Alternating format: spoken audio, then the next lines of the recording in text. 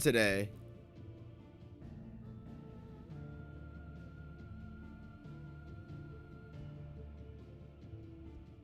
Wait, how do I, what's gonna happen?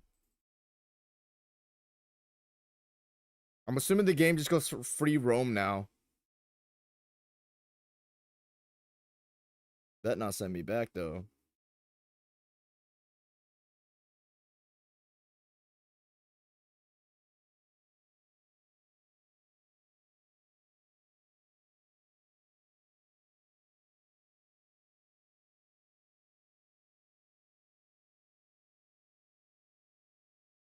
Alright, put up the poll.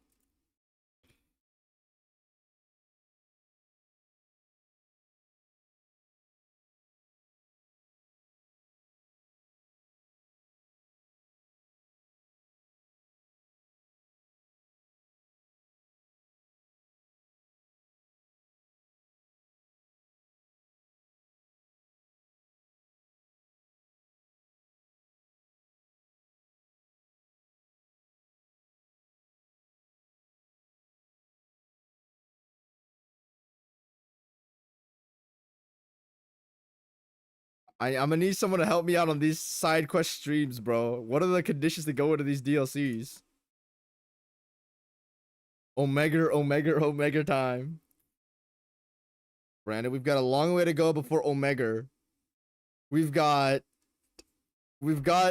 all the side quests for 1, all the side quests for 2, and then we've got to do the entire Omega dungeon, then we can get to Omega. What do you call him Omega? I don't know. Oh, I like the name Omega.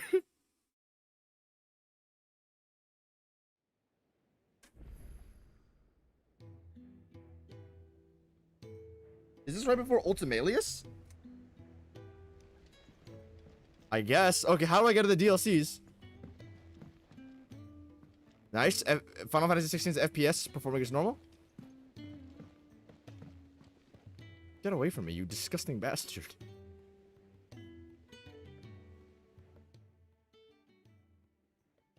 Do you have a moment, Sid? A team. Which team? Cold. They were moving. The curse breaker managed. How do I access Omega? They know the work is done. But what if I've got there before they go? But Who are you? No! A bearer, but as you know, the My time is not yours. of course.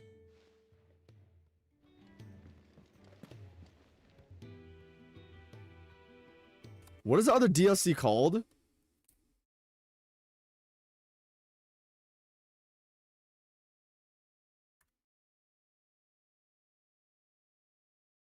It's called, there's Rising Tides, and then there's the other DLC.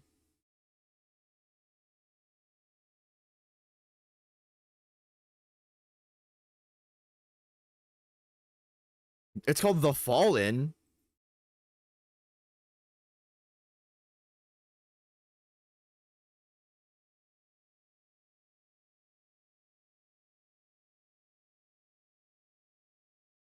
Okay, I need to watch this YouTube video.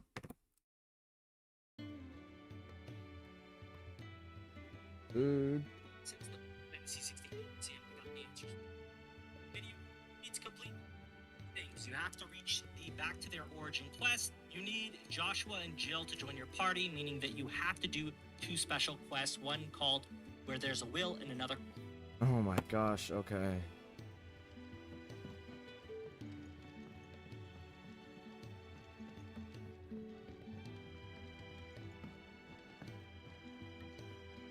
Oh, the frames. Where's Joshua? Come on, let's get on to with Omega already. By the way, Brandon, does FF16 have a boss refight? I think it pseudo does, right? I haven't checked this out in the last 30 hours.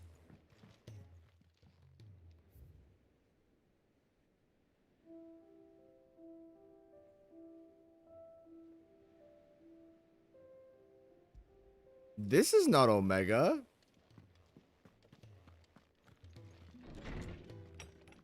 Where's this bum Joshua?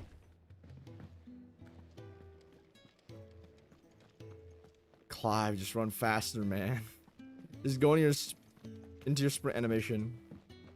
For the steps in general.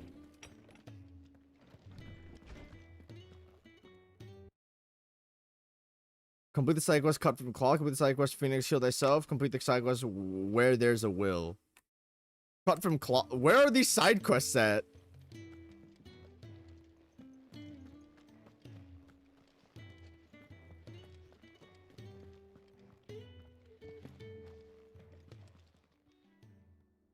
Cut from cloth? Next you'd visit. Fare thee well, my friend.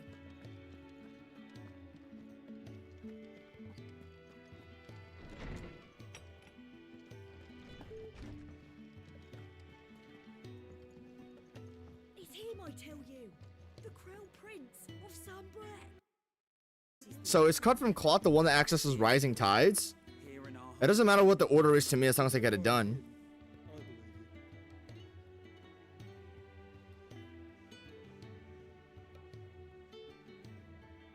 Spend without controls. Cut from the claw, that's the name of it.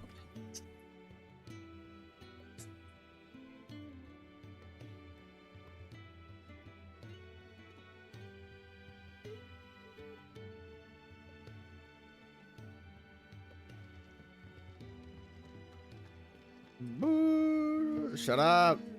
You are not Omega.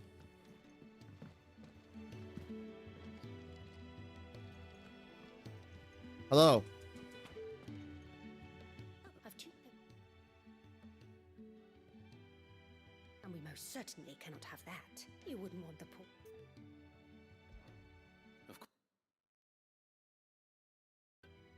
Oh, aren't you a dear? Wait, ask about origins to him? Wait, never mind. Okay. Northreach, blue and red. They don't deliver. Not to places that aren't on the map anyway, so I'll... And I would. And don't let them fob you off with anything less than what I paid for. What?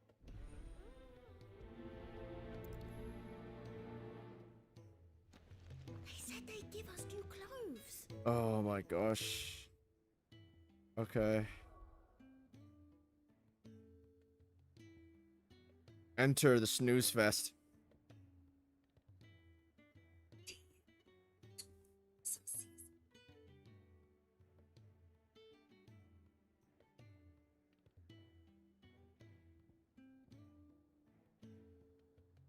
Baklad, the worst thing ever made.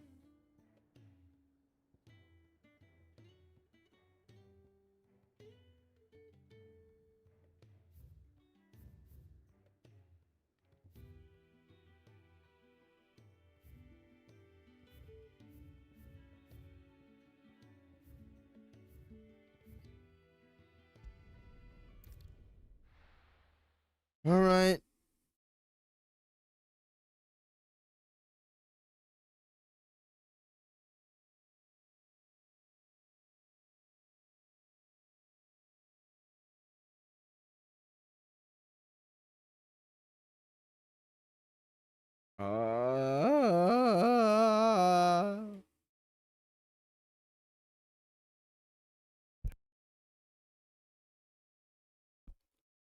You know, I was thinking of a Old Souls DLC accent. I think it's horrendous.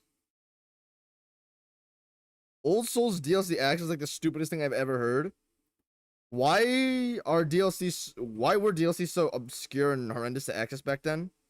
It kind of is obscure to access in this game as well.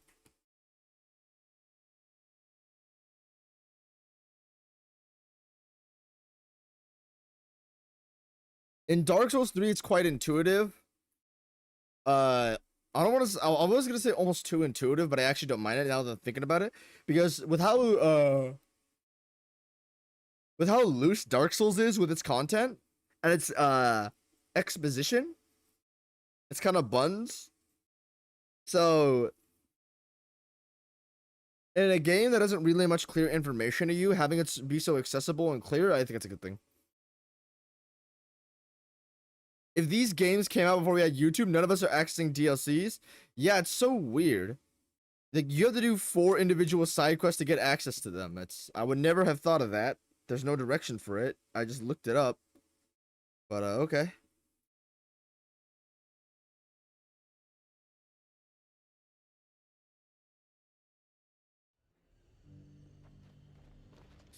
Okay. Dark Souls 1 DLC access is like the worst thing I've ever seen in a game. I'll wager.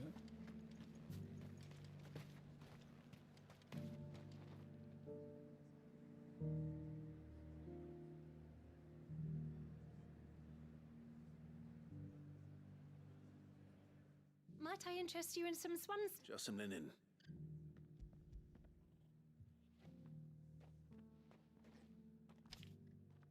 Apology, but you're right. They were due to arrive. My mother thinks it might be bandit. It usually is. Yes.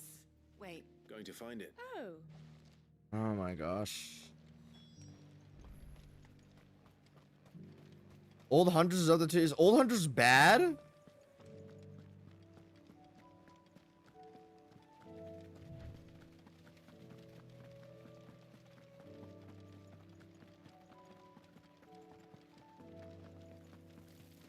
Dark Souls 2 DLCs are kind of ass.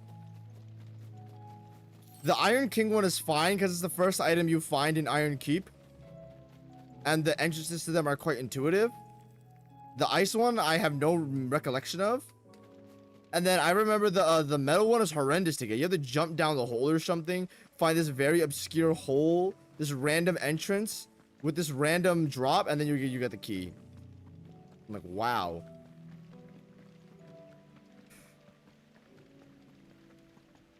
Sekiro doesn't have a DLC, but Elden Ring is the way I feel like they should do it. AKA, if you just beat 2 bosses, you're fine. That damn bird's a menace. Who's gonna buy my Is that If you're a bandit, only off I demand These. you wouldn't happen to be? Someone from the market send you. So the fool has Oi! I told you not to call me that. And we'd have already collected if you hadn't. As I told one of your...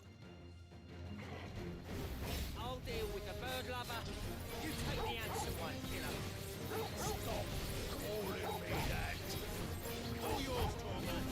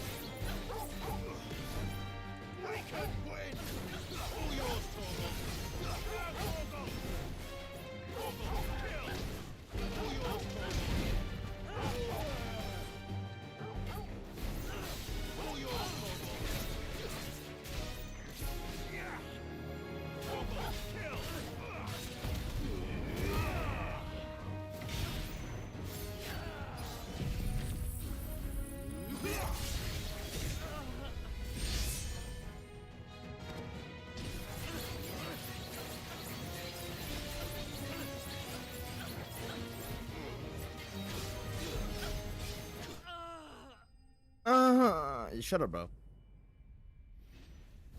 Alright, let's get this over with.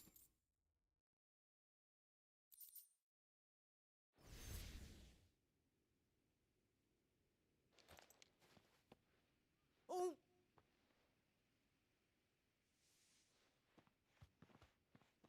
Did he hurt you? No, he seemed intent on letting the bandit do his dirty work for him. My ship. We could speak of...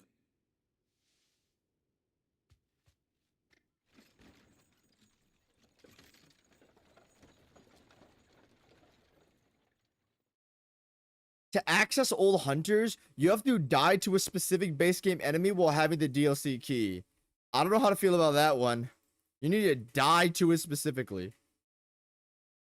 Wait, has Jeff fought Fume Knight? I thought you haven't done the DLCs yet. No, I have done them. I think the entrances to them are terrible. I've beaten Dark Souls 2 twice and it's a 4 out of 10.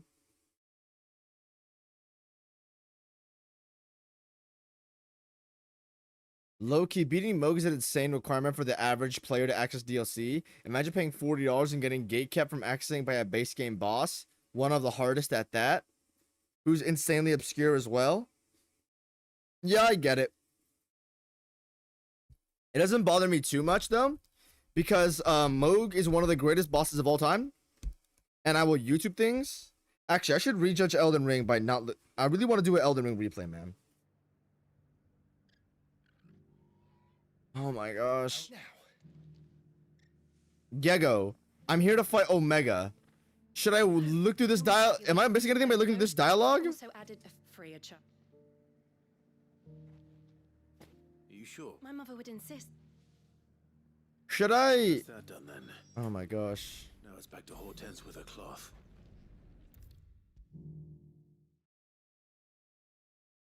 Should I read this and go through it or skip through the dialogue? Is this worth it?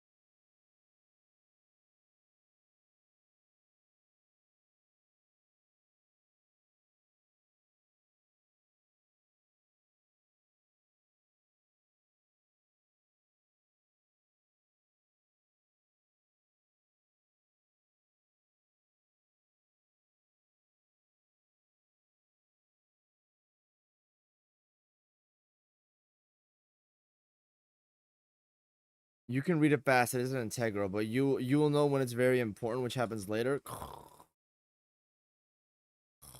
Just give me the save file, man. Give me the Omega save file.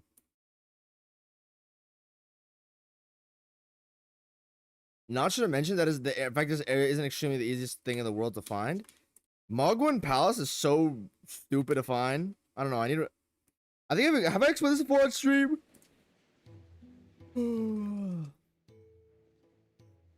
Yes, you bitch. Don't worry. I believe it. Here's one piece of cloth. I sent you halfway across the nation.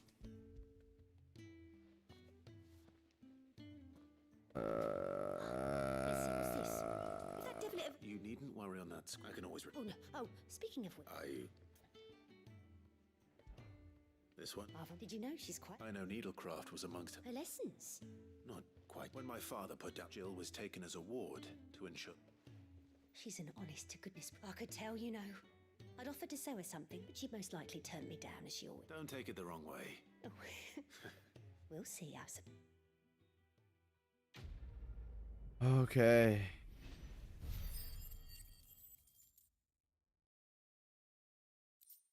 One out of 4 of the slot fest completed. Lady Hortense said she... Phoenix, heal thyself.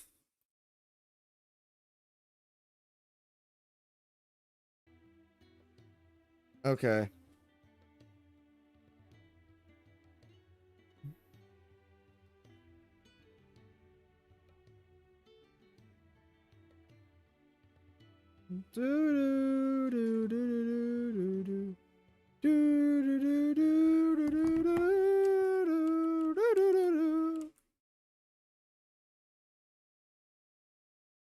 How much Elden Ring do you reckon you're completing if we didn't have internet? I don't think I'm seeing past 40%. No. You'd get farther if you really wanted to. No, how far would you get without internet on Elden Ring?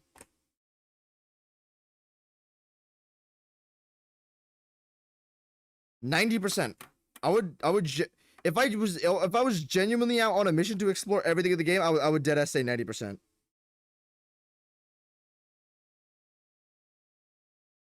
I don't think I would ever find Melania though.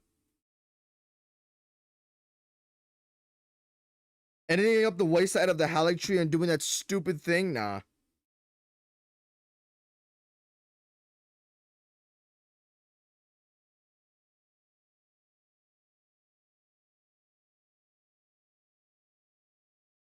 All right, in the hideaway. Give us our dresses soon. Said they'd be Phoenix, heal thyself into the infirmary. made of linen. There's something about it. Bo. Ba ba ba ba da ba boom ba da ba da. Shut up, Otto. Oh my gosh. No. Is that right? Leave, leave, leave.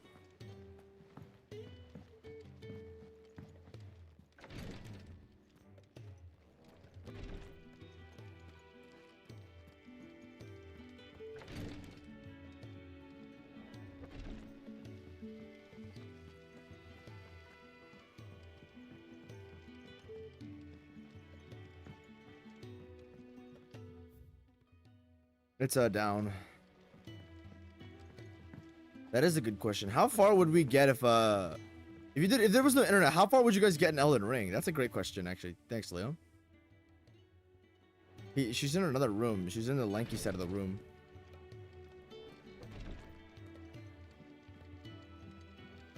Please. My Lord Marquis. Marquis? Stupid. Yote. My lord, yeah. It's your brother, though he does. There are certain... But his grace is... So I consulted with... And thankfully, and our supply... Unless we... We just... The search continues for... So it's only that you can't reach? Well... Then I shall... You've yet beside. Yay, Phoenix, heal thyself for 300 gold out of 80,000.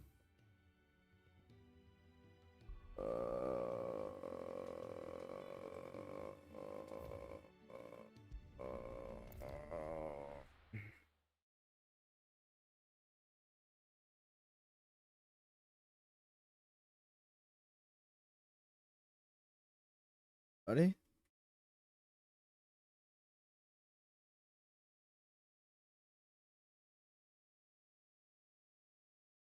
If you're not finding Moog, you're not finding the DLC either. Yeah, but like, bro, come on. Let's be honest. Okay, finding the consecrated snowfield is really hard, but finding Moog in that is not that hard. Probably. Actually, wait. Going to Ordina is easy. Finding the weird offshore path is terrible. You're right, Leo. You're right. I'm known for not seeing Placidus. Okay, Placidus X is also just stupid. Elden Ring, no messages, no internet, offline mode. Oh my gosh. Everything in this Fortis X will not be... Okay, you guys are eliminating these things in my head and actually making this really clear. Like, I'm not seeing 90%. What else am I not seeing? I'm not seeing Melania. I'm not seeing Moog. I'm also probably not seeing, I'm probably not seeing anything related to, deeper Ainsel River. Like, you know where the Lake of Rod is? I'm not seeing anything related to that.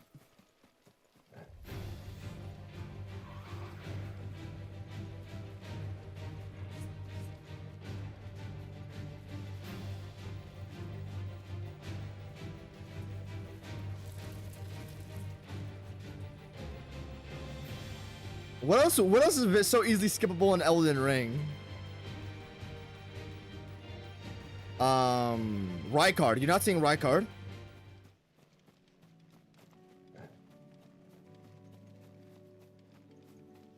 I never even knew Volcano Manor, the route even existed.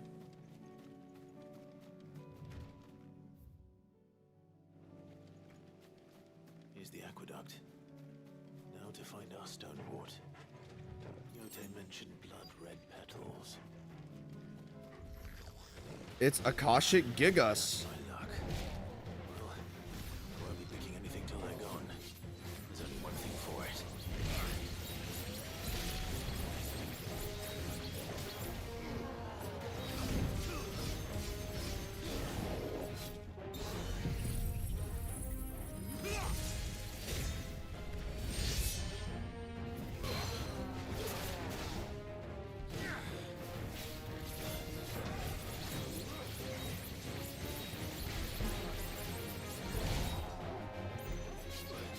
Oh my gosh.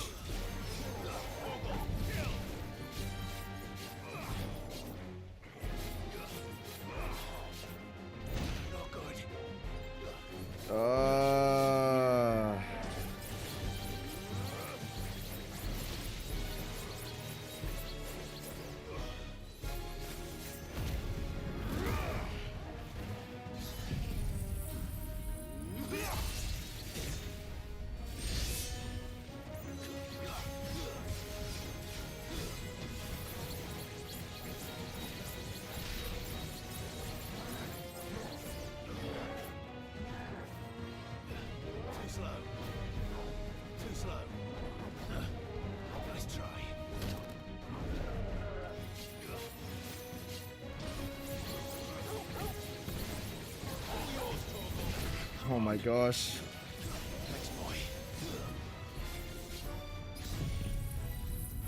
Ah!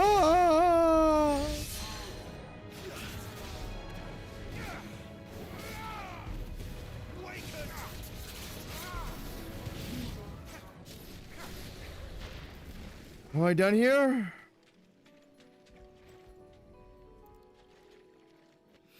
Stone Award. Here it is. Better collect as much as I can before reinforcements arrive. Giga Gigas was alright. He's a Giga version of Gigas, so he's Giga Gigas. All right. Should do it. Let's get these back to If this came up before the internet, some secret Boston arenas would be talked about like urban legends. Yeah, actually. It's like the Nier Automata Emil quest. Like the full Emil quest. That thing's an actual legend. Like, nobody has seen that, bro.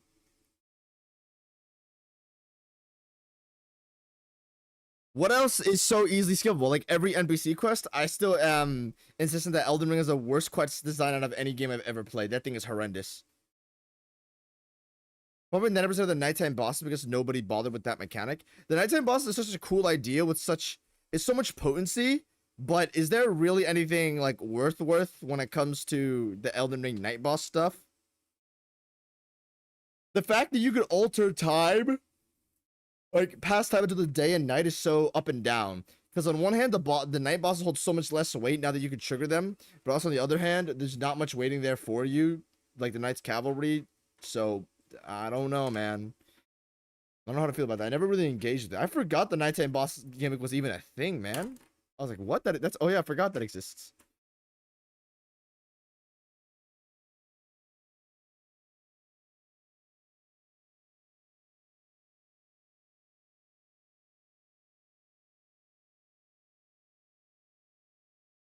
But what else would I not see in Elden Ring? What do you want, Yote? I'll stick my Yote up your Yote.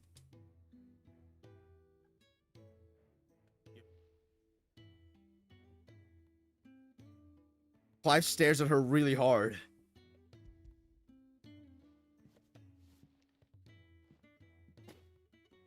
Yeah, I'm very... You think... No more than you have. But I beg you. I'll keep that. Alright.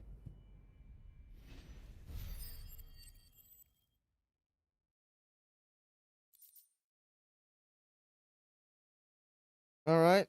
Where there's a will.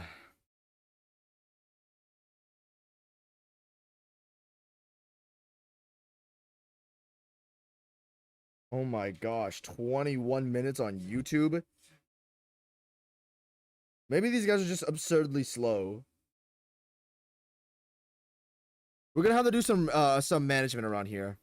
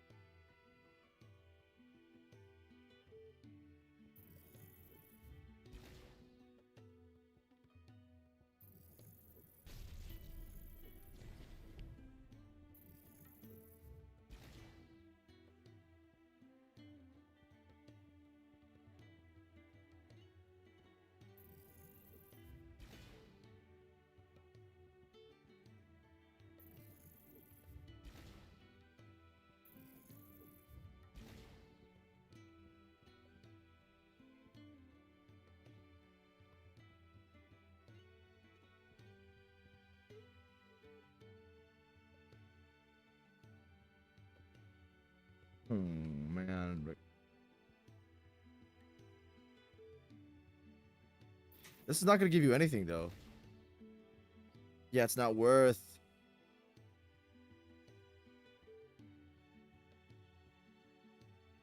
We need Giga Flare. Okay, I'll reset this and then I'll see what I can afford afterward.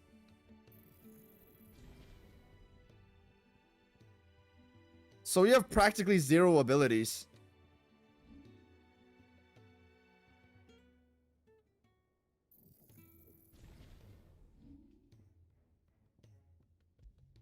We can use Scarlet Cyclone. And then we can use Giga Flare. We do need to keep Gun Gear in Heaven's Cloud, though. What can we reset?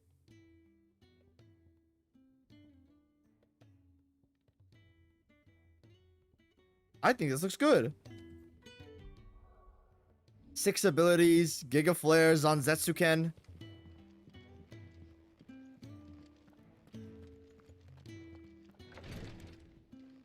Hey, little buddy. Hey, how's you doing? Good. We're about to fight Omega. I think it's sort of a cool way to fit in more bosses without making the map feel crowded with bosses. Yeah. No. Actually, this is another thing I wanted to ask you guys about. Is that right? I'm just not a big fan of it. Yeah, that makes sense. That makes sense.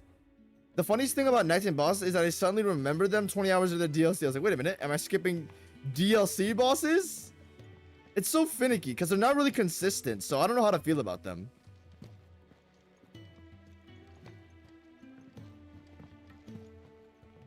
At least not consistent in the change isn't that insane. Joshua Water writes, I've received word from Cyril. His will. In the crypt, after Kupka was kind enough and in the process of... I'm surprised. Cyril asked that I join him in... Of course. I want to know what's very well.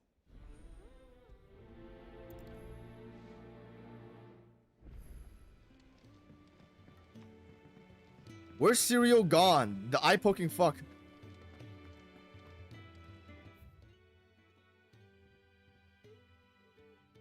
Where's the real gone? Help.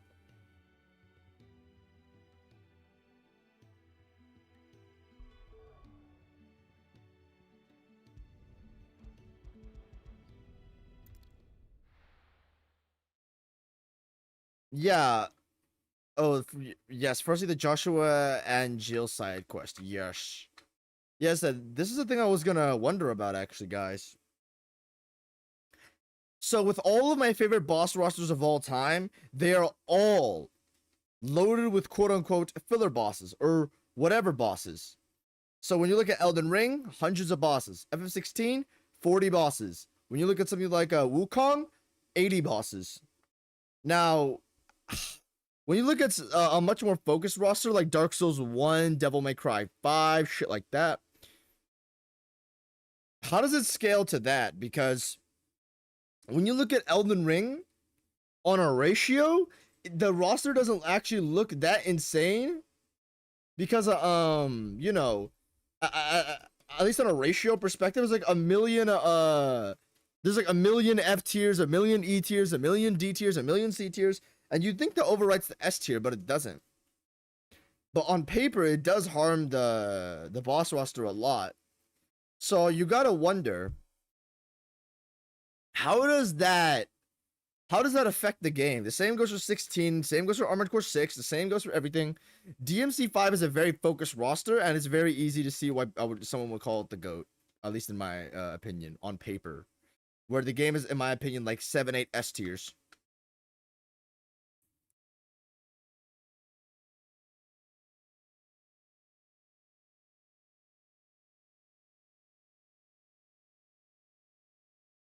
How much does that matter to you?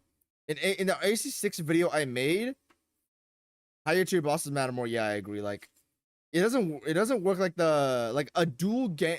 A Valiant Gargoyles do not cancel out of Millennia, even though they're on the opposite ends of the spectrum.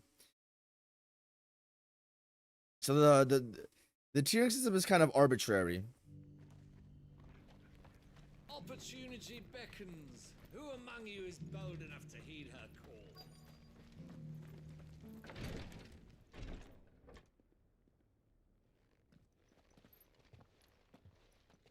Cyril, yes.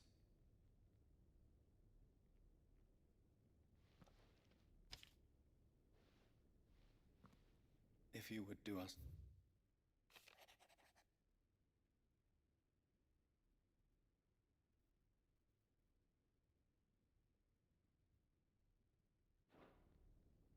An inherit. It would see The day before. What are these? His plans for the duchy. The complete... But your father's dream did not end with the blight spreading...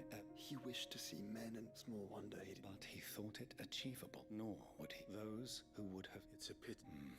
But one... What do you mean? Mayhap it, after all. The duties in trust. And where is... She awaits you. Thank you, sir. Shall we then?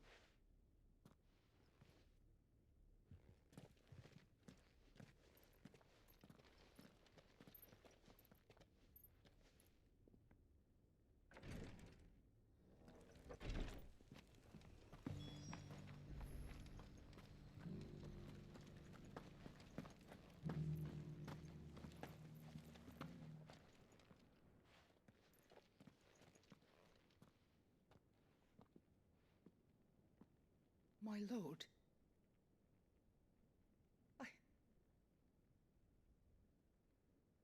I am God.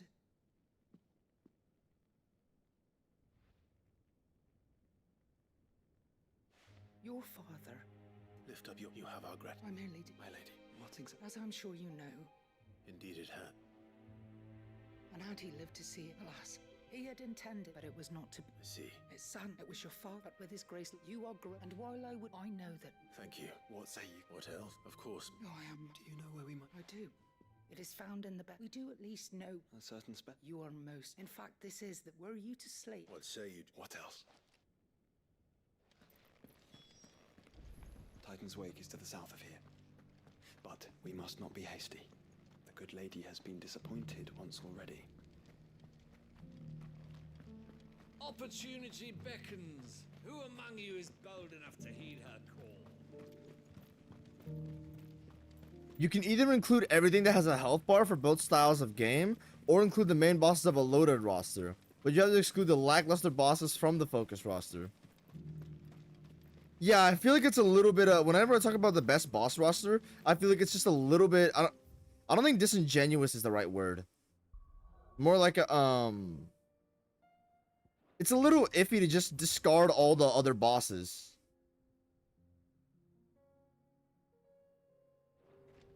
You know, I don't even know. Dishonest is another word. It's just that it's if a game has 50 C tiers for every S tier and there's like 5 S tiers, it feels a little bit wrong to say that. Like if this game is the best boss roster, well, you're ignoring the 50 pounds of slop. And it really all depends on the context from game to game. So if it's something like if it's a game like let's say Devil May Cry 5 had 50 missions, not 20. If Devil May Cry 5 had 50 missions, the game would have an exorbitant amount of bosses. But I would judge the game far more critically for its bosses, because Devil May Cry bosses are far more focused on an Elden Ring boss. An average Elden Ring boss is, you know, some guy in a dungeon or something. You know, it's some random guy in a it's some random guy in a cave, some random guy in a field.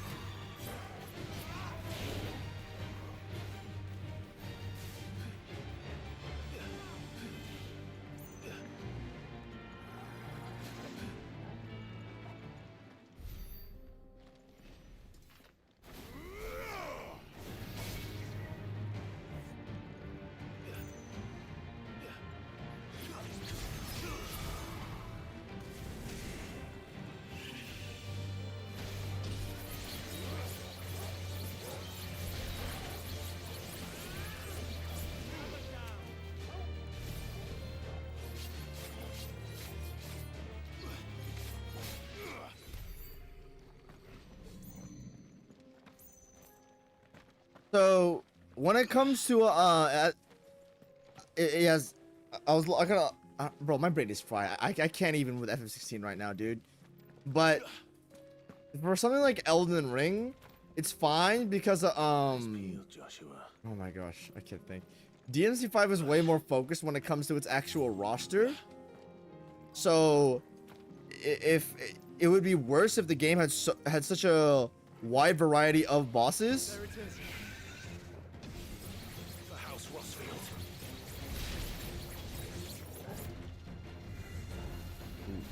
Nice try.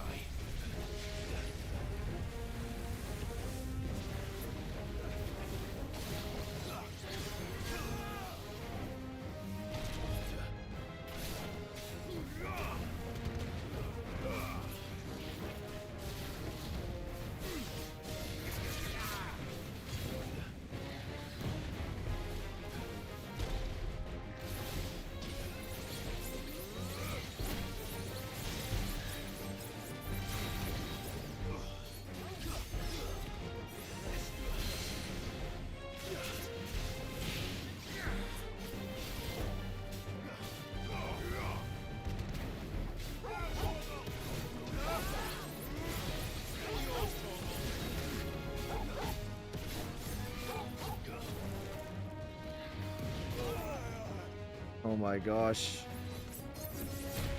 Oh my gosh.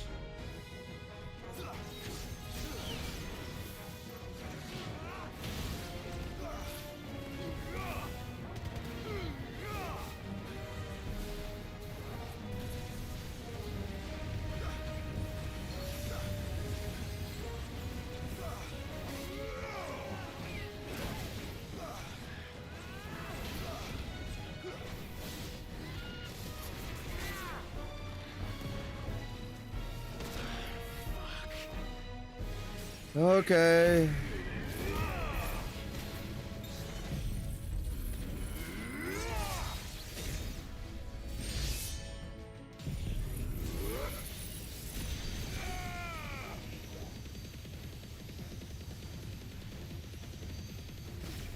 Why do those things do 0 damage to him? It's a little odd.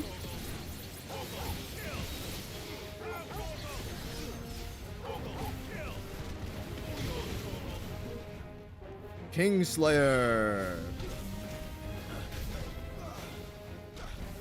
Nice try.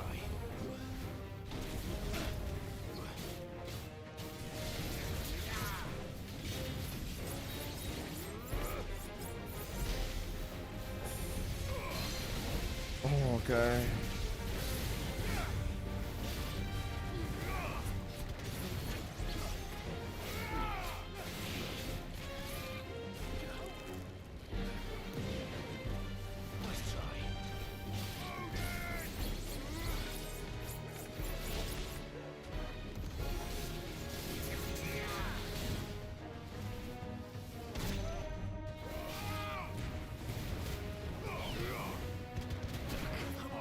Ow.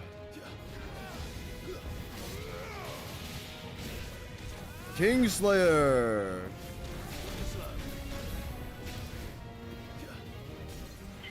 Oh my gosh.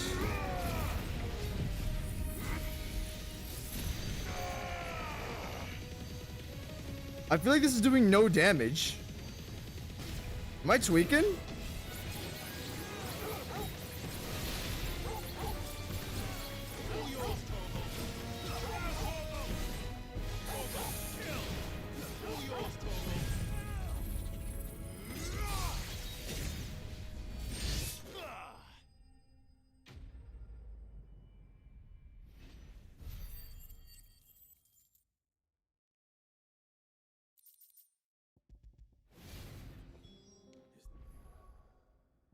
Is the Heartstone? I expect Lady Godotha will know. There's no TP button? Okay. Oh, there is.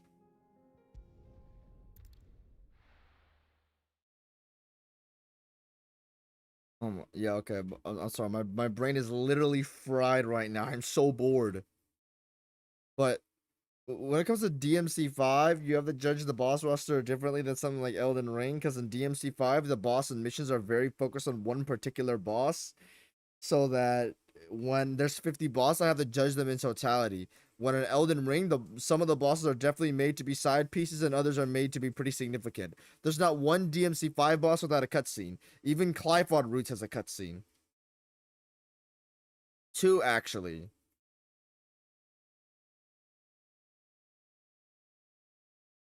So, in Elden Ring, some bosses are definitely given more attention than others. So I think you need to use that to space them out. Now, generally, what my acknowledgement is impact and enjoyment. So I know AC6 is a bunch of C and B tiers, but the thing is, the enjoyment of something like a Balteus is worth like 50 C tiers combined. So I don't think it really matters that much, because the enjoyment I have from 50 C tiers adds up to the weight of Balteus roughly. So when I come, Gigaflare does damage and it just feels a bit off. I was told it was busted, so I threw in thousands, like 10,000 points for it. Zark and Jet, how do you punish Virgil M19 phase 2? Like, he just keeps spamming Judgment Cut? Is your problem the Judgment Cuts, or is your problem the rapid slash into the Judgment Cuts? This is the required tree. If your problem is actually the Judgment Cuts, then you just have to, for the most part, then you just gotta raw dog them. Like, just dodge, dodge, dodge, and then TP to him on the last one, so then there's your opening. It's an interruptible opening after it's over. Alternatively, you can just Royal Guard 4 times, so you can just build up Royal Guard meter, and then just Royal Revenge him or Royal Release him. If your problem is the Rapid Slash into the Judgment Cuts, you can parry the Rapid Slash with something like Flint Wheel or Turbulence. It's the Lightning Surround move on Swordmaster, or the Flip Back Kick move on Swordmaster for a Kick Mode Balrog. So you can use those to cancel the attack ever coming out, but generally you're always going to have to deal with the Judgment Cut. That's a signature move. Vines encircling the stone represent the unbreakable. It's a message. Enemies who would thwart his vision. And only if we stood. Indeed. But it was a promise. Thank you for remaining the steadfast. Forgive me, my lady. There is something I don't want. The Undying told me that even if the armbands were so... Because I was the keeper of the deep love he had for... Thank you, Keeper Lady. Disaster at Phoenix, I tried to warn you when word of the fire reached. And thank you. To your father and so he informed me that... Lady Goditha. As do I. Thank you for coming back. Okay. The bands suit you well. It must be gratifying to... It is. If you let him see that you have... I suppose it would. What do you say, Clive? I think I was hoping to be... Your father's hat since the day I prithee, Clay, and I do not doubt. Thank you, Cyril. Are there any other openings? You mean when it comes to Virgil phase 2? That entire thing is an opening. Like he's a stagger type boss. He's like a millennial like. The openings are how much you interrupt him and attack him. His openings are really subtle. It's hard to figure out at first, but there's definitely some value once you can figure that out. So like for example, the end of every single attack is generally an opening. Like, you know, his general combo enders and shit like that. But you can parry all any melee attack is parryable, and that is a guaranteed opening. Actually, where the fuck do I go?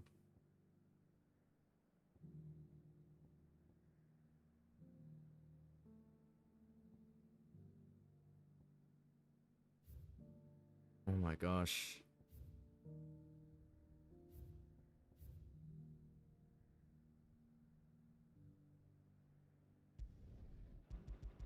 I think it's right here, yeah. Where there's a will. Let me double check. I don't want to fuck this up. My loading screens is long. Yeah, it is here. Okay. Any of his melee attacks are parryable into an opening.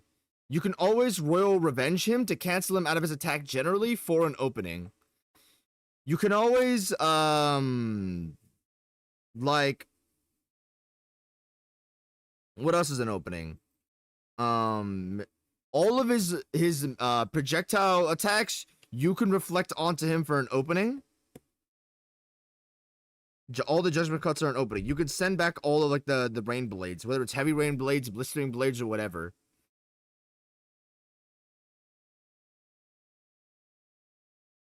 The rapid slashes are, you can just hit them with dome him with the shotgun, or you can just parry him, or you can royal guard him, or you can Walter move counter hook him. You can use, if you're struggling with parrying, just use Ice Age spam. You can always use externals to try to clip him through. SDT will always cancel the current animation he's in. It doesn't really matter. You can jump with SDT. You can transform into SDT. It will always crack him out of his current animation. Every Yamato combo is an opening. Yup. Unwavering will and an unbreakable bond. Do you really think we're strong enough? Yes. To save the world? Of course. To have overcome Father's political enemies? That I'm less certain. Especially knowing what we know now. Father was truly capable of. Perhaps these bands would have helped. Knowing he was with us would have made all the difference.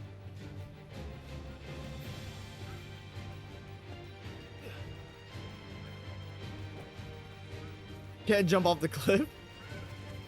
Okay.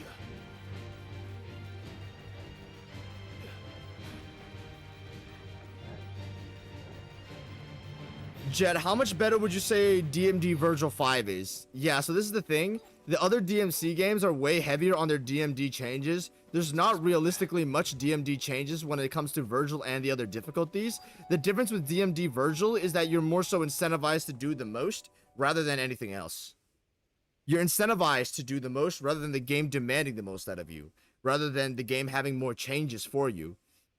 DMD only adds one new move pretty much, and it makes the healing for the fight actually demanding. Father always fought for what he believed was right. It wasn't until that night at Phoenix Gate that I realized I had never fought for anything. I always had someone else to do the fighting for me.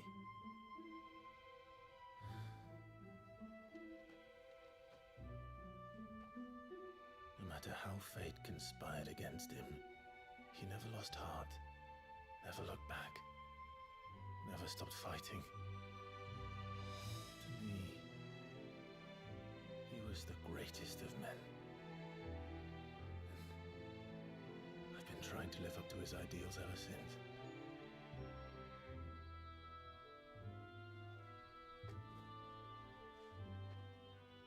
We all have, Clive.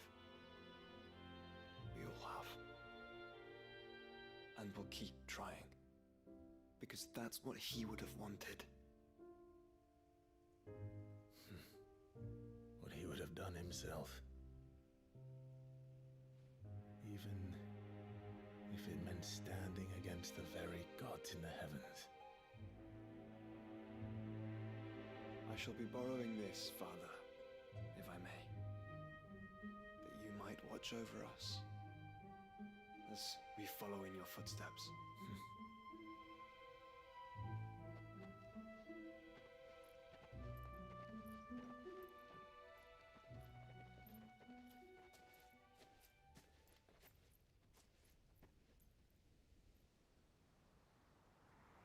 Hey! You cannot trick me.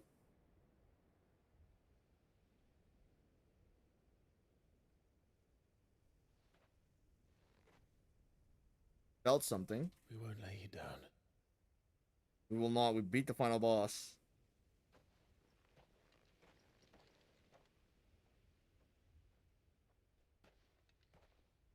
Onward then? Onward and yonward. Onward. To the end. And to a new beginning.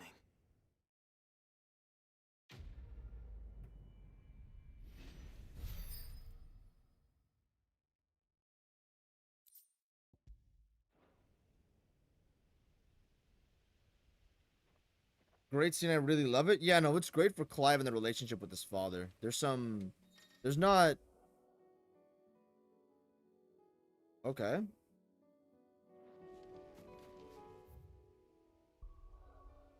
I don't want to say there's not enough strings, but seeing Clive's connection with his father is really nice.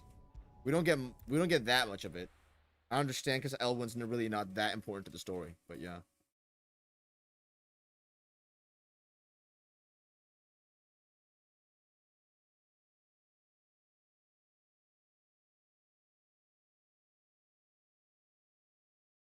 Brandon, is this all for just one DLC or both the DLCs?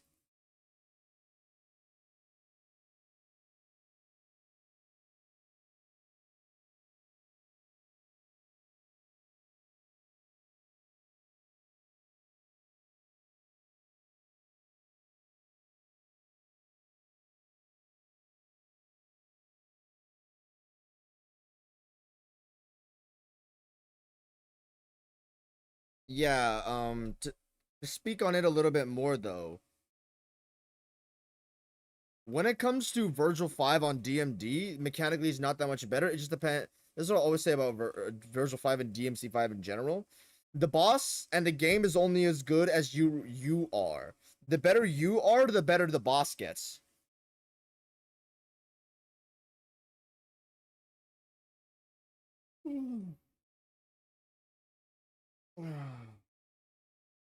So I'm not saying you have to become a D1 tweaker. Like you don't have to like master the entire combat system and learn every aspect of it to make him that great of a boss. I just have him top 10 because the way I fight him, I find extremely thrilling.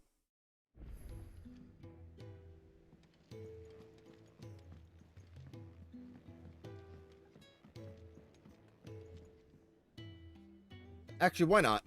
I'll just go post the clip in the Discord of Barbara and Brandon on some DMD shit. Why not?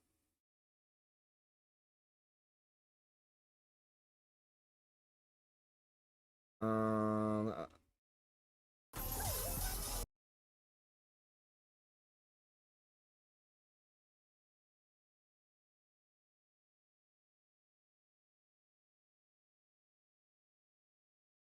Barber, Leo, yes, Diego. You go check out that clip for like the highest highs that the boss can go to.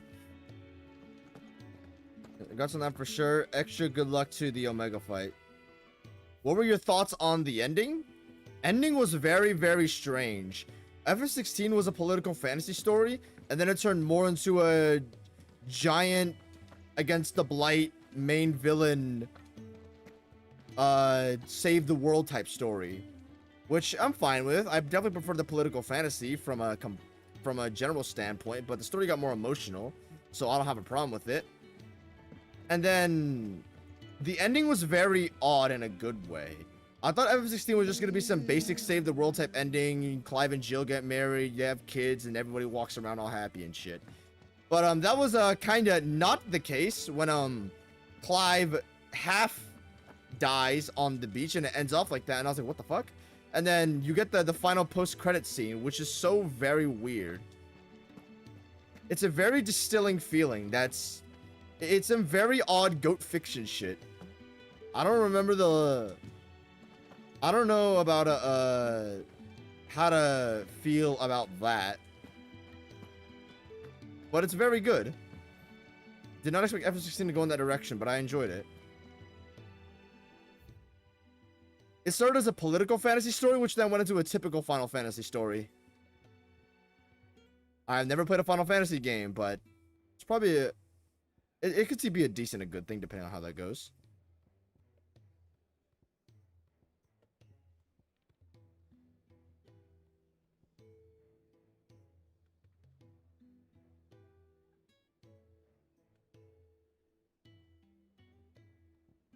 So we need to find a side quest called Priceless.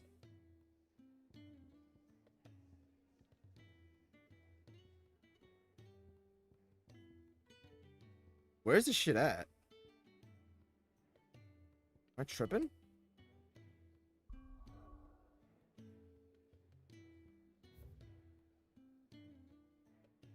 Oh, it is here. Where am I looking wrong then? Maybe I'm blind.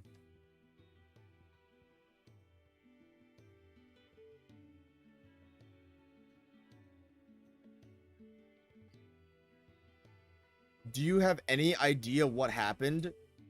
To what? Clive or the post-credit scene?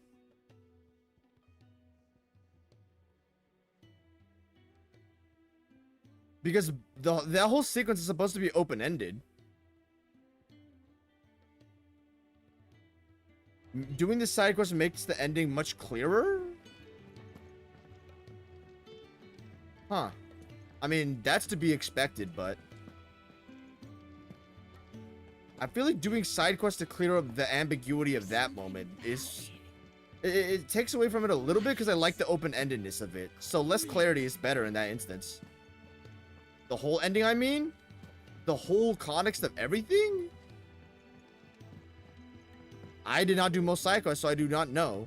But I'm perfectly fine with where it's at. Go next to the elevator, do that quest with the lady.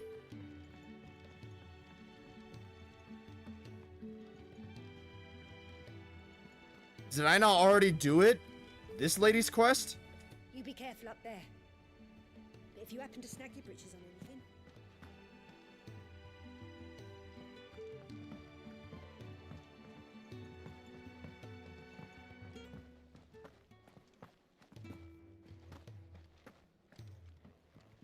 I believe you needed another quest for it? What other quest would you need? The game says Priceless is in here, but I just don't know where it's at.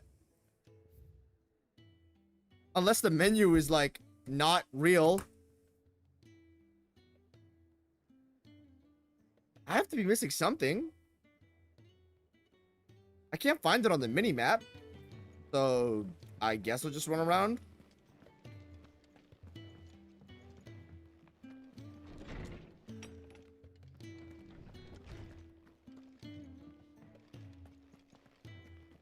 Check the letterbox? Alright.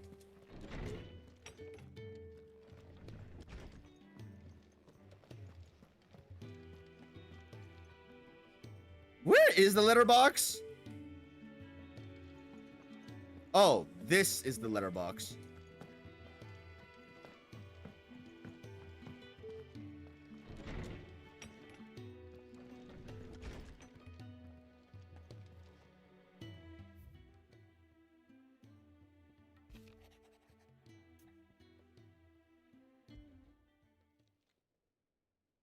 If Joshua's worried about Jip. Alrighty, here we are.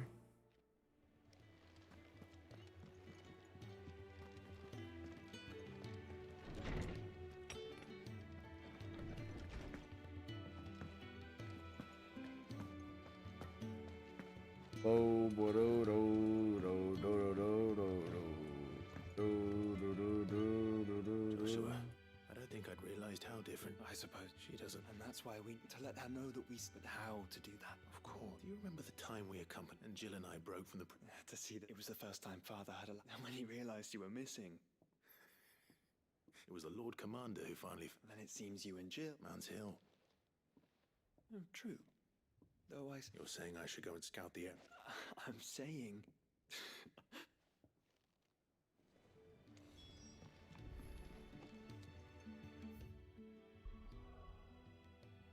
Where is Man's Hill? Oh, it's right here. Nice.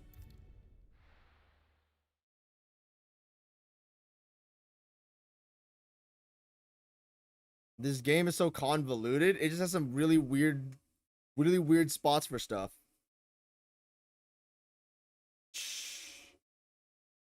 I don't know. Jet, do you think Clive died or survived in the ending? I think he survived. He didn't look injured enough to die to Ultima. There's no internal disease killing him or something like that. And who do you think wrote the book? The author says Joshua. Well, I don't know how to feel about it. So little information is given to where that's what it is.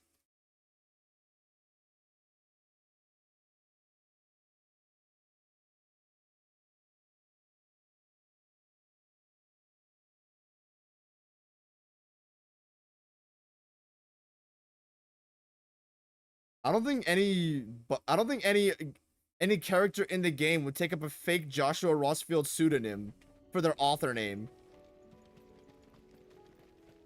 Just for no reason. I don't think there's any explain or not. You can go ahead, I don't mind.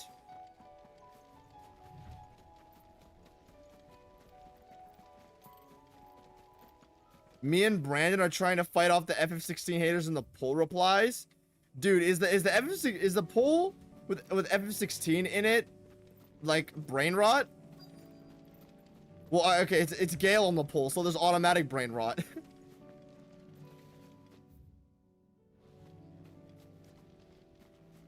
Bro, I saw people sucking Gale's poor willy. His poor old willy. Like, he's the greatest boss ever made. He will be the greatest, and nothing will ever beat him. Wow. This is the place. I'm sorry. We keep looking. Man's Hill cannot be the only place where snow days... Perhaps it's the only place. Then why not ask someone at the backyard?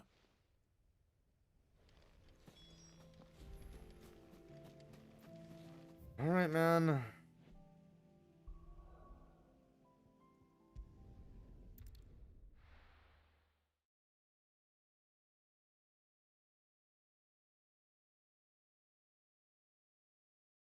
The replies are so brain rot. It's like death blight. It's a brain blight.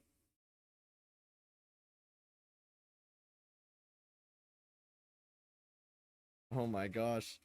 I haven't seen the comments under it, but I remember oh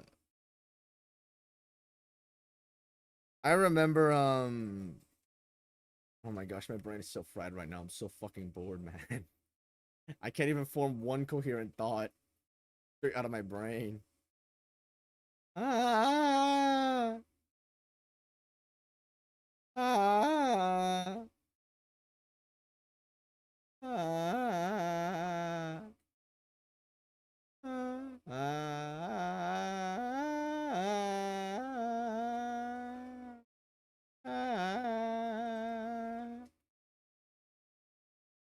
Gale is 164 to 0 on jet pulls. Gale has only lost 2 pulls to my knowledge ever.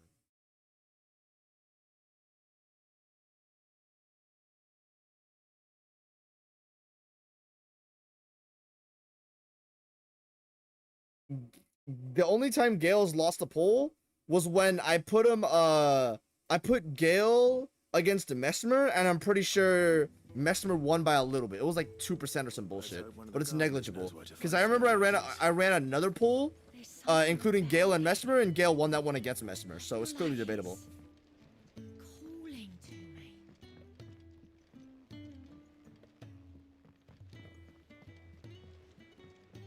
Hello, bad bitch Vivian. Where do I go? Oh, it's back here. Okay, this is not the way to go.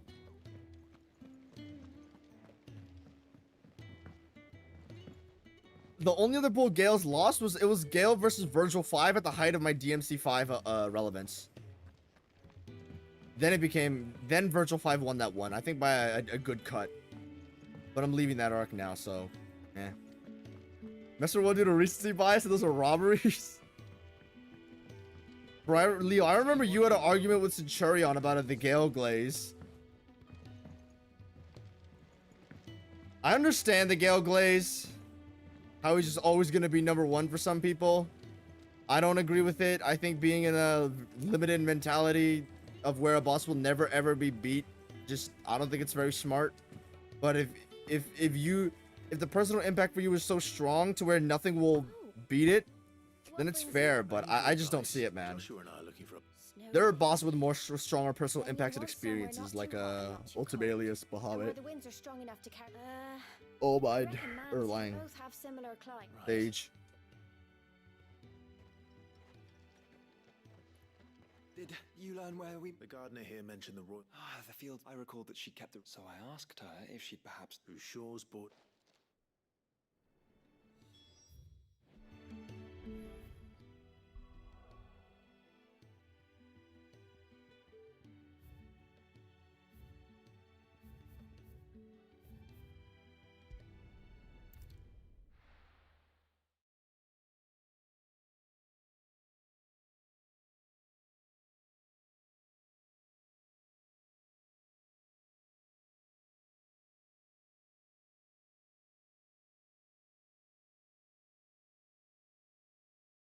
So Clive survives. How?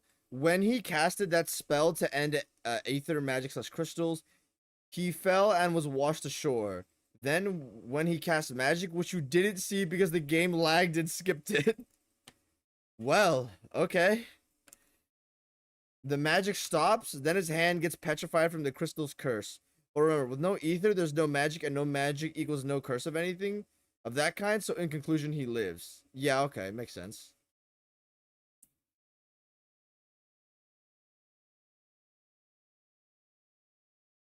And as for the book, it was stated twice or 3 times in the game that the Phoenix cannot revive people, only mend their flesh. So Joshua is dead. Who would use his name? Maybe someone who had already. Who else would use Joshua's name, though? Fucking Yote? No.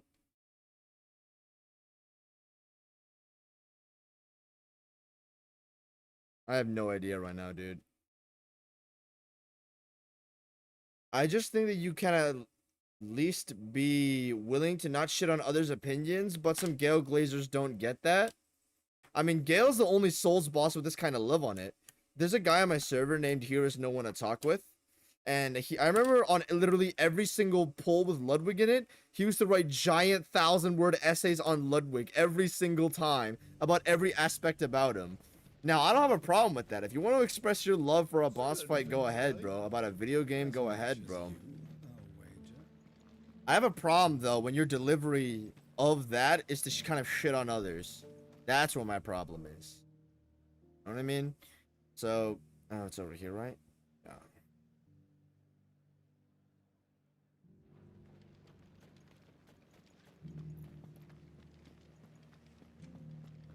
I don't know, but weren't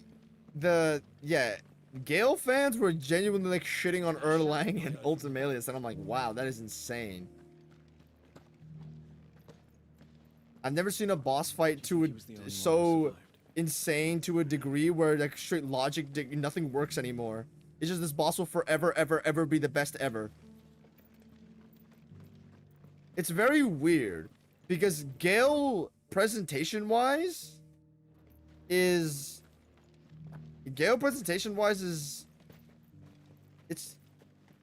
yeah. If you look at almost every aspect besides the actual VFX, Gale is passed up in every regard in his own game, which I find very weird. Mechanically, Gale loses to Pontiff, Demon Princes, Sister Frida. I would argue probably Midir as well. Gale mechanically having inconsistent extenders is also a hit against the boss. Another thing, Gale soundtrack-wise is surpassed in his own game in my opinion. I like Soul of Cinder's track more. Osiris's track is about equal for me. The main menu theme I prefer over Gale's theme. When it comes to the actual spectacle and impact of the fight, Midir is definitely way ahead over him.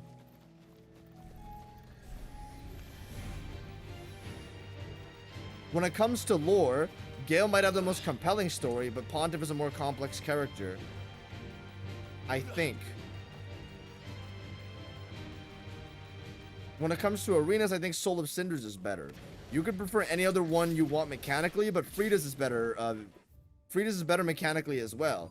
And I'm not trying to take a shit all over Gale or anything.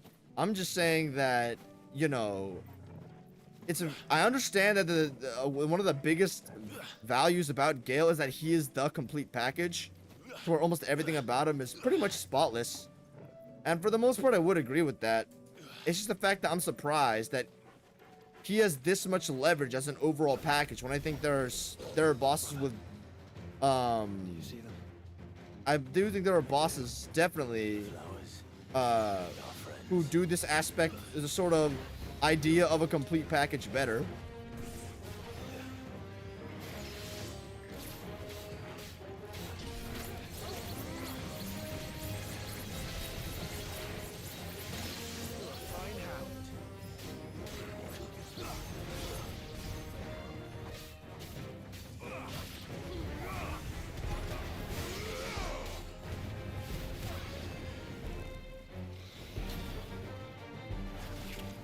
Oh my gosh.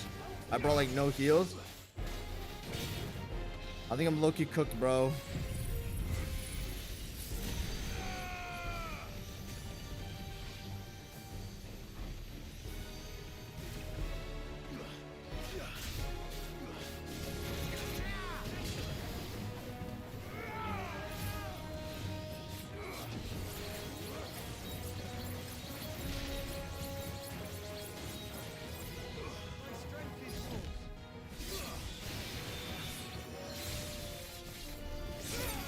Poor guy.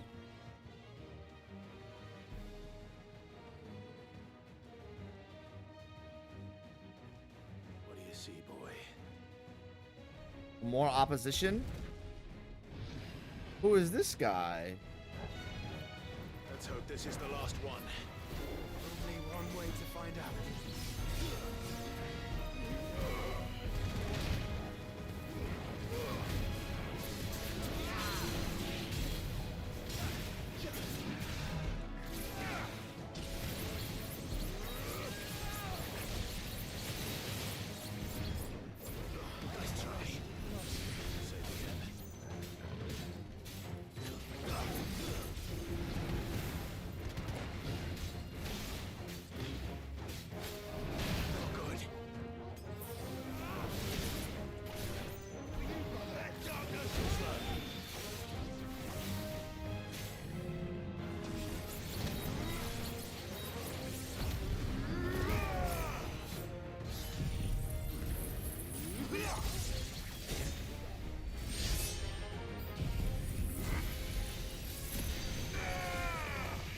How does this move do no damage and so much damage at the same time? I am bewildered.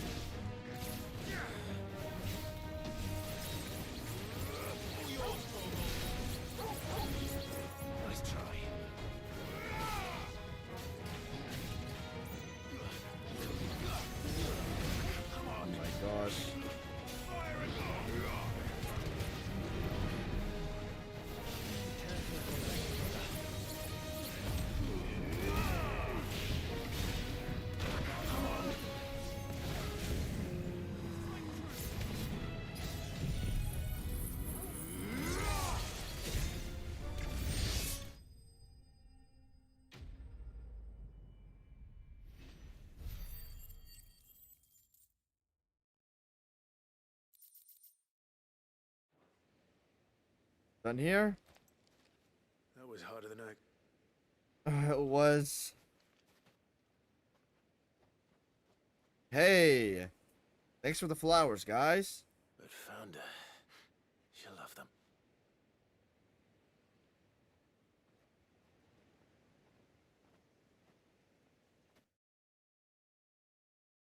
When it comes to bosses' overall packages, I do think Gale has been passed up overall. Like, if I judge Gale on an overall score from 0 to 100 in 100 different categories, let's say he gets a 10 for visual effects, a 9 for soundtrack, like a 6 or a 7 mechanically. Let's say, you know, an 8 for story, and then you just keep going down the list for 100 different categories, and you added it and you found an overall score. I think that he would be passed up by many, many, many bosses. I think Ishin is a better overall package than Gale. I think Godfrey is the better overall package than Gale, just because of the mechanical gap. I think Melania is way more fun, and is an overall package. I think Ayer was better as an overall package. I think All Might is better as an overall package. You could argue Snail, not Ibis. You could argue Mesmer.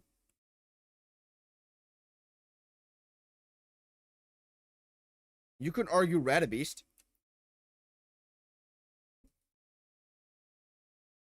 You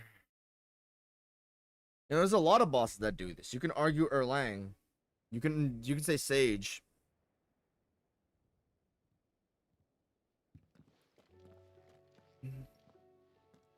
It appears my work You can say Yaksha King. Yaksha King is above Gale mechanically. We wouldn't want another. Above him in soundtrack. Visual style is close, but the storytelling for Gale is better.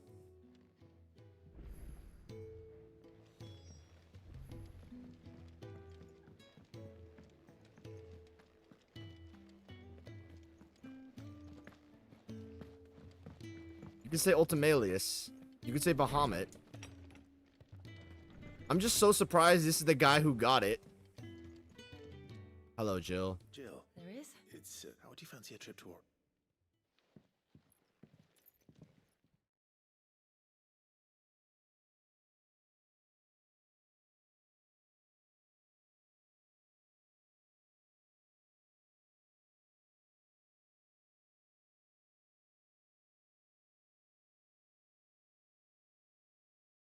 I don't want to make it seem like I'm shitting on Gale or I don't like the boss. I do like the boss. I haven't played Dark Souls 3 in a million years, but I still think he was my favorite or second favorite boss of the game.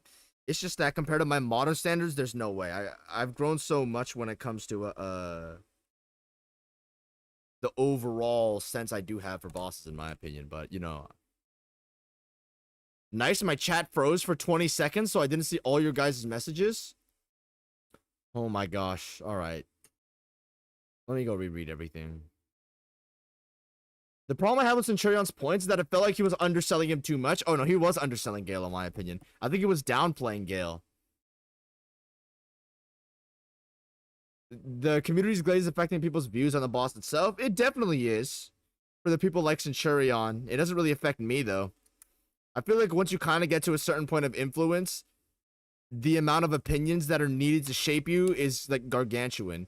If I put out a poll and it gets 10k votes, 10k votes of people saying a boss is terrible isn't really going to affect me. Though if I get a 20k saying something is terrible, then it's significant. There are so many. This is what you wanted to show me. Yes, Jill. Yeah, I don't know what to say. You don't need to say anything. The smile on your face is enough. We've been worried about you, Joshua and I. Do you remember when I took you to Man's Hill? Or tried to? How could I forget?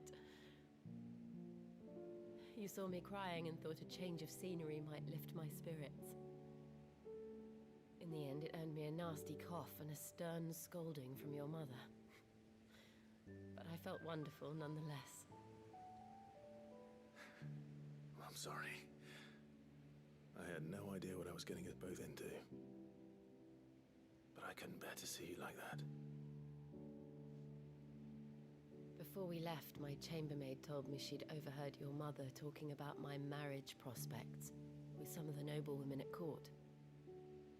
They were debating whether it would be more profitable to marry me off to one of the high houses instead of saving me for the ducal line. No one thought to ask me what I wanted. I was nothing to them. A pawn at best. I felt so trapped, so lonely. I didn't know. But I wasn't alone. You were there. Your hand in mine as we ran for those oaks. And I knew then, no matter what happened, I would be all right. I'll never forget that feeling.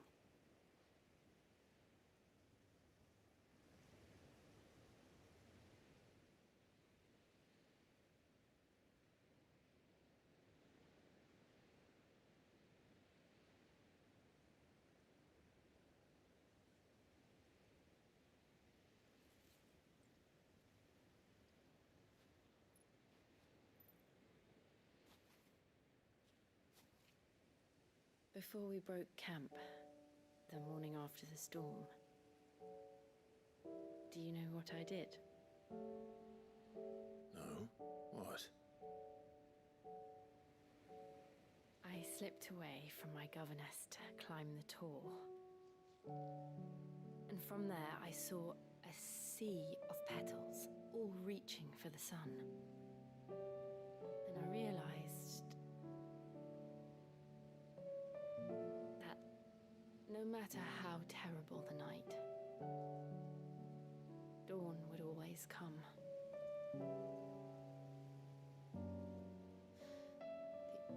That you would always come for me. And you have. Again and again.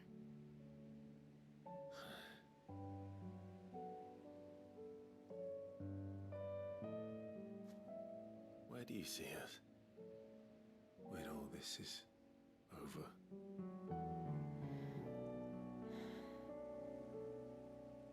I don't know.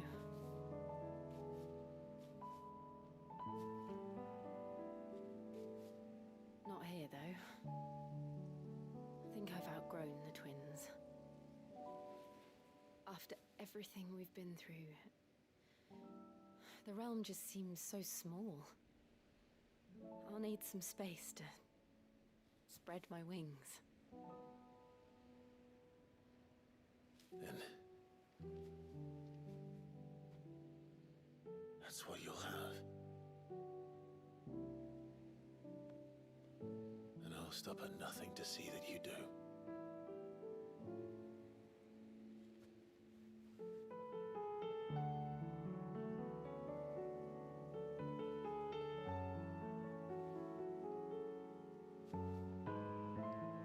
I never was much good at garlands, but it'll have to do. I'll treasure it forever. Thank you, Clive. For this, the flowers, for everything. It's exactly what I needed. You are my treasure.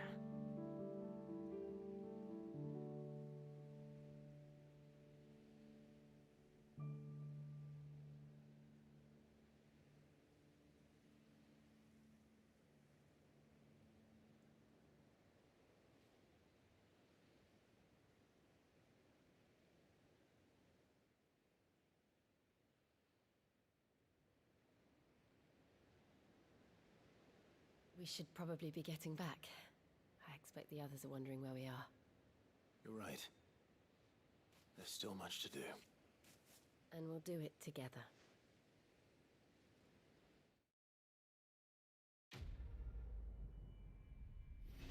Well, there was the greater connection I was looking for. Not to say there wasn't a greater connection, but there's more of that. Which I felt like kind of should have been the case, but it's all good. It's there anyway. Shiva's Kiss. Reduces Diamond Dust cooldown.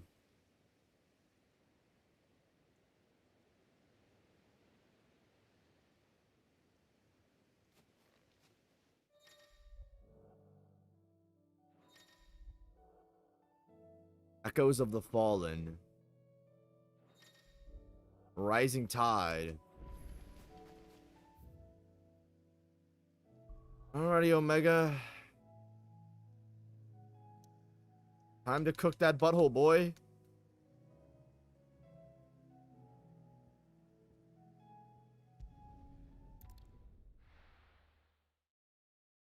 Let me catch up on chat while this loading screen is going through.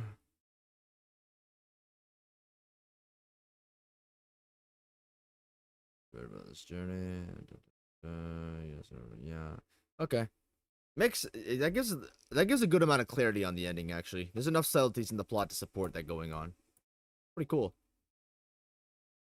Gale is overrated because of two nobodies. Bro. Gale's soundtrack carries no weight, really? Barber, are you rage baiting? Gale's soundtrack carries no weight? Are you serious?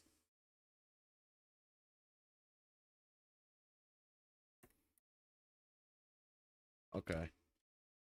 Letting go of your favorite franchise is a very hard thing to do. Gale made people part with the series completely satisfied, which is something most people didn't even consider was possible. Yeah, I get that. He's not getting dethroned to some people. The emotional impact is just too much. That makes sense. It's a variable I didn't consider, but he didn't have that emotional impact for me. So I can't see the, you know, I can understand the argument, though the argument will never apply to me, which is part of the problem.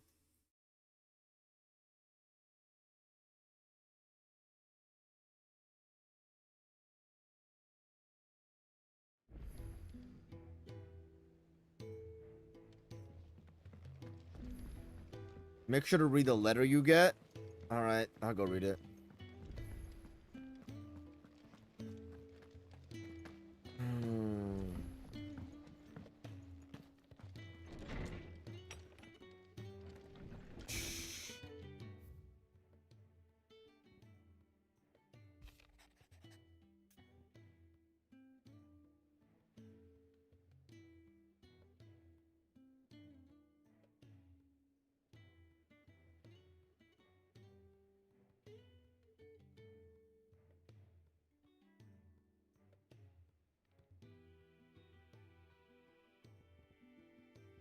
Huh. Okay. I want to do Omega before Leviathan, though. Should I still accept this?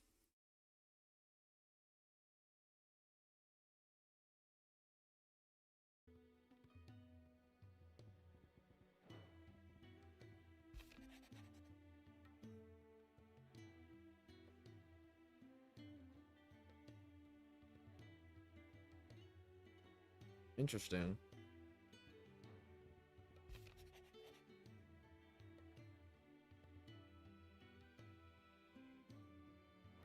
One.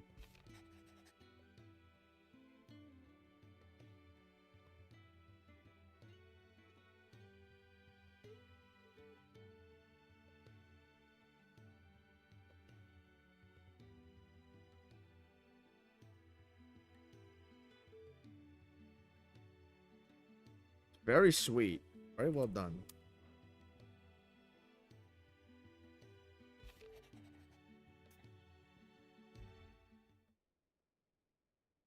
Leviathan the Lost. But why now? Why, what? Leviathan was mentioned once in the base game. I'm not sure.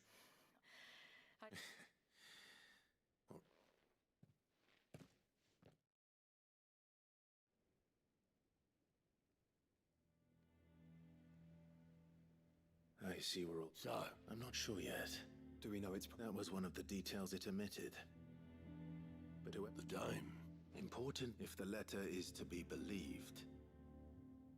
Leviathan's dominant is in danger. Leviathan? So the Warden of Ward, what has it been? More. The lost monarch. Even our venerable lawsman would not have been so much as a glint in his father's eye. But why the gap? Should the dominant of Water's bloodline have been severed somehow? But if one has awakened now, every nation in the realm has lost its dominant. And the twins will be at war again. Did the letter say anything? Only that if I wish to know, and that the veil can arrange. As am I. Thank you. And Otto? Yeah. I shall leave... Leviathan.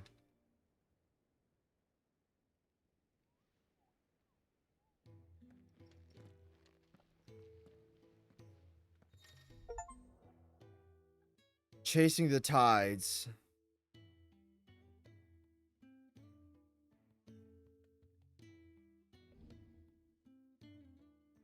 Alright, man. We'll do Rising Tides later. Now it's Omega time. There's something about it. I feel like it's calling to me.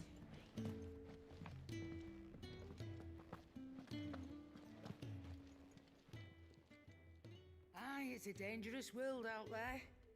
Is something the matter? Don't know. But yes.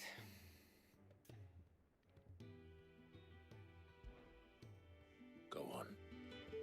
Hello, I found a giant defense protocol underground. He kind of has technology from like 5087, so watch out. So, I don't remember seeing one that color before. Aye, well, that makes two of us. In all my long years of trading, both over and under the counter, I've never seen anything quite like it. They're calling them dusk crystals, on account of colour. I see. And they can be used to cast magics. That they can. Just Just like like ether. brighter, shinier cousins. Difference is, they don't last as long. After a couple of goes lighting your pipe, they crumble away to nothing. That's how I heard about them. From crystal traders moaning that someone's been flooding the market with dodgy goods. And after asking the right people the right questions, and paying the right price, of course, I managed to get my hands on a sample. I see why you're perturbed.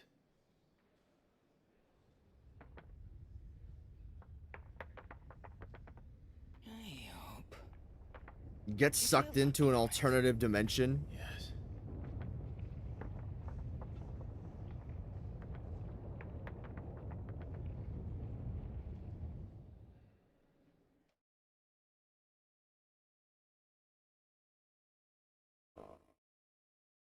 Omega, Omega, Omega lol, Omega, Omega, Omega, Omega Omega onion, Omegle onion. Finally, we can start the onion quest. Yes, the onion quest. After like an hour and 10 minutes of edging.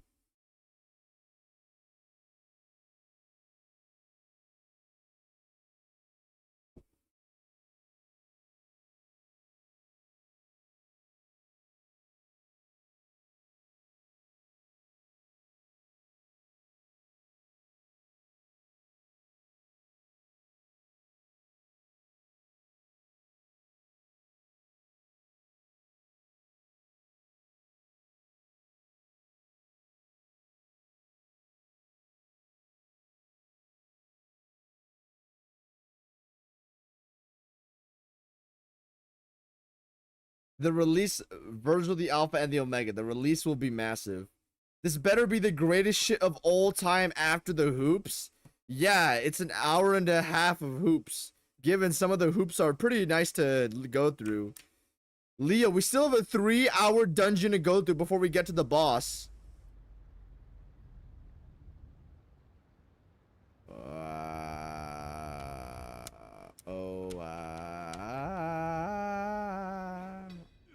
What the fuck?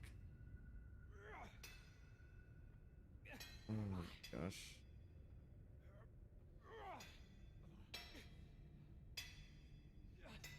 My brain is on slow-mo right now, dude. Alright, lads, that'll do for today. I've enslaved you for only 10 hours. I said that'll do for today. Yes, Chief. Yes, Chief. Yes, Chief. Let's get this lot back to town, fill our purses and then our bellies. Stock up on heals? Yeah, I should have done that at Caron. What did you two do now?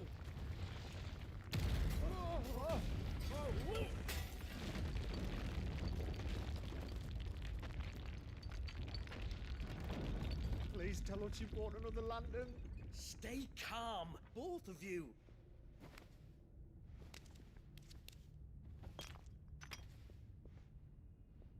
Who needs a lantern when you've got one of these?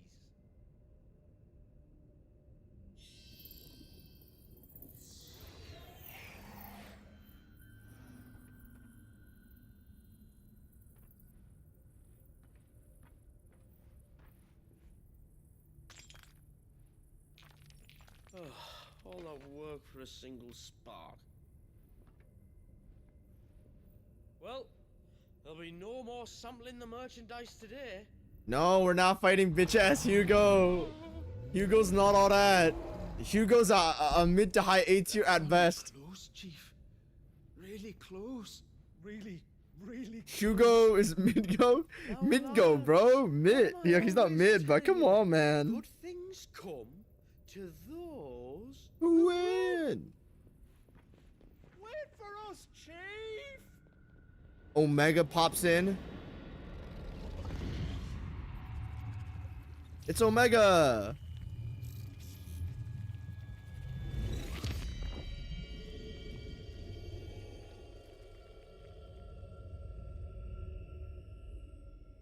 Man really said Lan. These people sound like they're from Roscommon. Where the hell is that? Mars? Oh my gosh, dude.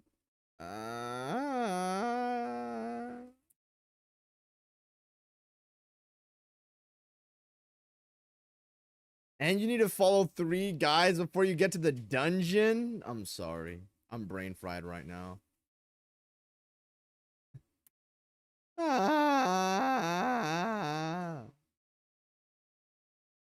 Just cry. Cry. Don't be afraid to cry. You can still be a manly guy. Just cry. Cry.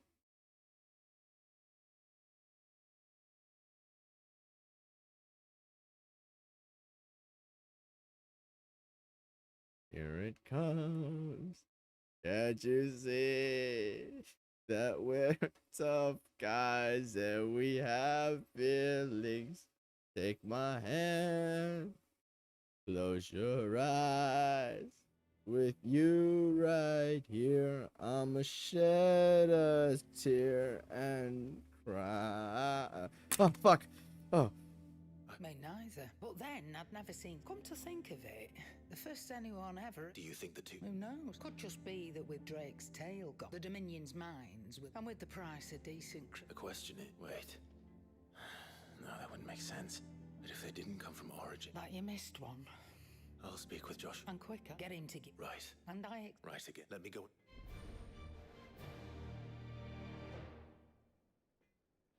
Just cry, he says. I'm still sobbing over since the All Might Phase 1 take. No.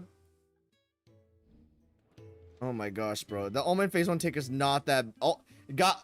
What man. You doing it? Hold on. New poll. New poll.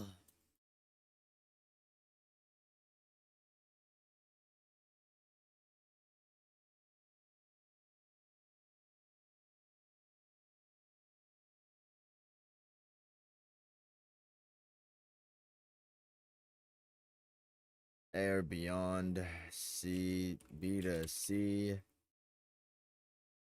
D to E, F tier? If you're gonna buy some, be quick about it. I'm balling over a jet. Guys, I don't have that many takes worth balling over. Stop crying, guys. Just, you know, man up, take the All Might Phase 1 take and agree with me, because All Might Phase 1 is A tier. And the Hugo take is justified. Karen's caught wind of.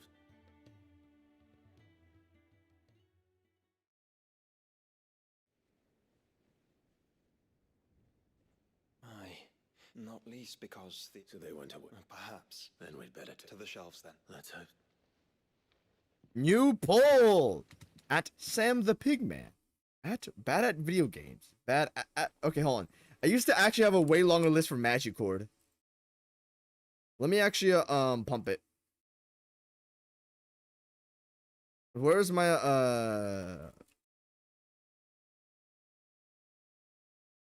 Meowth power? And taker.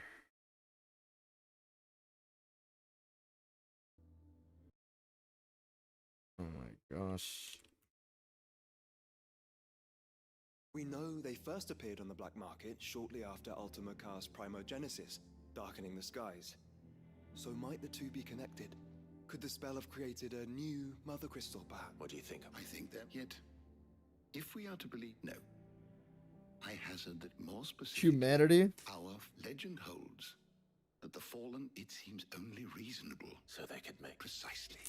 Holy You shit. may recall that it is perfectly possible that Among their many. Indeed. A pointless conflict which served only, and when at last they ventured to do so, which brings us back to the matter at hand. There's only one way to know for sure, Karen. Down in Port Isolde, when since the Imperials buggered off and took the... Go and have a chat with the mercenaries. Oh, and take the... Thank you.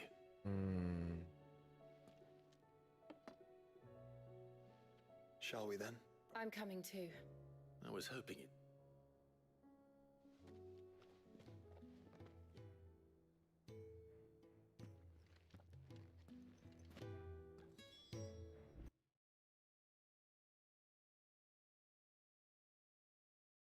This was the Magicord ping I had.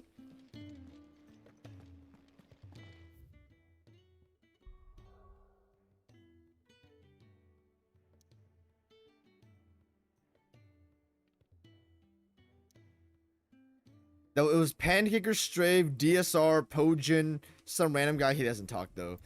Fast Ed, Deli, Spark, Reese, Born. His name is Zane now. Leo, Larry, Eben, Wyvern, Phil, Jobber Trading, Devil, Wildcard, Meowth, who just named Smart Power at the time, Che, who doesn't talk anymore, Big T, who's Big T'ing.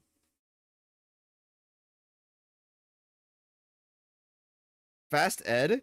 Fast Ed is a very odd individual. Fast Ed was a guy who thought Godskin Duo was S tier and thought PCR was one of the best bosses of all time, but he had the worst Liza P takes ever. He doesn't talk anymore though, but yeah, Fast Ed, I call him Special Ed because he had the stupidest takes ever. Godskin Duo in S tier. He was a cracked Godskin duo-er though. He was actually like an insane challenge runner for Godskin Duo. Leo was a Magic Order? Here's the weird thing. Leo was talking in Magic Cord, but I'm pretty sure he commented on my polls before he joined Magic Cord, and I plugged in my Discord server every day in the description of my polls, but he never joined my Discord server. And then once I found him in Magic Cord, I was like, hey, this is the guy with the same PFP. I don't know who it was. It was the white-haired girl from Food Wars, I think. And then I said, you want to join? Yeah, sure. And then that's what happened. Born goes by Born, but Zane is like a little funny. Okay, no. Born used to be named Born, but his real name is Zane. But after Bad Zane, now there's Good Zane. So he's the good variant of Zane. After Bad Zane got banned.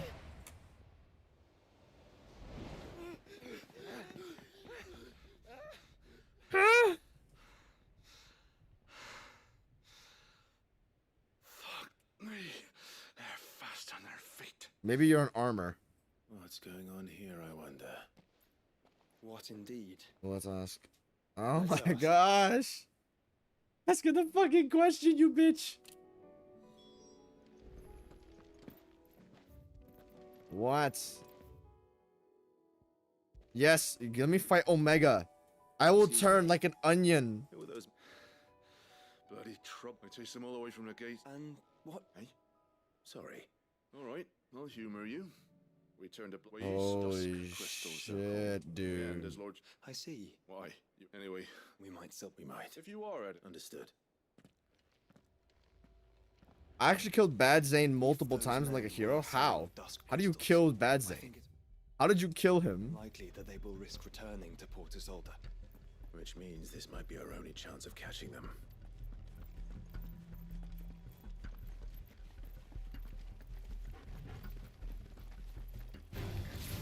All right.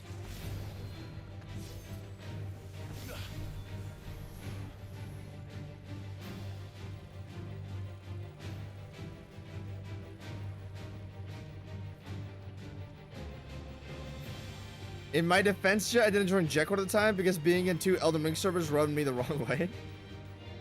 Leo, do you like Magicord or Jetcord more? I left Magicord.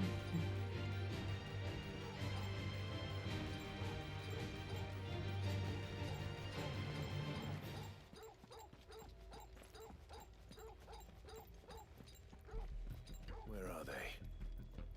Still some distance ahead, I'd wager. They were making a good pace.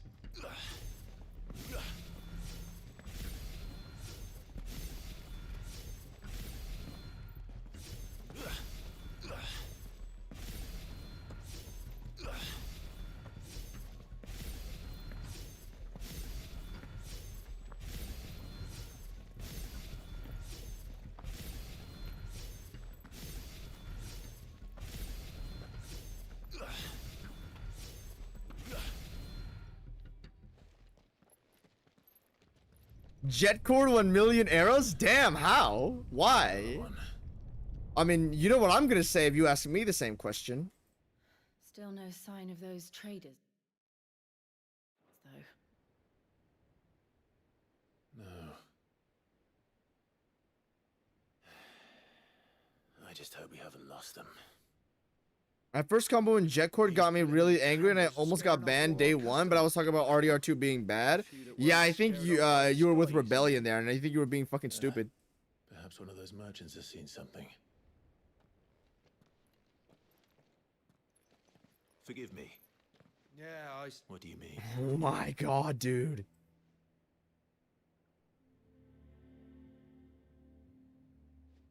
Towards the Old Hill docks, but Kinda happy that I found Jet before Jetcord. They're no good to us dead. Lead the way, brother. Huh. Go on. skipping dialogue. Where's Clive's awakening when he's needed? Flashy, I am bored out of my mind. Give me the save file for Omega and Leviathan, man. So the bandits haven't found them either. There's still time. Magicord was so hostile for no reason. Well, that's a little bit of the reason why I stopped talking there. I put up my polls up there every day, which is a cool little fun thing at the time because it was new. But then eventually it was just annoying because everyone just shitted on me for my poll ideas with no like, if you don't like the poll, that's fine. And if you don't think it's worth answering, that's fine, but you don't got to be fucking annoying about it, which was a lot of the experience, being annoying. And then my ideas were getting shitted on, so I was just like, I mean, well, if I'm not going to be treated well here and nobody really cares, then I don't care to serve the polls. I don't care. You can go to someone else for it, but I do not care. That was one thing. People were hostile a lot, and then I really enjoyed the culture and the boss discussions of it. I really didn't enjoy all the passive culture there. And the passive culture seemed to literally implode on itself when there was a devil thing, when the whole devil thing happened. For the people, as I said, the occasional 10 to 20% boss discussions and enemy discussions and that stuff were really interesting and fun, but it's just that a lot of the other time it was just really like hostile. I don't know if I would say toxic, but it definitely wasn't a fun place to be. Also tons of brain rot. They've found us.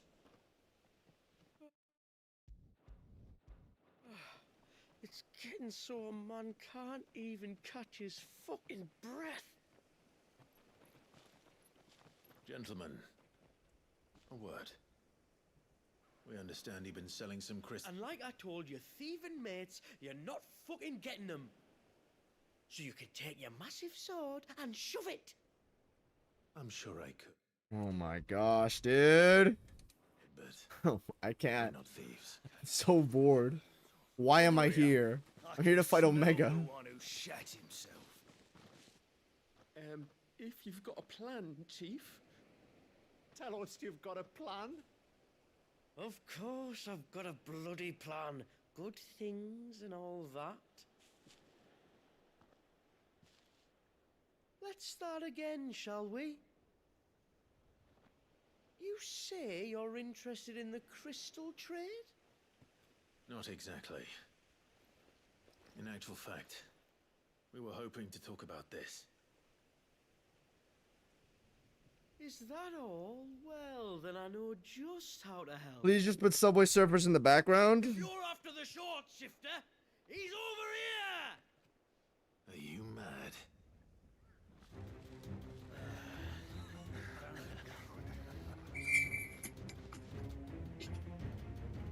Slip. Clinkers on the ground. Quick as you like. Gentlemen, you've got it all wrong. Do we look like merchants? No. He's the one you want. Just look at what he's got in There was his a lot of hand. elitism in Jetcord. You mean in Magicord? Wait, I'm not.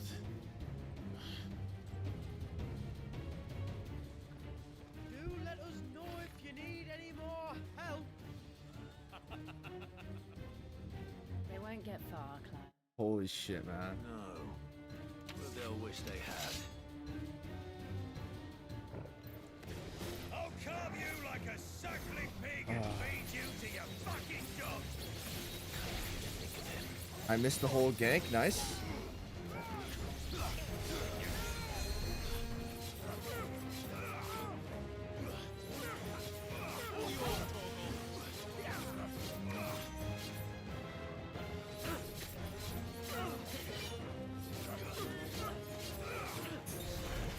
And I fucked it up. One node before the actual thing happened.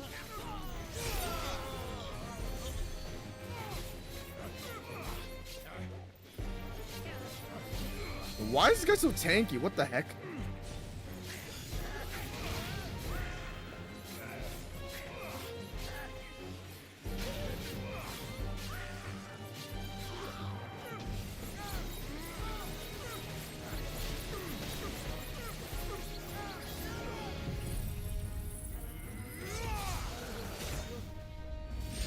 Barnabas.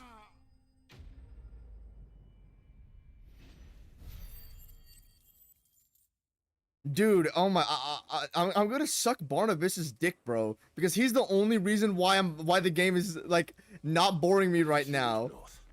Making Judgment cut ending the whole thing. I know the encounters are good and there's everything, but oh my, I can't, man, I can't. after them.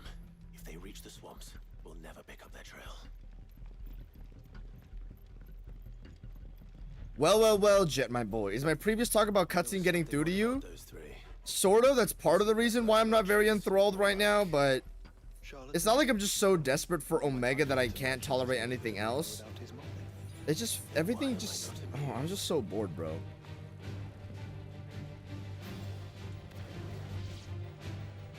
It's just boring. It's not very interesting content.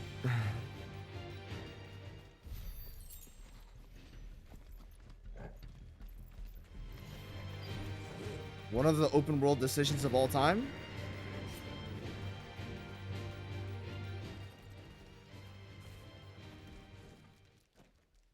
What did he find, boy? Clive, judging. Yes, there's a trail of them.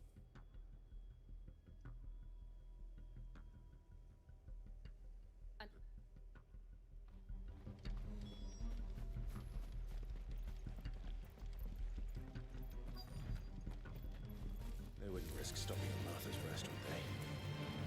What do they hope to pass unnoticed? We'd better stick to the swamps. You can't walk on water in FF16. Have to take the lap around.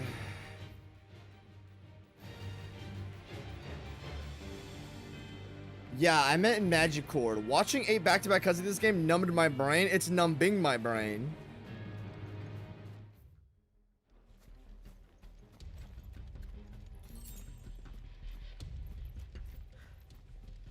Yeah, I know. This thing on Barnabas' sword is like a bad rap. It's like a bad rapid slash. Then think again.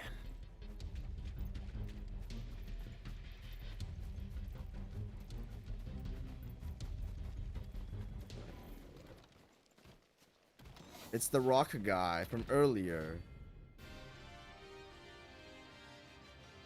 Is this intended? Am I supposed to fight this guy?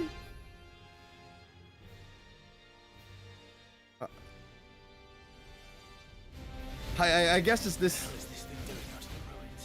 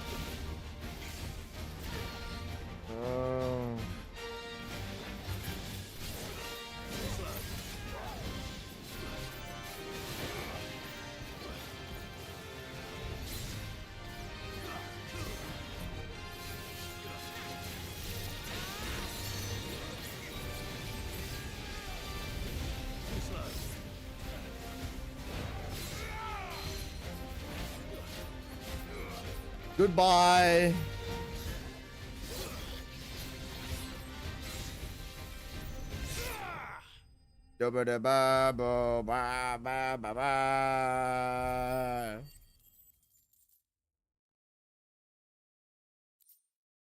Jet's first hunt in the game. It is my first hunt in the game. And to ruin it returns. That was not the quest? That's pretty funny. You can't walk on water though. Rift is a slip cancel of 16. Yeah, I saw it, but I never really utilized it. Yo, son, how do I get to the middle of that? You can't walk on the water in FF16.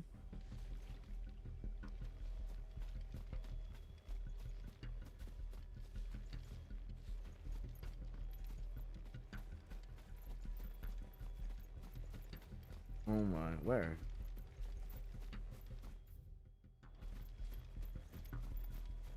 I guess I'll surf the rim.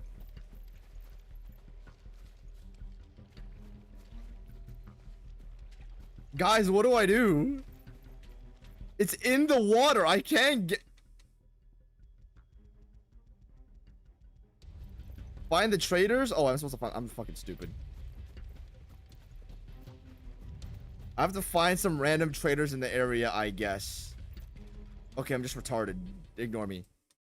I'm sorry. I'm about to fucking skip this. Fuck. Oh my gosh. Shouldn't take too long.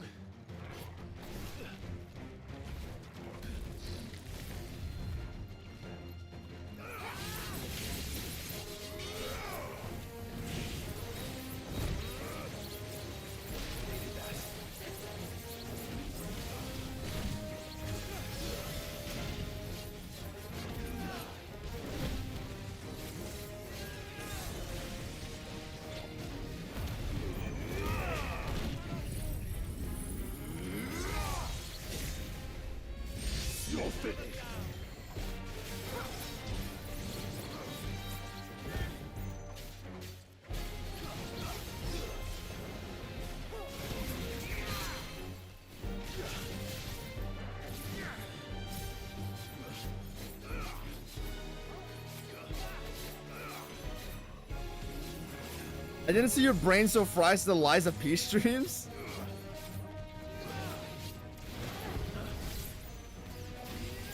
Lies of P was out of ass quality. This is just out of boredom. I kind of don't care anymore.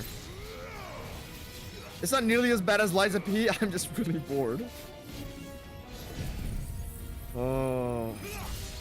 Jet, keep your eyes open. I'm trying, man.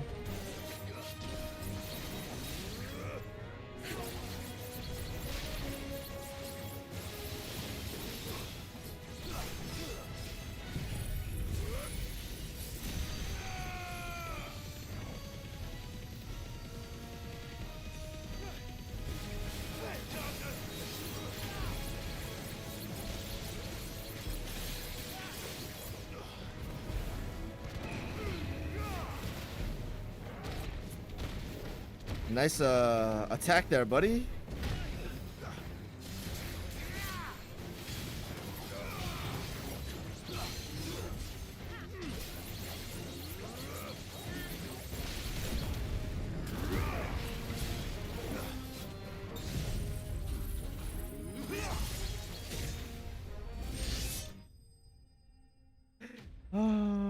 This is Yo Romero versus Adesanya, the video game.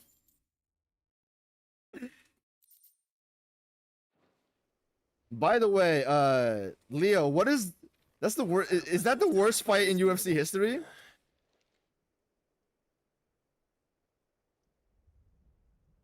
I ain't seen you around before, Jojo. What's up, bro? This is like the worst time for you to jump in on me. This is like the worst... The second worst I've been. Look at the bright side. The bright side. Next encounter is the most boring one. Also has done its peak dungeon.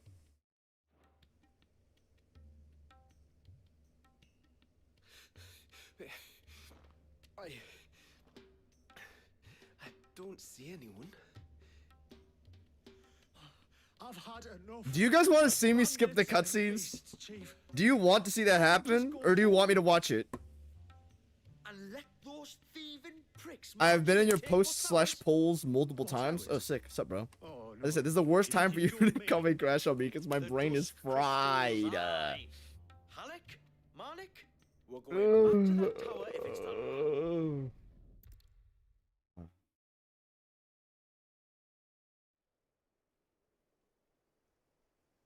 And you're sure they're bound for... Do you know anything? Alas, not. I have the ruin. Not so... They could be living. Well, the tower is A mother. It would go. Then it's settled. Has he done Barnabas? Yeah, I've done Barnabas. He was sick as fuck. There could have been a Barnabas mother is awesome. crystal here in Rosaria all this. All right, man. For the hype that was behind it, it is the worst. What was the hype behind Adesanya and Romero? Because I wasn't around during that time for the UFC, so I didn't know the hype around it. I just know the aftermath of it.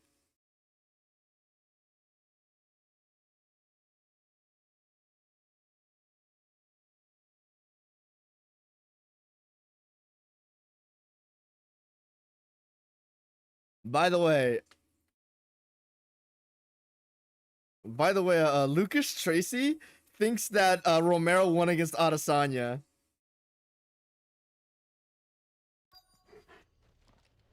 Yawn.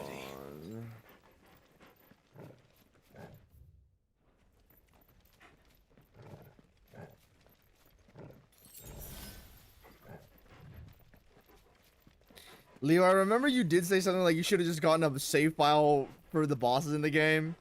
And I didn't want to say anything because it's kind of harsh.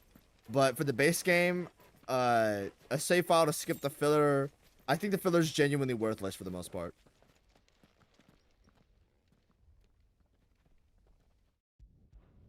Actually, we're walking, so this might be cool. Are those? Go. All right. They're even uglier up close. I don't have anything. I can't use my abilities. That's certainly a challenge. Wow. I don't have access to any abilities, so I have to play this in the most boring way possible.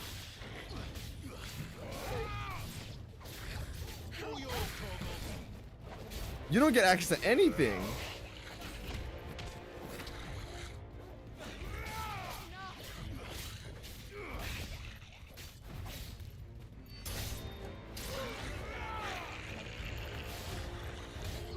I don't care. That's an L on both of their records. Oh my gosh. That's fair, yeah.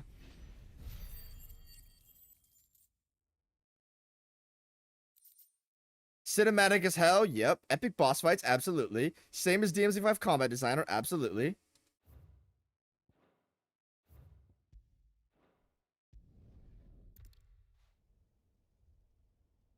What?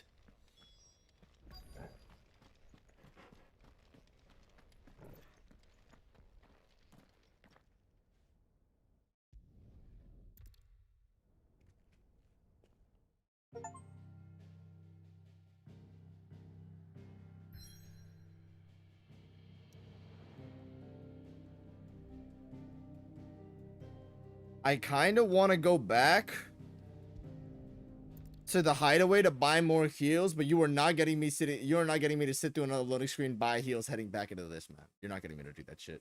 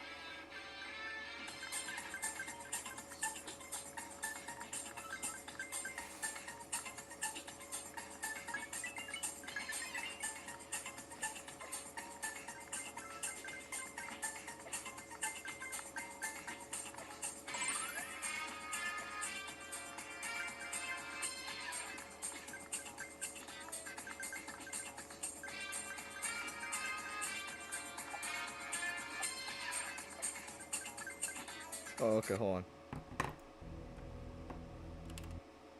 Let me fix my microphone.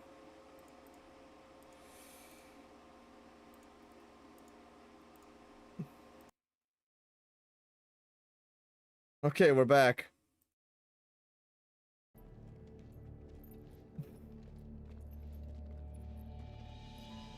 Oh. It seems somebody's woken this place up. The question is, who? Omega Onion. Well, I can tell you who it wasn't. Unauthorized biometrics detected. All the technical Initializing names. Security scan. Safety protocols disengaged. Ultima ass filter. That was someone, Clive. I think it was the tower. Either way, it doesn't sound like we're welcome. Keep your guard up.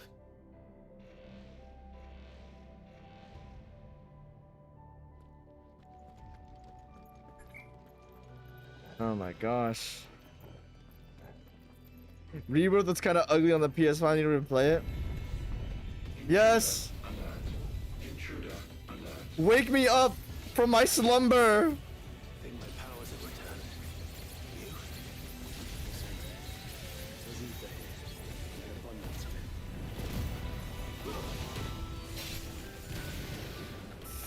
it. Oh.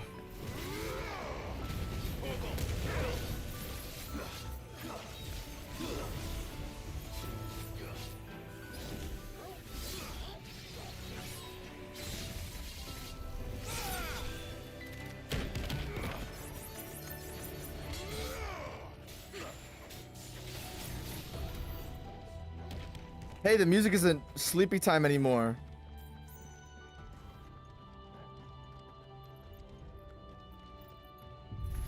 I'm almost done with all of FF16 side quests while watching this stream. Zarkanos, why are you playing all of FF16 side quests? I saw you earlier get on the game, but I was like, damn. Why? I thought you already beat the game.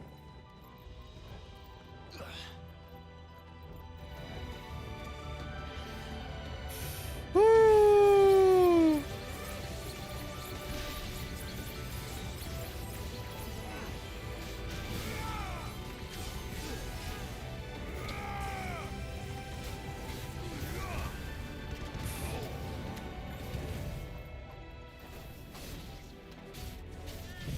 You deserve it. I don't know, man. I don't know. You deserve it. You deserve it.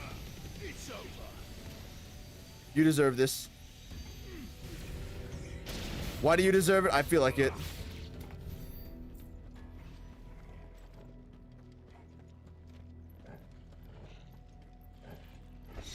Change your judgment cup with dancing steel. Very little damage, like a million stab, and Cerberus combo D. It builds up stuff very fast. Really? Dancing steel? I'm too broke for that. I'm sorry, man. Hearth Flame. Ah, another interesting caster type. More goblins. So now we know where they got their weapons. How long have they been hiding here? I don't know. We just... yes.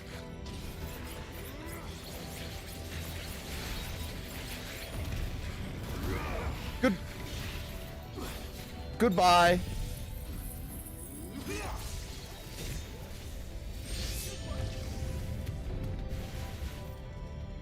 Hello.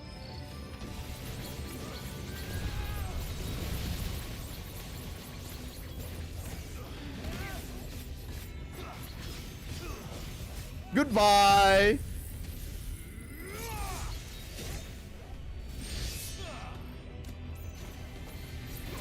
Oh my gosh.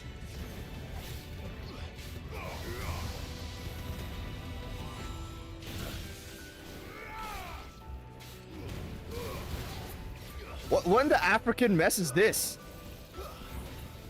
What's going on? Oh wait.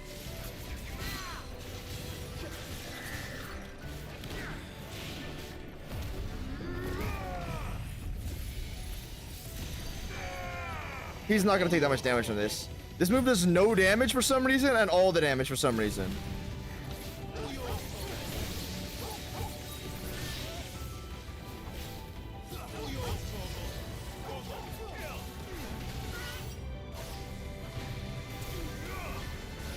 Ow.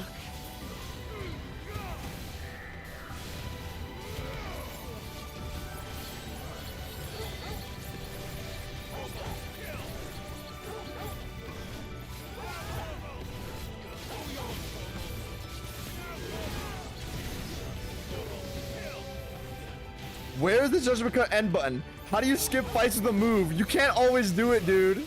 Leo, my Zanzetsu Ken meter has to be at a 5, and it's only at 4 right now.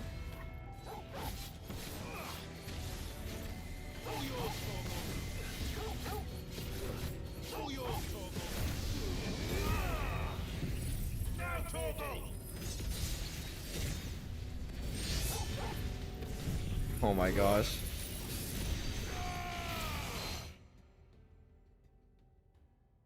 My game! Oh, it froze for a second, but it's okay.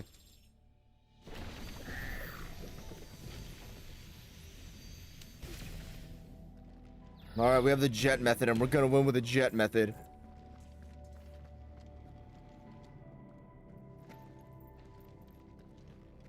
Oh, you go in here.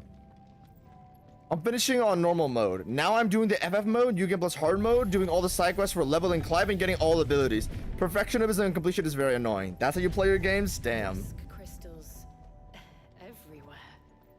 Zarknos, I actually never got a rendition of your top 10 games of all time. I know you play a lot of games, but what's the top 10 for you? You've got a long history, so I'd like to hear.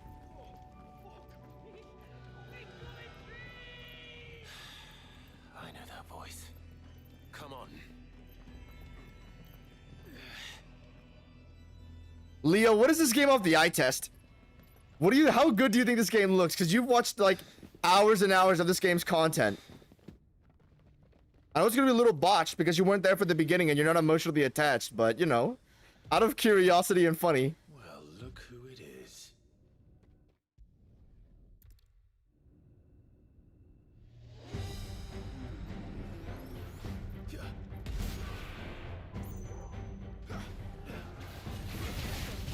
I think you've made it angry. You think?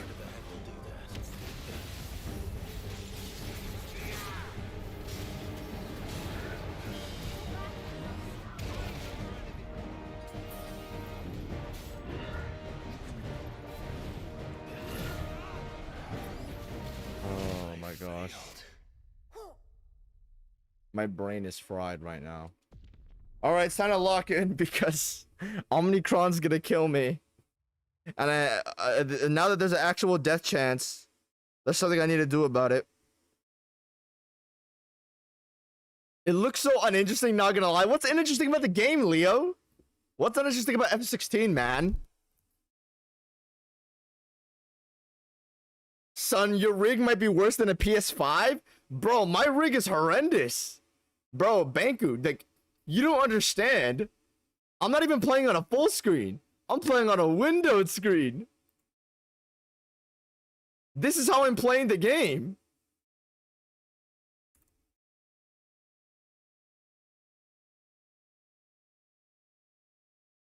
Every time I try tuning in for the cool fights, I come mid cutscene.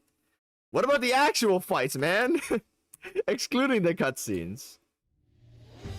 Alright, hold on. I'm not ready. I'm still brainwashed. I think you've made it angry. Whoa, what the hell? Why does he have delays?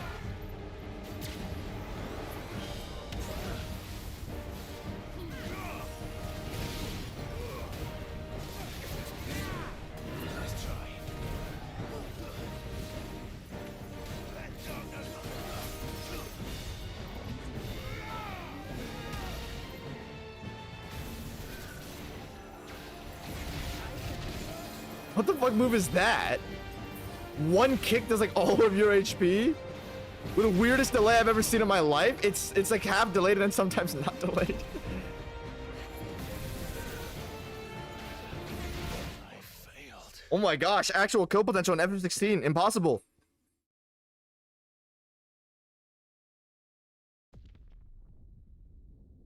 A PS5 wouldn't be bad if your rig is this Put on Bayonetta next and Hi-Fi Rush and Vanquish. Bayonetta is coming up, actually. I do intend to stream the game, so yeah. Hi-Fi Rush, I was told it was good. I ain't never played it, though.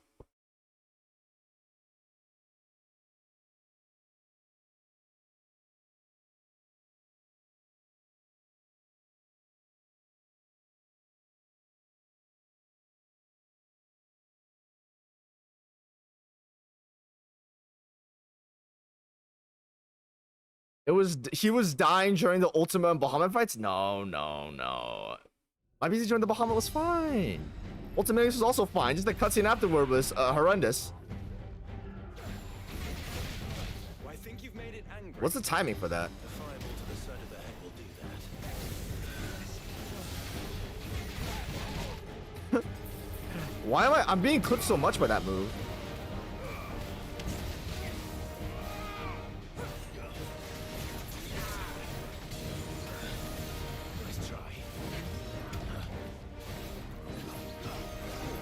Hello, Sigma.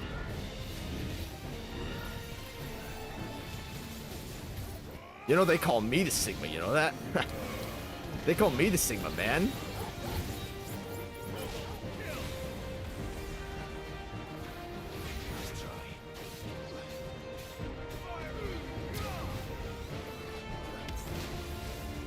Is clive any better movement?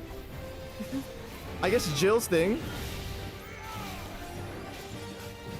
Is that an FF16 boss with a delay? Tier impossible.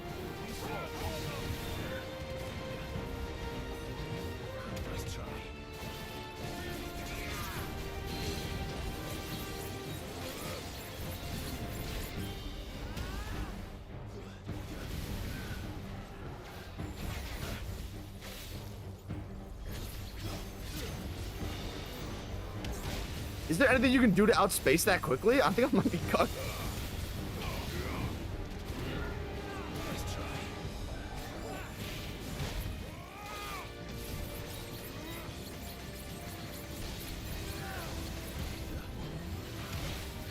Oh my gosh, I forget the skill potential.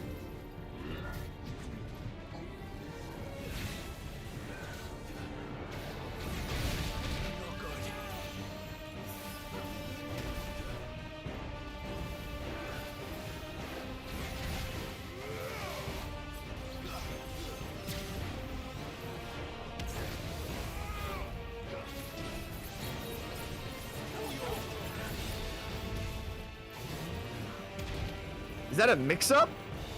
The first in FF16? Me likey.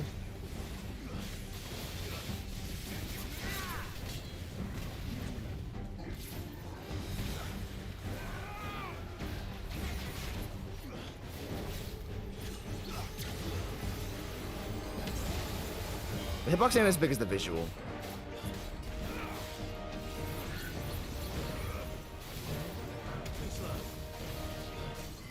Oh my gosh, there you go.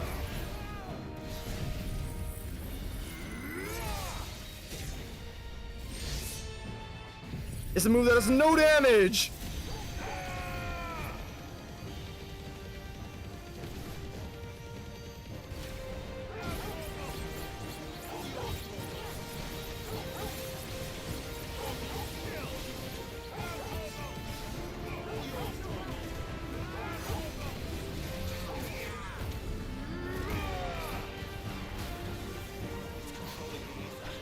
Oh my gosh, it's ultimaliusing. It's ultimaliusing. What are these overlaps? This shit's on everything in the entire base game mechanically. No, it doesn't. But you understand the point?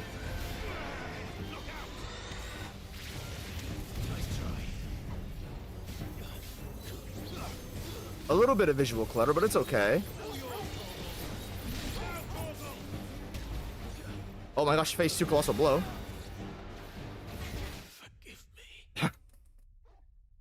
Okay. It's a little bit, the hitbox is a little bit bigger than the visual, I think. Well, at least it feels that way. I dropped hi-fi in 2 hours. I hated how it felt. That's fire.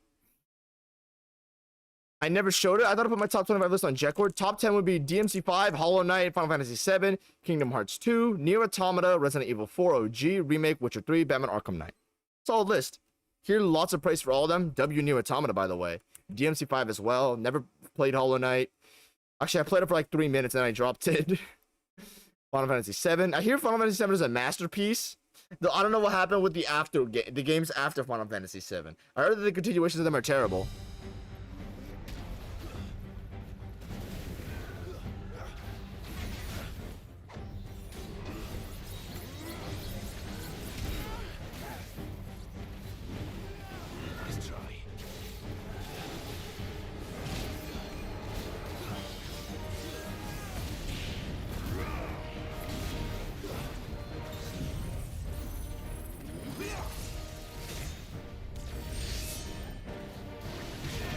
Nice.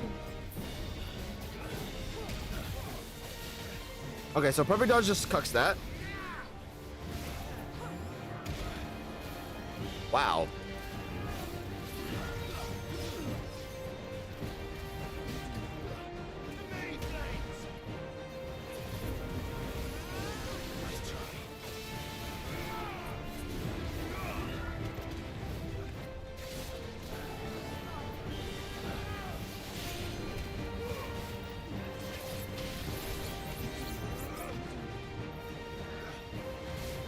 Ow.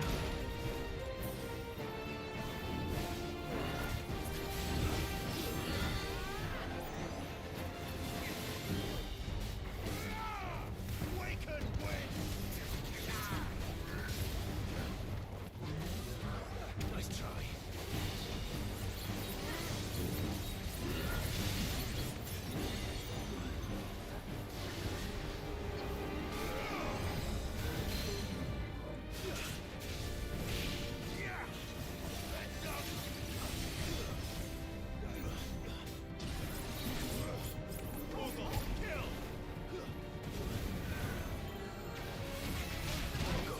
Oh.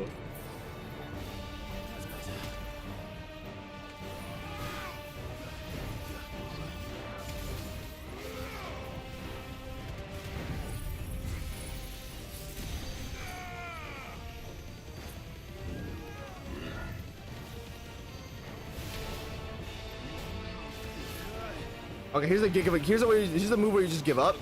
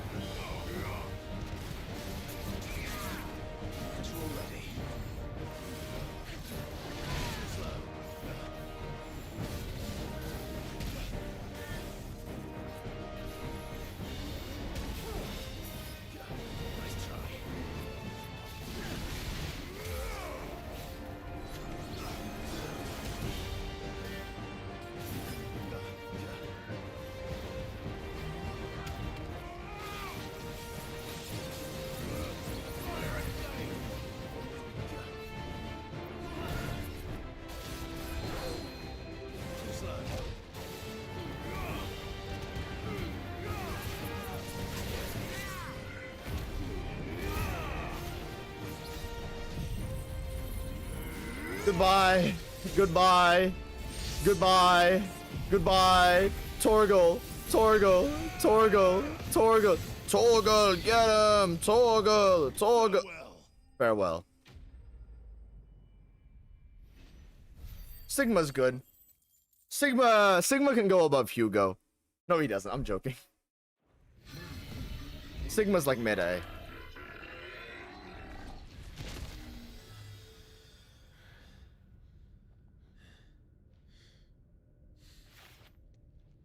Security Sentinel 503 offline.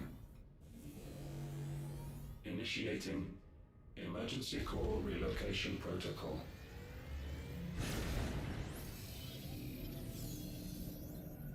If I didn't know better, I'd say that was the heart of a mother crystal.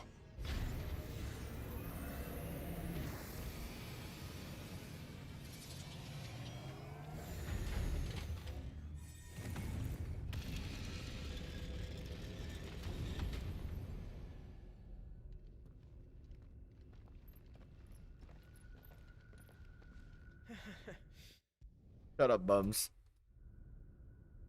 FF8 is ass. FF9 is peak. FF10 Part 1 is peak. FF11 is an MMO. Oh, hey, sell me some heals. Are you sure? I've never seen any. Are you sure you don't want to think this over? We could talk about. To think the Fallen built all this. The knowledge they must have needed. FF12 is meh. FF13 is one of the reasons why games became open world slot because people complained it was linear. FF13-2 has some peak turn-based combat. FF14 is an MMO. 15 is unfinished, and here 16 is. Yeah, this sounds like the most wobbly game franchise I've ever heard in my life.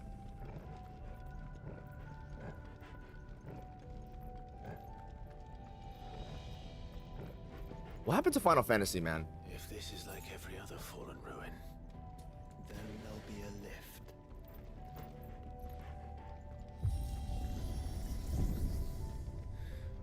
Onward and upward. Has the brain decay ceased? I mean, Sigma gave me a little wake up. Wake up does not mean in prime time. Oh my gosh.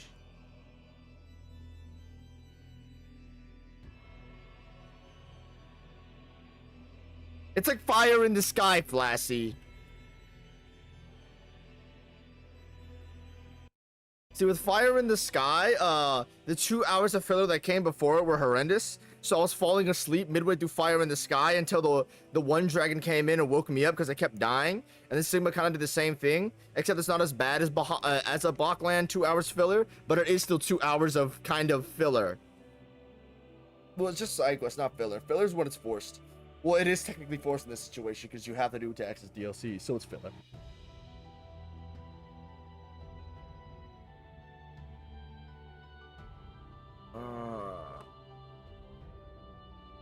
Chad, did we pull up the Subway Surfers again?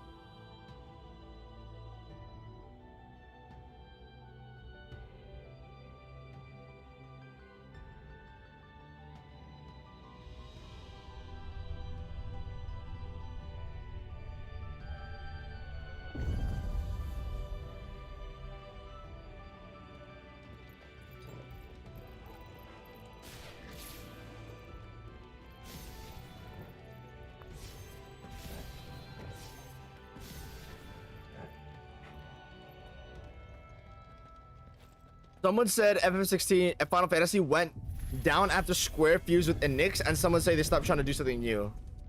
Any idea what those are? They seem to be Frozen things. of some sort. Or perhaps Cages.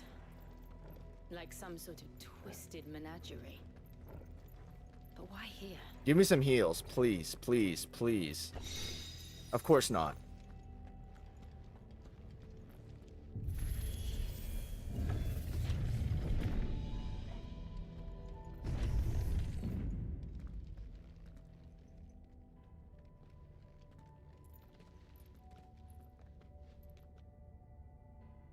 How many of these things are there? I'm sorry, I have zero interest. That's part of my fault, but I do not really care.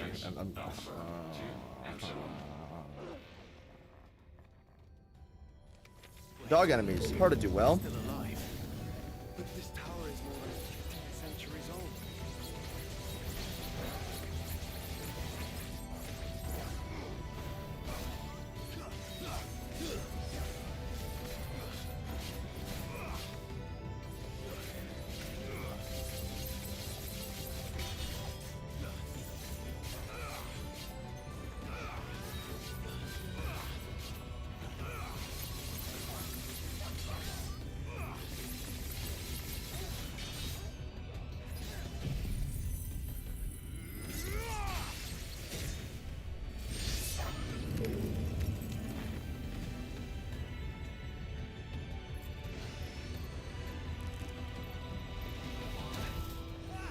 Hey, it's flying enemies.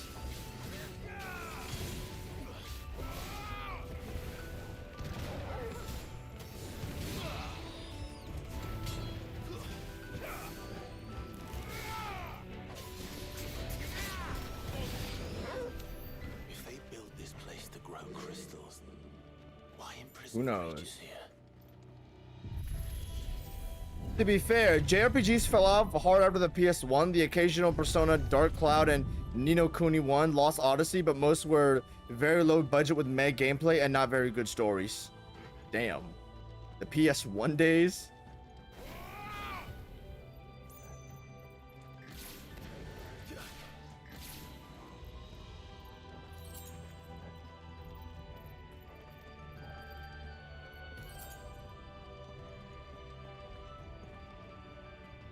That device. It glows just like the doors. Development log entry 680925. Mitogenic reactor trial successful. 23 units of grade 3C crystal produced. Moving forward, all seeds fabricated from inorganic material are to be replaced with lab-grown organic specimens. Specimens. Those never turn living creatures into crystals.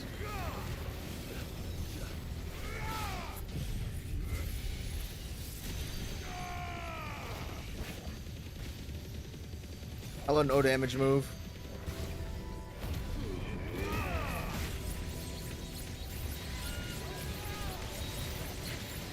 Not good. Let's roll ready.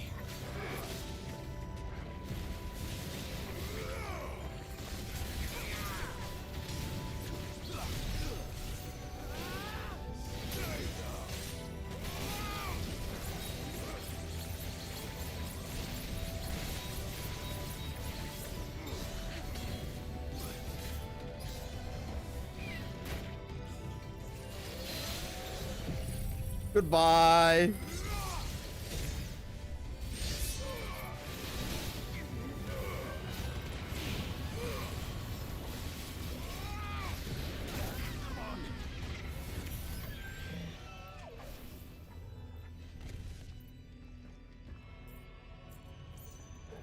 Square tried way too hard to reproduce their profit, which made the games even more of a trend-chasing franchise. That is bad. Final Fantasy sounds like the most unappealing series ever. I'm not gonna lie, bro. It sounds so unappealing. Nothing. Then we'll have to find I played 16 because people talked about dope bosses. Not much of a fan of turn-based stuff. I doubt some of the creatures in these cages have been seen in Valisthea for 1,000 years. Well, here's to 1,000 more. It's a good line from Clive.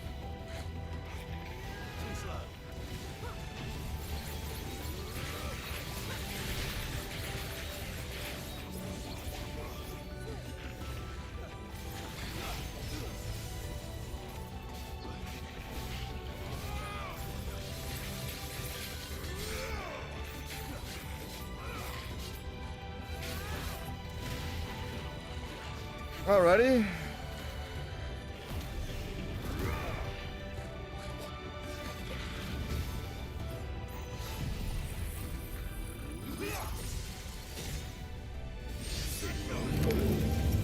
Does JoJo by chance happen to like JoJo? Might be an obvious question, but who's shooting shit at me?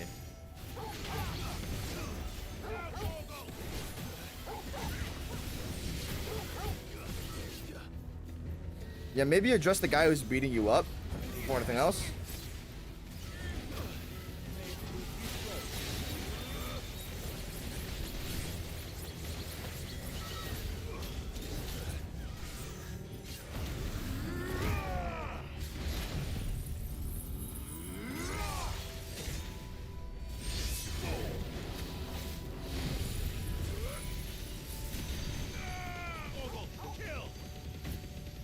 Porgal!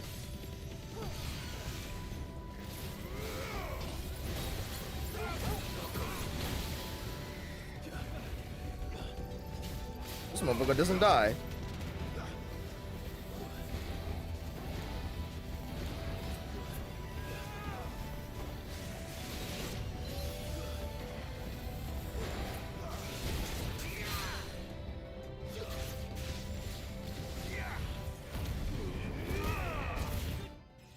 Level up.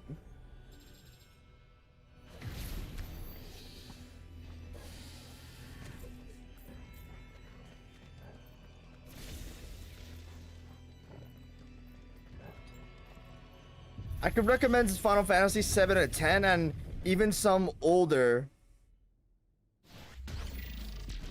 Aura. Here's a jetpack.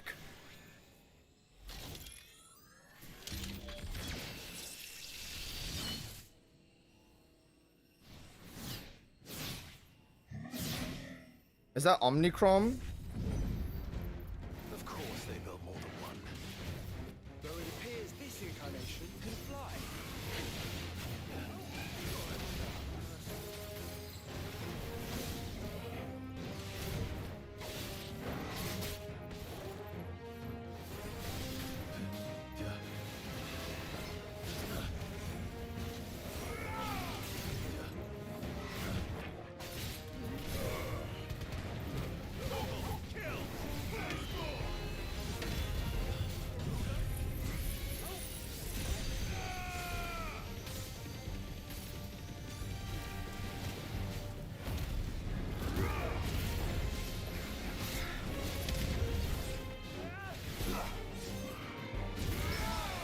Bozo?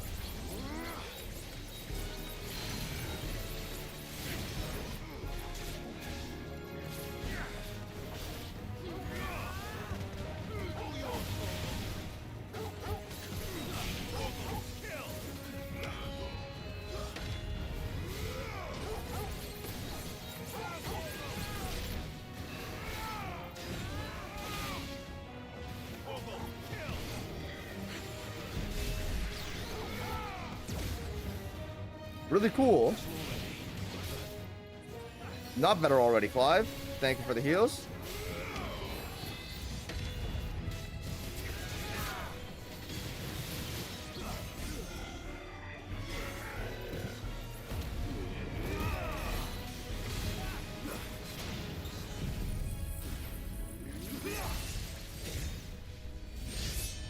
It is Omnicron.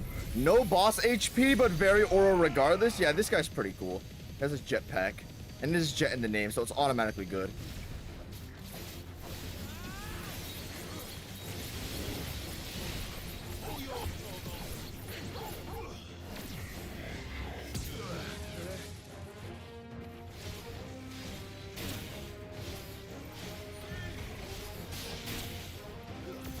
Oh, I like that.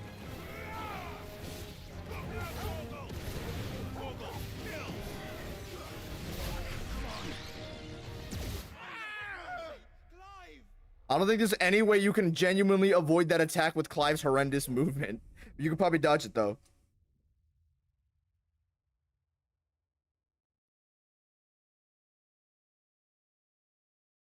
I could see the Omnicron high A angle.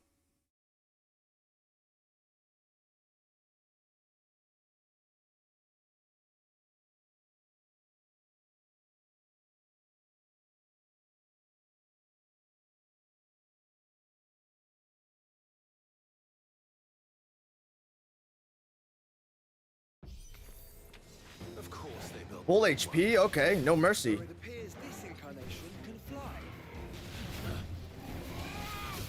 Maybe don't play like a dumbass. Me?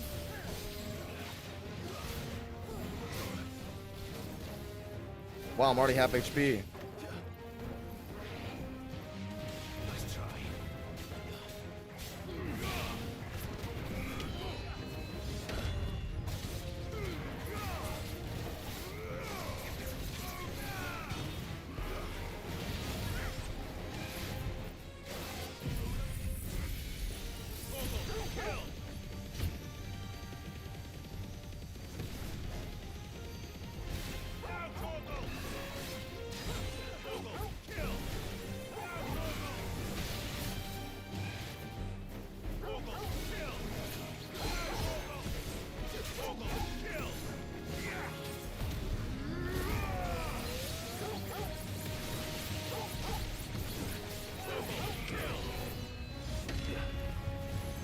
The MMO aspects of 16 are its worst parts? Oh, absolutely.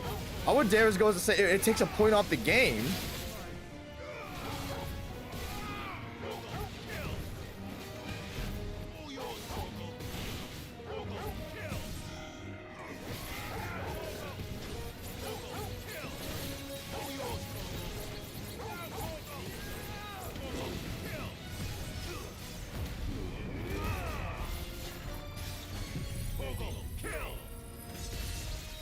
Sick him, Torgal.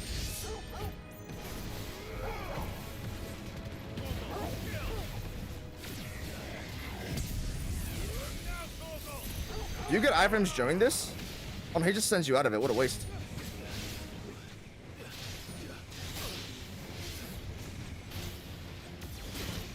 Damn. Fast type move.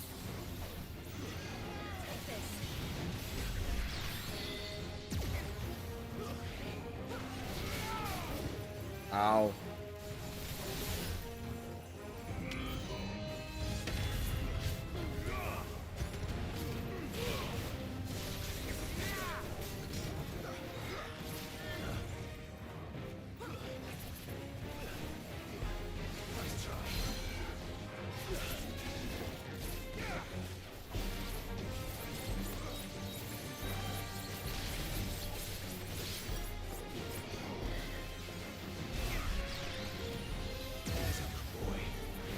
Yeah, the visual slightly smaller than the hitbox.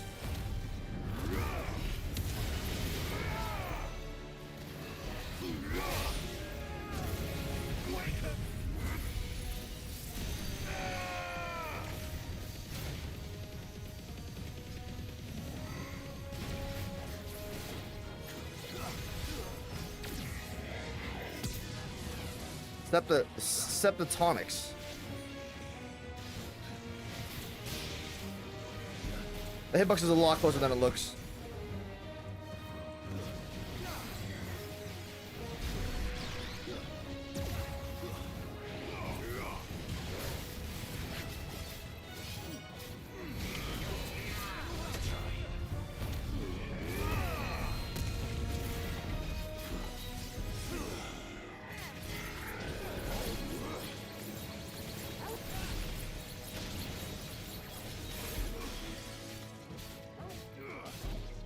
Okay, if you don't, I mean, if you don't want to play that game.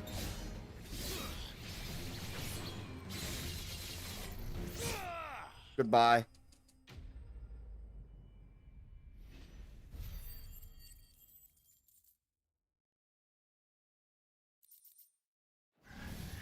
Omnicron is done for. And that makes 2. There's only Omnicrons and Sigma in the DLC, right? In this DLC. That depends on how determined they were to conceal their activities. Then it's Omega for the final boss, right? This is all too easy. If the tower is in control, why not simply disable the lift? Yeah. What are you suggesting, Joshua? I think it's sentient. It's hurting us.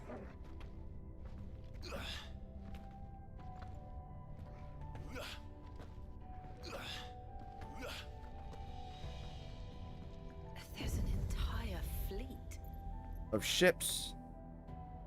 I wonder if any are still capable of flight. Hey, this is the hideaway thing, right? Mid will want to see this.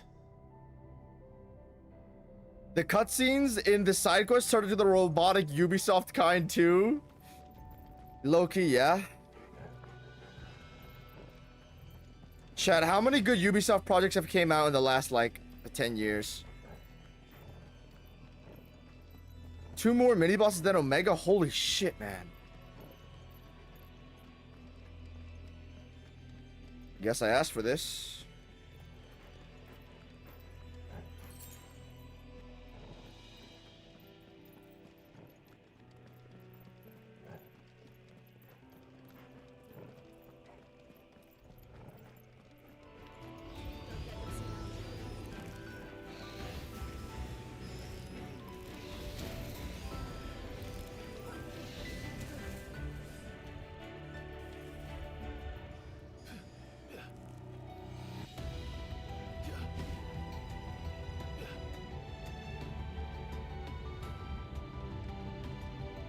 Prince of Persia Lost Crown, AC Mirage DLC Black Flag Remake. That is a concerningly low amount.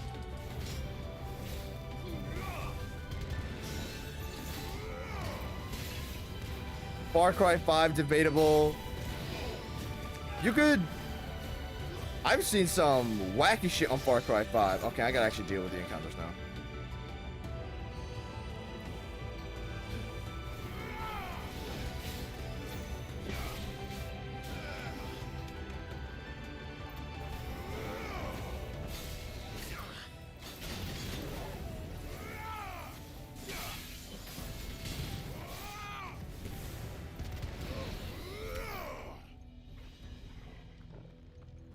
Assassin's Creed Origins.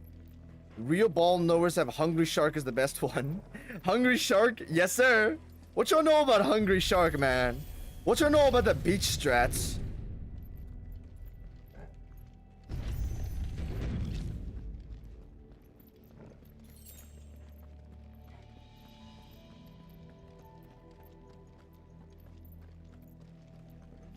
Anomalous activity detected in Hangar Bay. Mobilizing Aegis units. We're being watched. You think?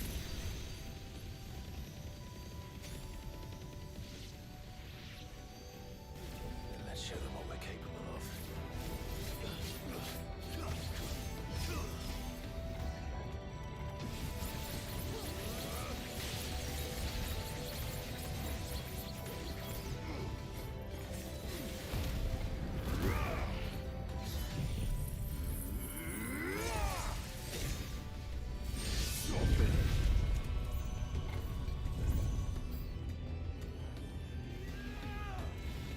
Not this guy again.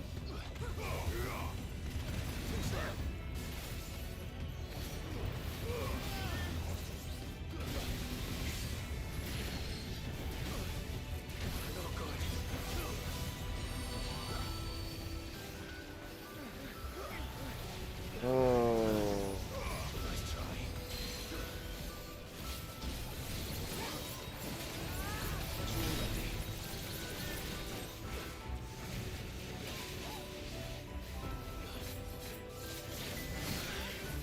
Have mercy! Clive!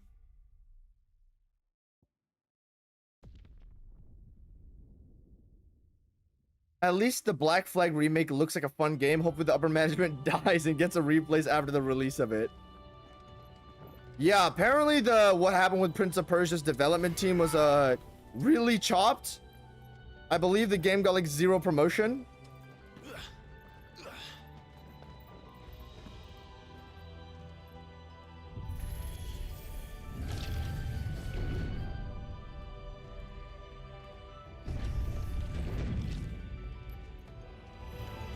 This won't be easy.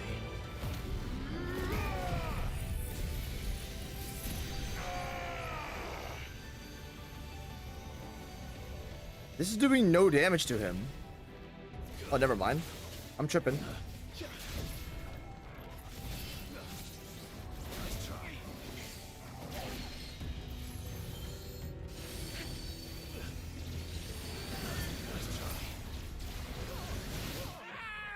Fire, dude.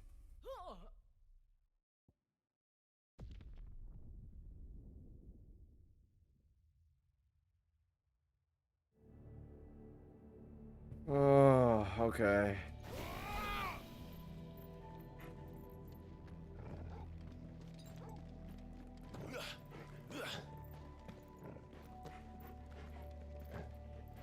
What is your guys' favorite game series of all time?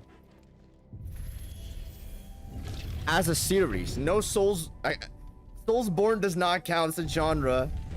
It's a collection of games. Dark Souls counts in my opinion.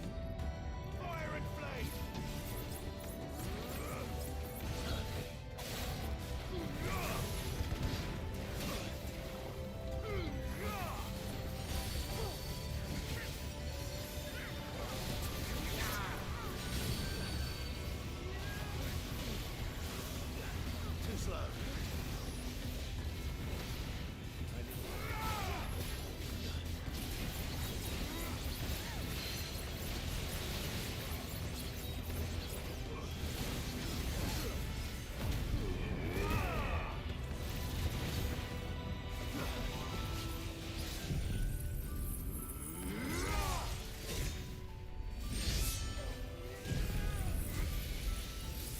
Oh, you're done.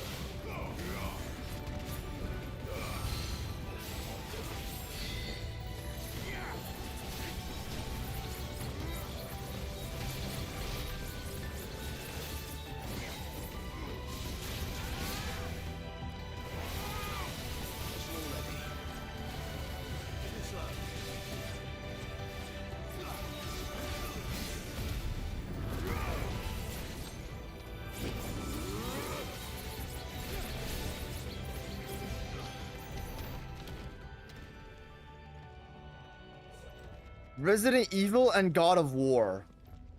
Devil May Cry or Final Fantasy. All 3 new-gen Monster Hunters have been great, so I've heard. Honorable mention towards Resident Evil. Makes sense.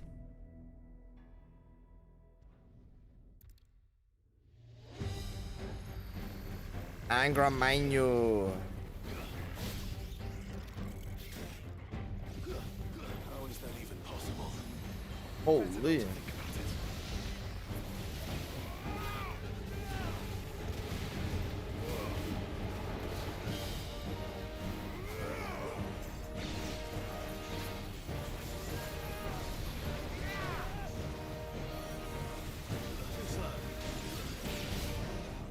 What is going on right now?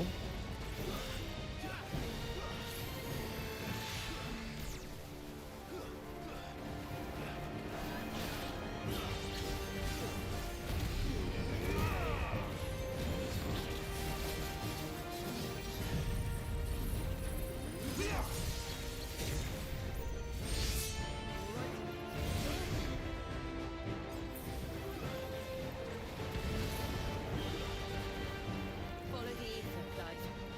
Right.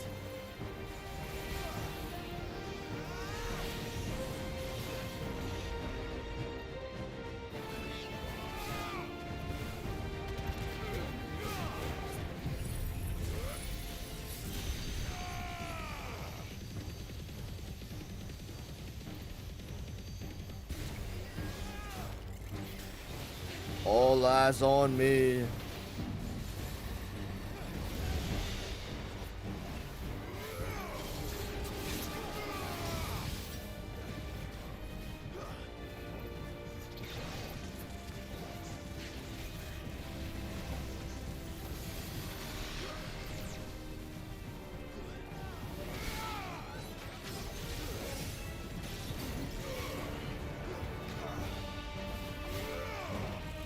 This is an inner bat.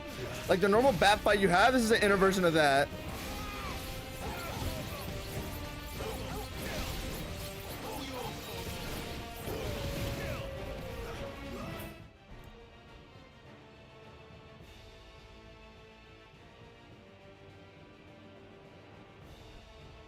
All right.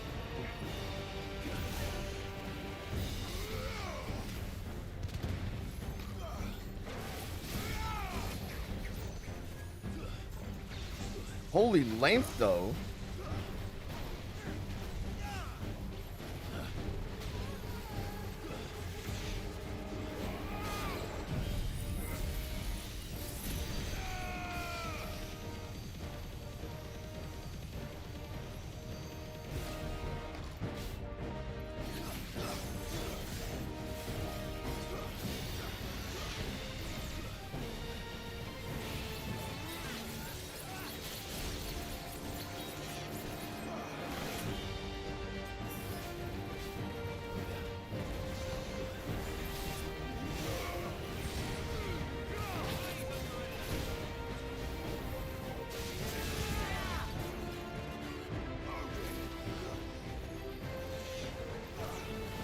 This is nice.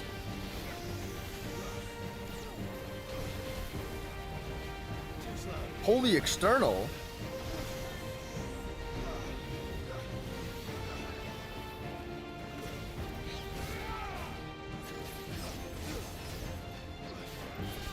The boss has to be at least like mid to high A.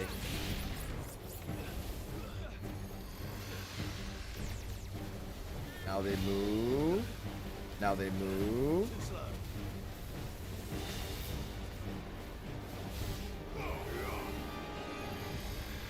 This is really nice. Good job, 16.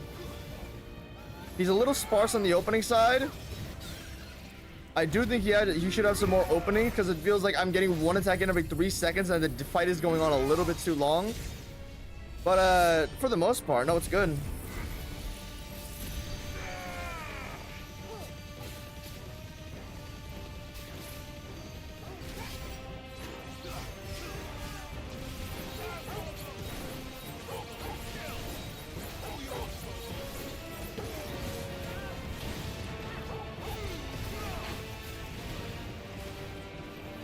I'm dead here though. I have no heals.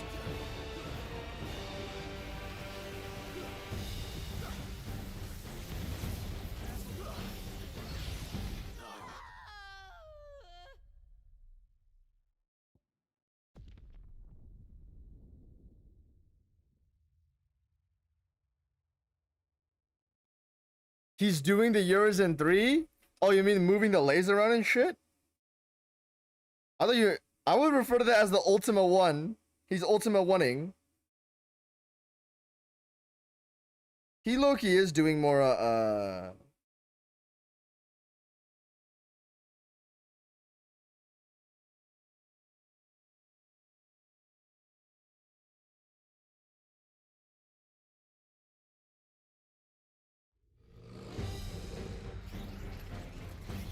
Oh, I'm gonna turn off my fan. It's blowing wind in my eyes. It hurts.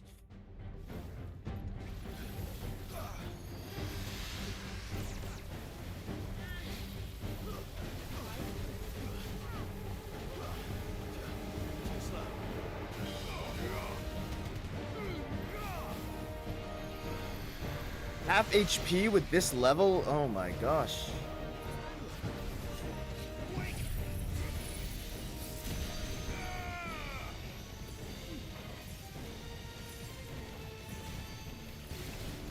FF16 is very strong when you play the main campaign. 100%. FF16's main campaign is like a 9 overall. There's just horrendous fillers glued to it for some arbitrary reason.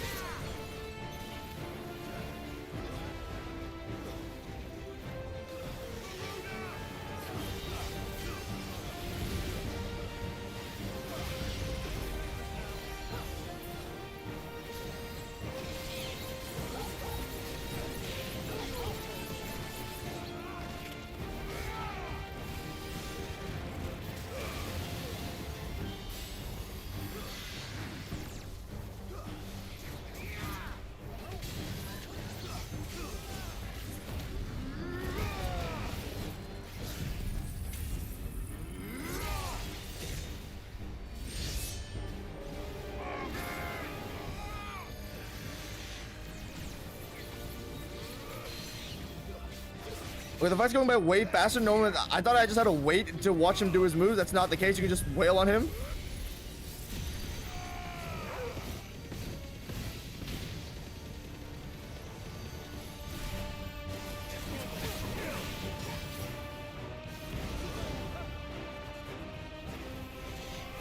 You can't cheese this. You have to sit and wait for him to do this.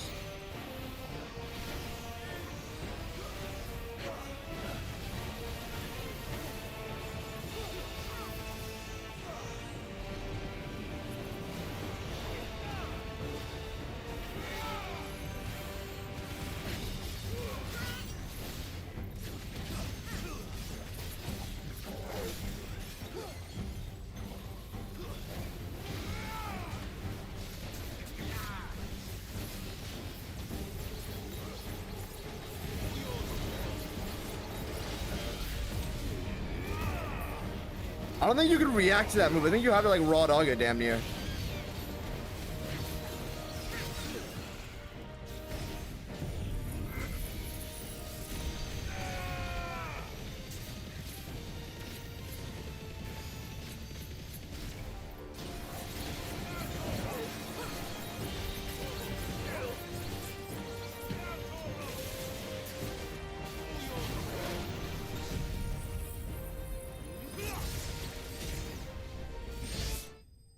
There you go.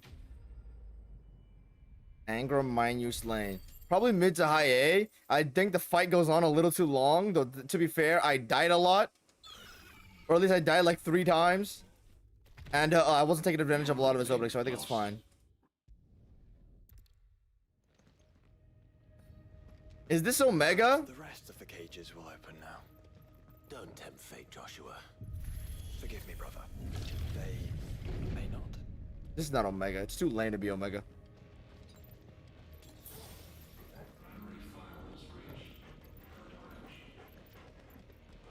Three upper A tier bosses in really quick succession is nice. Yeah, FF16 is ramping up their mechanical game at an alarming rate, which is a good thing. They're taking the near automata route, where you know, with most things, if you have a game with infinite iframes like FF16 or Near Automata makes up for it by the fact that you can't perfect dodge projectiles, you can't perfect dodge lasers, and the game loves to spam overlaps in different angles, so that you're always constantly mechanically challenged. There's, especially at the beginning of Route C, there was so much insane overlap with the enemies and encounters that, yeah, you know, you can't just spam the dodge button. Well, you can, but you're not gonna get anything off. And even then, it's still possible for you to get clipped, so... You know, FF16 is doing that now. Guys, tell me when Omega is gonna hit, because I need to change my moveset right before I fight Omega, because I want to swap to something that's a non-cheese build. Is that living flesh? I'm beginning to think this whole tower is alive.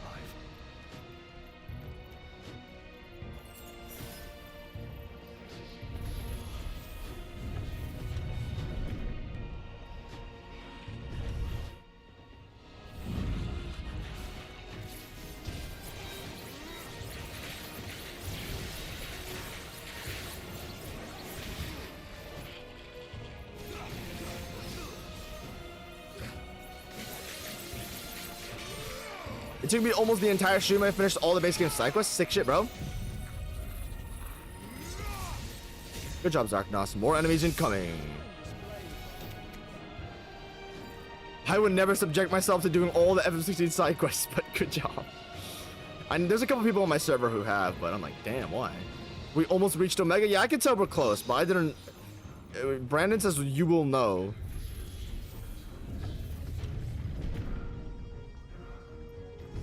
Hey, it's the bird enemies from earlier.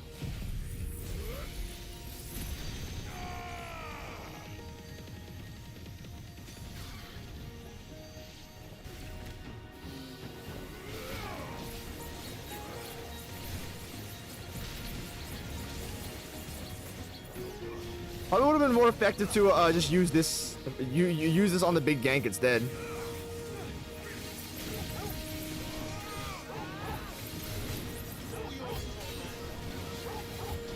This poor bird is getting butt fucked. I'm sorry, bird. I'm sorry, poor bird.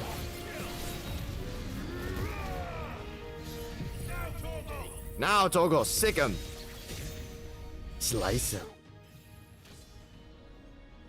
Pin him to the wall. If you cancel DT early, do you lose all your DT? I don't like that. Did the tower make this as well? Or is it some sort of corruption?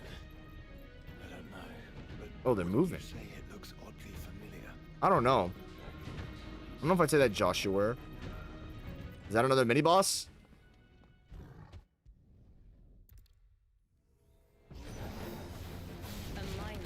Oh, what the what the hell? 1500 years ago. Yes.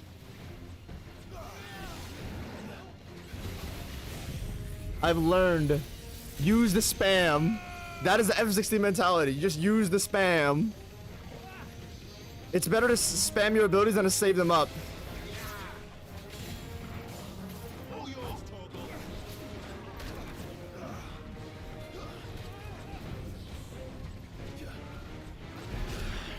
Ow.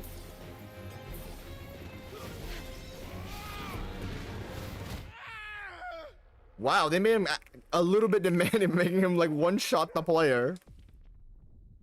There will be yellow tape highlighting around Omega and a sign saying Omega incoming. I didn't know it was that obvious. Damn, I thought it was gonna be like a Bahamut thing. A minotaur. Born over 1500 years ago. Yes.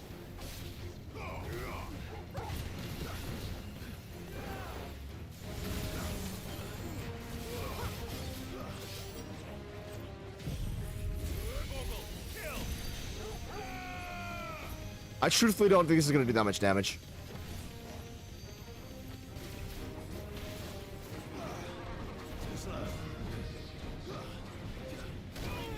Okay, of course he has more. This attack just never ends.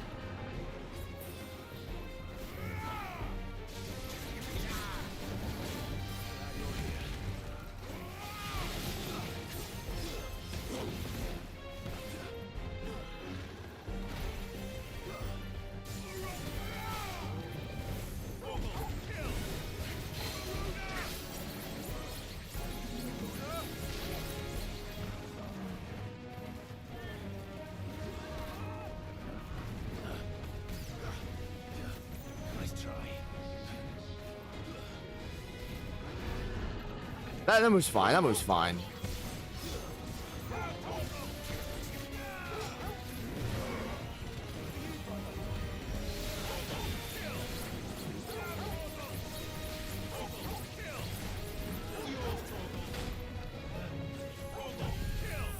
Goodbye.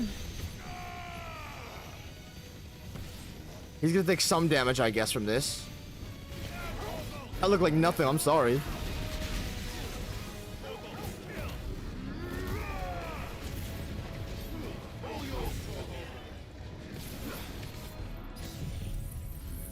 Cooldown dumping. Not my favorite way to play the game, but it seems to be working.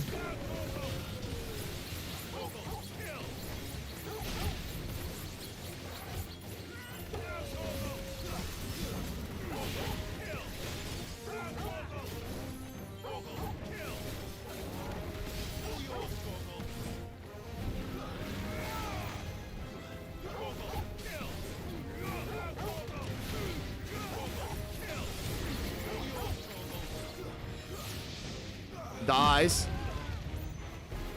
Damn, everyone got flipped like burger patties, bro. Bahamut?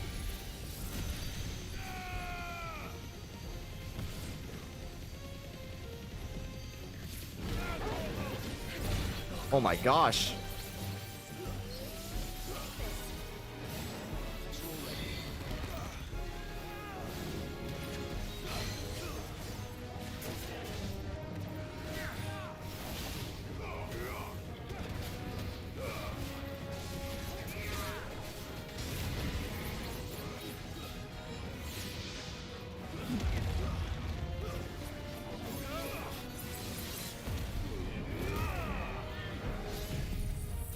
Torgal, Torgal. There we go. All right, that's all 4 of the mini bosses.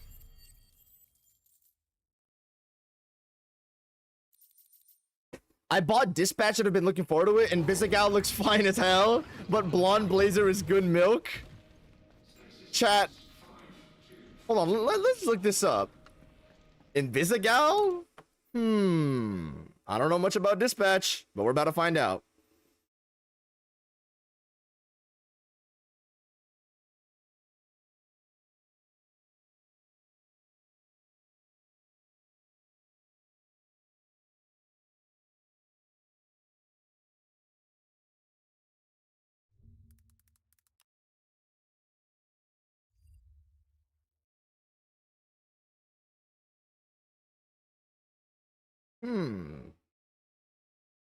Sheila guy?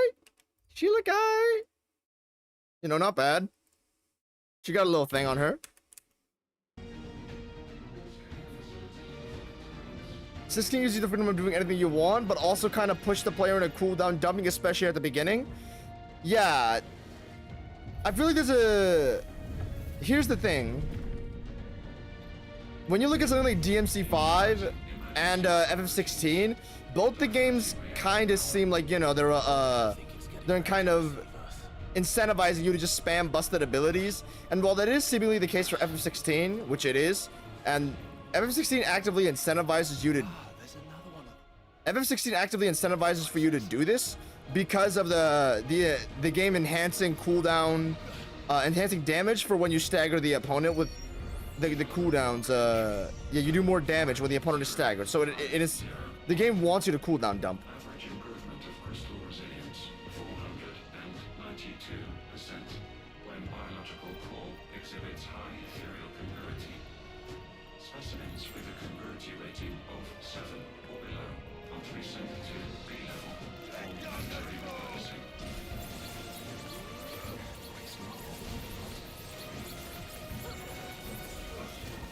I feel like DMC5 kind of get past this thing with cooldown dumping, even though it technically is the most optimal way to play by just dumping all the CDs. There's no cooldowns in Devil May Cry, but it's more so spamming all your busted abilities. DMC5 kind of doesn't come off that way to me because the gameplay and the style and everything is so stylish to where I don't want to do something like that. I'm not saying FF16 is not cool. I'm just saying the game is way more fun when I'm not cooldown dumping, but in FF16 the game is more fun when I am cooldown dumping.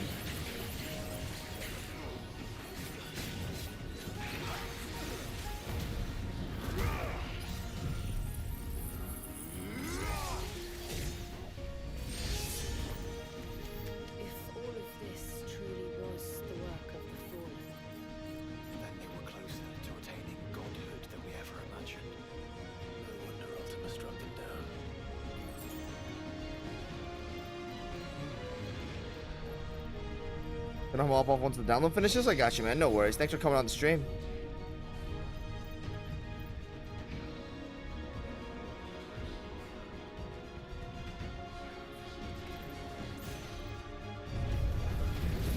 They built an army. An Omnicron again?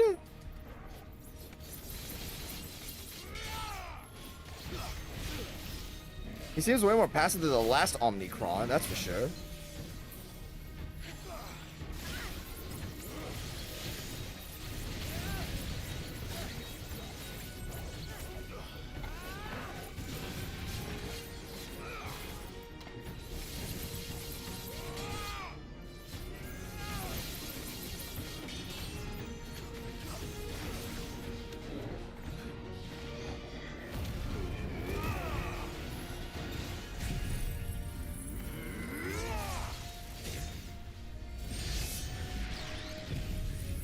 He's gonna cancel me out of this.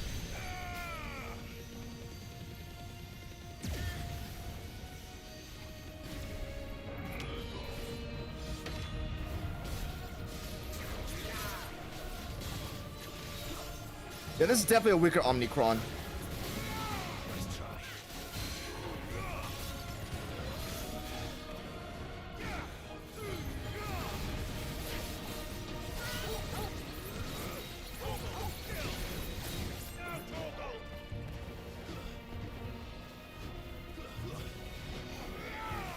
Shock strike, and I'm dead.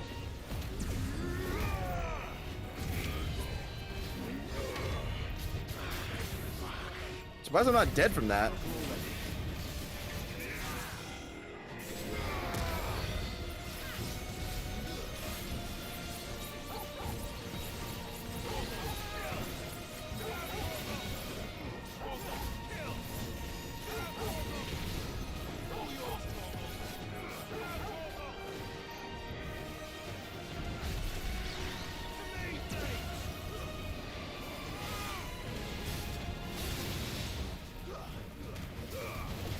I think I'm low-key cooked, man.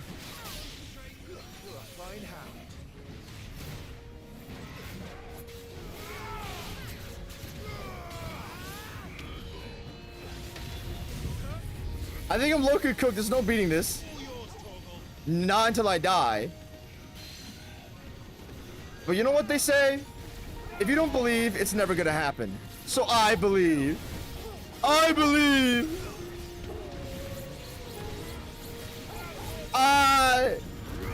I believe.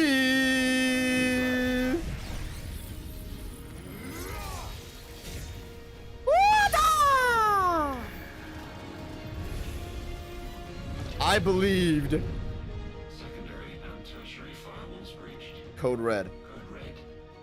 Code red. The heart must be close. The heart of the Omega Onion.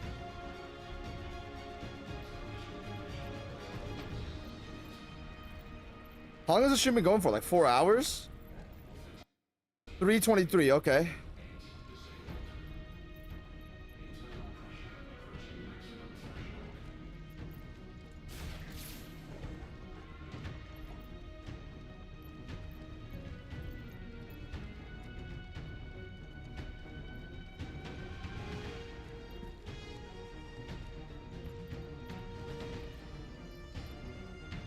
Where does one go?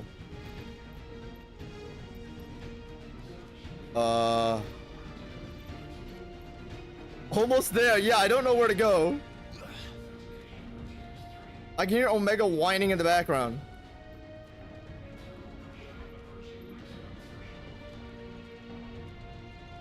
Did I not? Oh. Did I not kill the enemies here, maybe?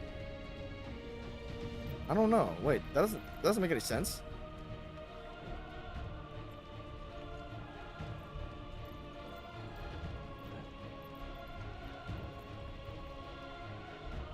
This is the last room.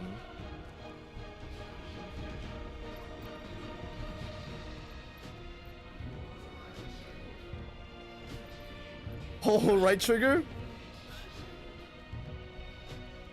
Hold right trigger? Wait, what?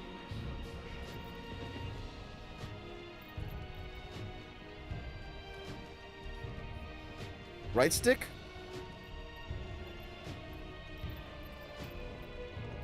Does the game show you where to go if you hold right stick?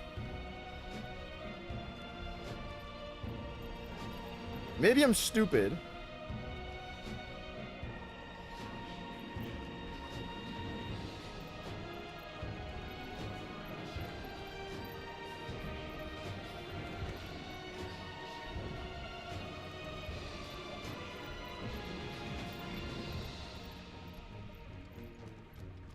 Hey guys, where do I go?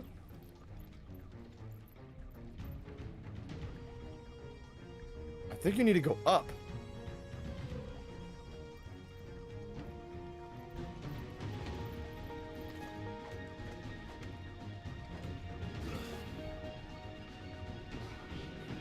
Ah.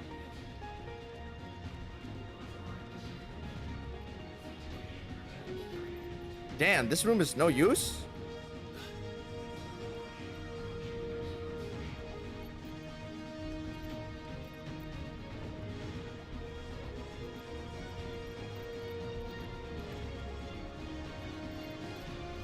Oh, Torgo can guide you.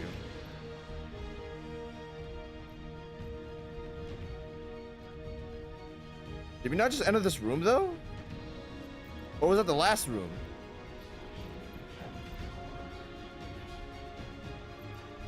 Oh, that was the way I came from, right? Okay, I'm stupid then.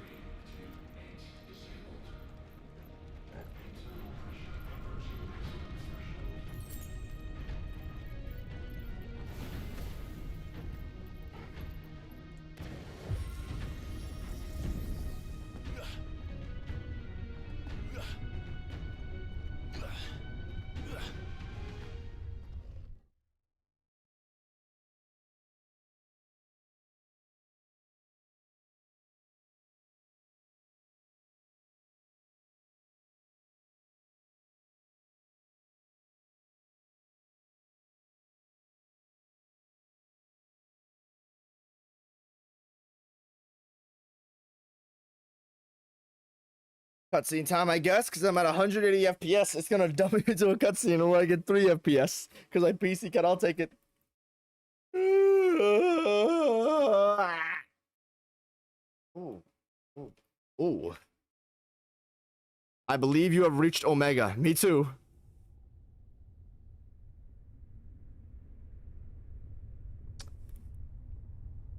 Alright. Hall of Elicitation.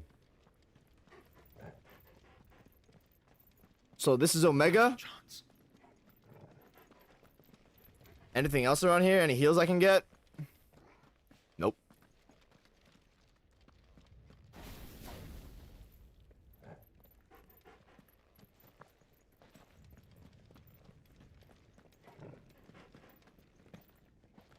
I don't want to enter the boss fight. Oh, I entered the boss fight. Fuck me.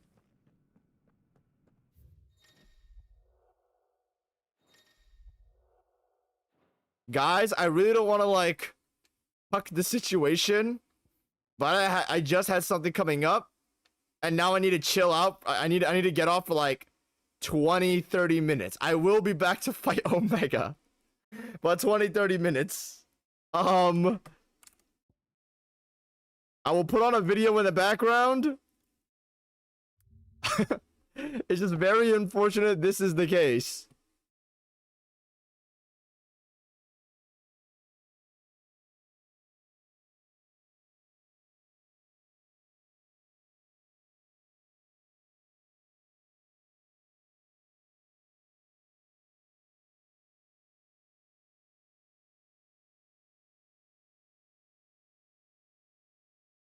damage you cannot avoid under any circumstance. This is complete bullshit, but I love it. Fighting an endgame boss with less heals forces me to play more carefully in one of the most visually and mechanically striking attacks ever, while giving you 3 free heal openings in phase 1 if you stand on his left for a positioning based opening. Honestly, I think this is just more creative than it is unfair, but you can take it for what you will. Phase 2 of Moog cements him in as one of my favorite bosses of all time, as another positioning based masterpiece. The strong flow to combat is now even tighter, with every swing he does throwing blood fire everywhere, making Maria's phase 3 look like water balloons compared to the tsunami of blood that Moog brings. You can't run away, dear Tarnished, you have to play his game. Moving away or anywhere else other than point blank risks getting cratered by his blood flame, or hits them to death at level 1. If you're not in his face the entire fight, your positioning is fucked. With the threat of being one-shot, you have to engage with the boss. Moog almost never goes passive now and is so relentless, with so much complex positioning which constantly changes, so you have to think about the direction you roll while you're fighting him, which I find electrifying. From knew that staying close to the boss all the time without the boss moving would somewhat negate the intense game of positioning you have here, so some of his attacks force you away from him while the blood fire is around you, so you need to creatively find ways to avoid his attacks. For example, his shower in phase 2, you can do a jumping back right heavy to clip his wing on the way down. This attack is actually an opening. Not only that, but Moog also has moves where he flies up in the air and charges at you with attacks that completely reset positioning. You need to follow him around and predict his trajectory in the air to roll to his location. The entire battlefield is changed completely, and now you need to instantly adapt to the new Bloodflame climate, which is such a thrill every single time. The boss now paints the battlefield in creative colors across the canvas that you need to instantly adapt to, whatever that may look like. It should be obvious by now, but Moog is absolutely incredible. Using my monkey brain for the tight dodge timings and my thinking brain for where to roll and position is ridiculously fun every single time. Another tip for the boss is that sometimes he will randomly go passive in neutral, so to counter this, if he stands still for more than a second, you can just jumping heavy him in neutral, which allows you to low profile whatever combo starter he does next. To my knowledge, you are always safe doing this, even on colossal weapons. To prove the consistency of this strategy, I did get hitless on Moog. Aside from that one straight piece of fucking blood that shouldn't hit me, fuck you. Moog has one major weakness, however, and it's that he's jank as a motherfucker.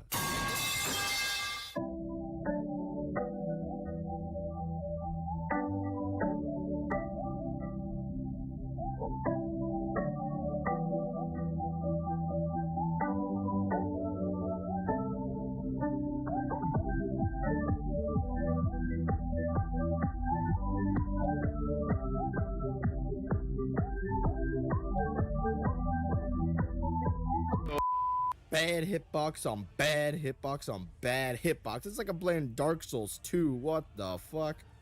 Not only that, why the hell do his tombstones lock off my camera? It's so dumb. Why do the tombstones stop Moog from moving? In a positioning based fight, why would you limit positioning with garbage in the way? It doesn't make sense. These two issues are pretty uncommon, so it doesn't knock them down too much, but I'll have to take it into consideration. Regardless, however, Moog once again reaches such a high point of quality with complex positioning, depth, tons of low profiles, jumps, strafes, compounded with a powerful aesthetic and presentation, topped with a top 10 soundtrack in the series, has made him so much fun for me that my words won't do him justice. Just fight him. Moog is double S tier. Top 1 of this series above Horalu, exponentially better at level 1. Finally, to finish up the base game, we have Melania, Blade of Mikola. And I gotta say, this is one of the most fairly balanced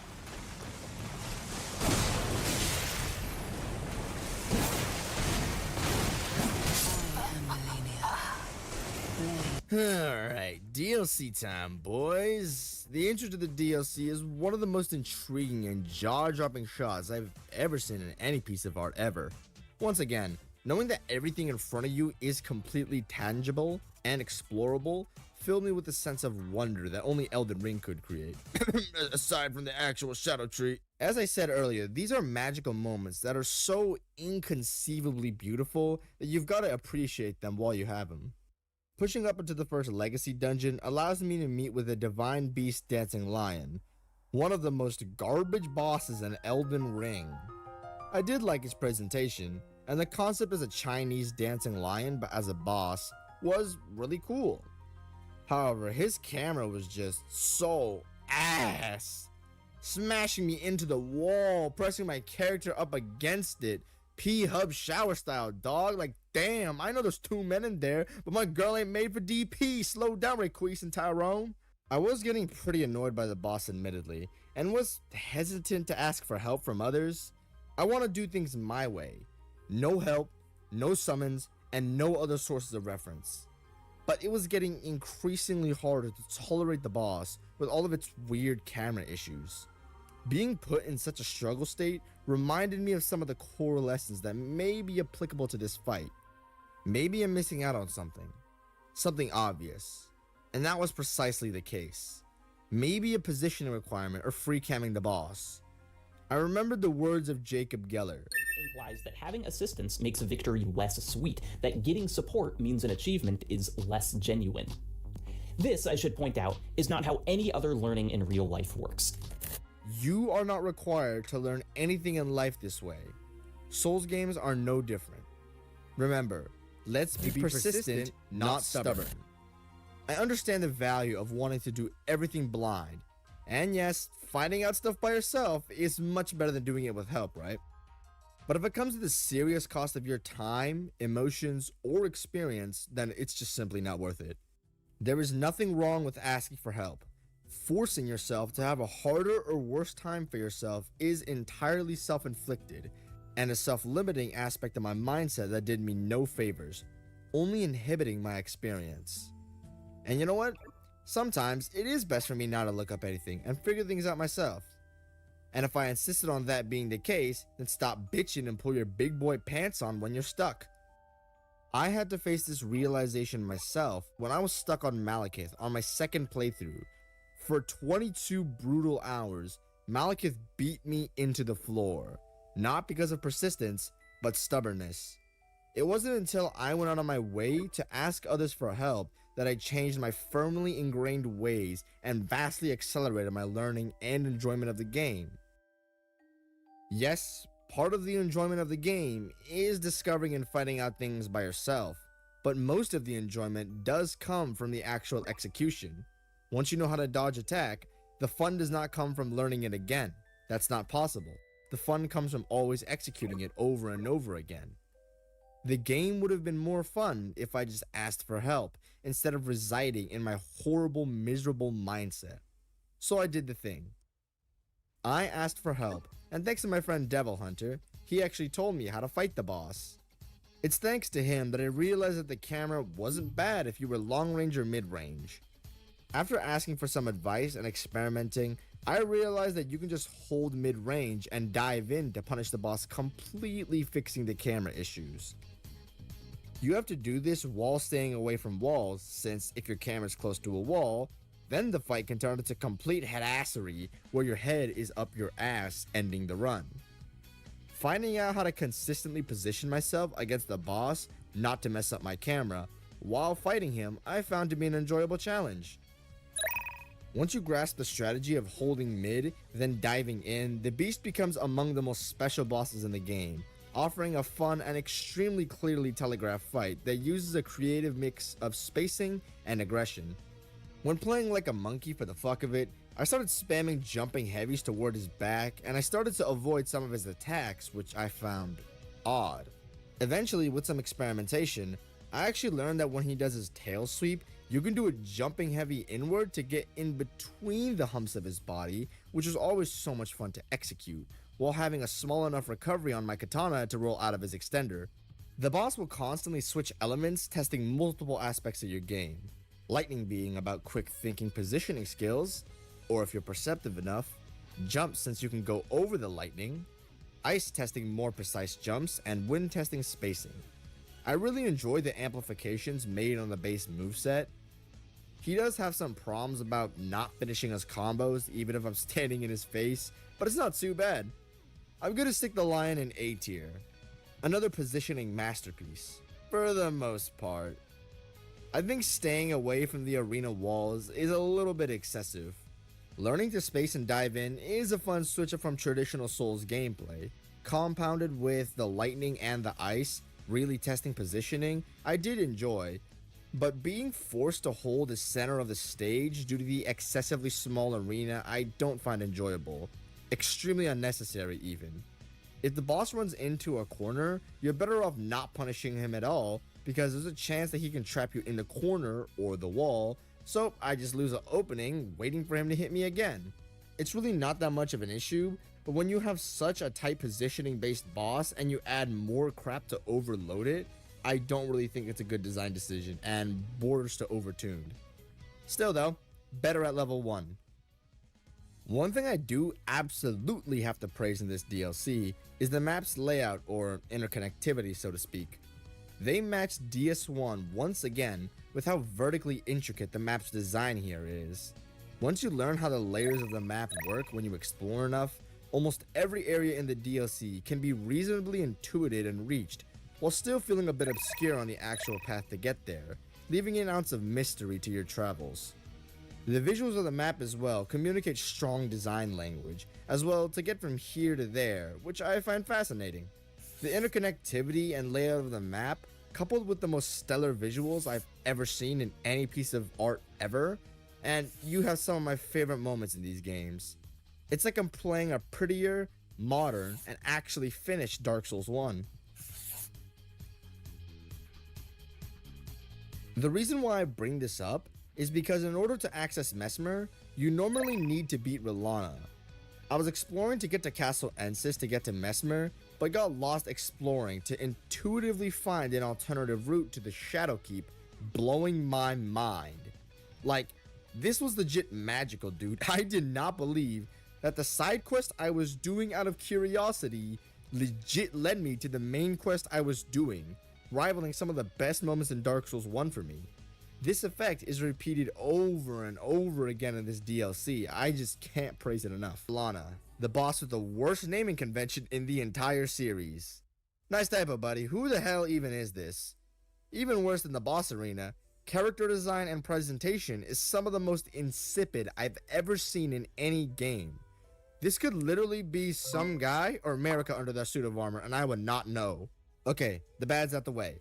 Let's talk about why this is the second best fight in FromSoft history.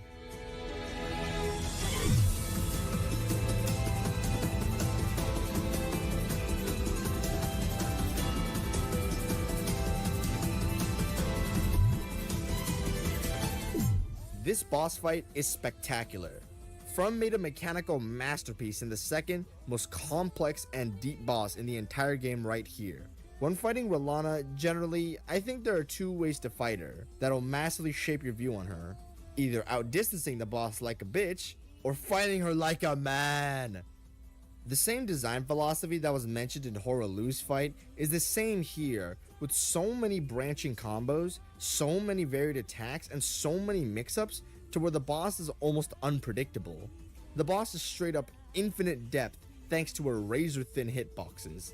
Everything in this fight is experimentable. She has entire combos where you can jump every single hit for optimal punishes. She has entire combos that you can low profile if you're low on stamina. She has entire combos that you can strafe if you have no stamina. FromSoft created a safe, inside hiding, a mechanical fucking masterpiece, unlocked by the mentality and willingness to experiment. I keep finding new punishes, like if you're on a katana, for her double overhand attack, you can land a jumping R2 into a jumping R2, or you can low profile both hits, or you can strafe both hits. Expand your mind, as anything lower than waist level is jumpable, and anything head level or higher is low profilable. I had tons of fun creating openings for myself in this fight, combined with inventing lots of my own personal punishes that made this fight extremely fun to learn. The fact that it came so naturally and was so wildly intuitive for me to figure out was an absolute joyride and made me feel like anything was possible. I was genuinely learning something new each attempt. It's like I was clicking with the boss in real time. Learning when to heal in between her combos using spacing was also extremely fun. One thing I also really appreciate about the boss is her explosion extensions in Phase 2. Initially at face value, they enforce directional rolling and positioning. However, up close, they're actually a test of jumping and low profiling, with many ways to flip every single attack as long as you remain perceptive. Her usual 5-hit spell combo is also a healing and attack window if you stay close to her, which I found quite useful when fighting her. Dude, the footage should just absolutely speak for itself. This boss's room for complexity and player depth is through the roof, pushing her past the likes of Horaloo and Moog when it comes to enjoyment in the fight. I don't even care if she has phalanxes in her fight, because they are so rarely used that they more often add to the fight when it comes to directional rules and positioning, rather than take away from it, while also giving room for low profiles, which always feels fun to execute. The Moon Queen's sister gets a high S tier from me. I kinda want to put this boss higher, but one big thing that stopped me from doing so was I have an average fat and all. Another reason is that despite being better fights than everybody else on this list so far, I can't give double S tier to a boss that fails on basically every level besides fight. When it comes to the cool factor, soundtrack, boss arena, character design, etc., there's about a nothing burger and a half here. Those factors matter much less when compared to the mechanics, but those side aspects really matter when it comes to crafting the perfect encounter. Hell, Rykard is the complete opposite of this boss. He's a basic fight, but cracked in all of the qualities I just mentioned. If you aren't big on boss mechanics, you won't really get with her very well, but if you're her type, hell yeah, you'll make one hell of a couple, bro. Yeah, better at level 1. Past Castle Ensis, we use the alternative path to get to Shadowkeep since I don't feel like fighting the fat-ass hippo, which allows us to climb through the Shadowkeep. Once again, I think I'll have to suck this DLC's dick a little bit more, because in this run where I was trying to reach Mesmer, I got distracted by going through a second route. Through this second route, I intuitively found an alternative path to Mesmer. It made me really feel like I was a stealthy and creative shinobi, better than Sekiro ever did. The top of this area has the second coming of Gale, Mesmer.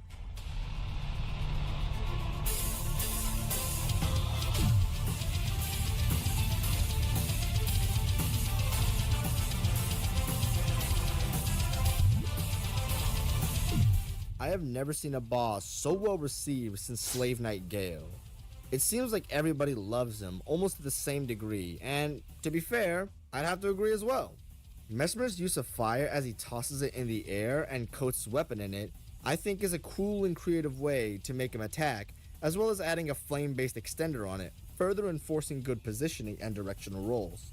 I also like how the boss has many positioning-based extenders to keep you on your toes. Almost all of Mesmer's fiery stabs and swings, you can hit him in between, or wait, allowing the player to have a choice between aggression and stamina regeneration.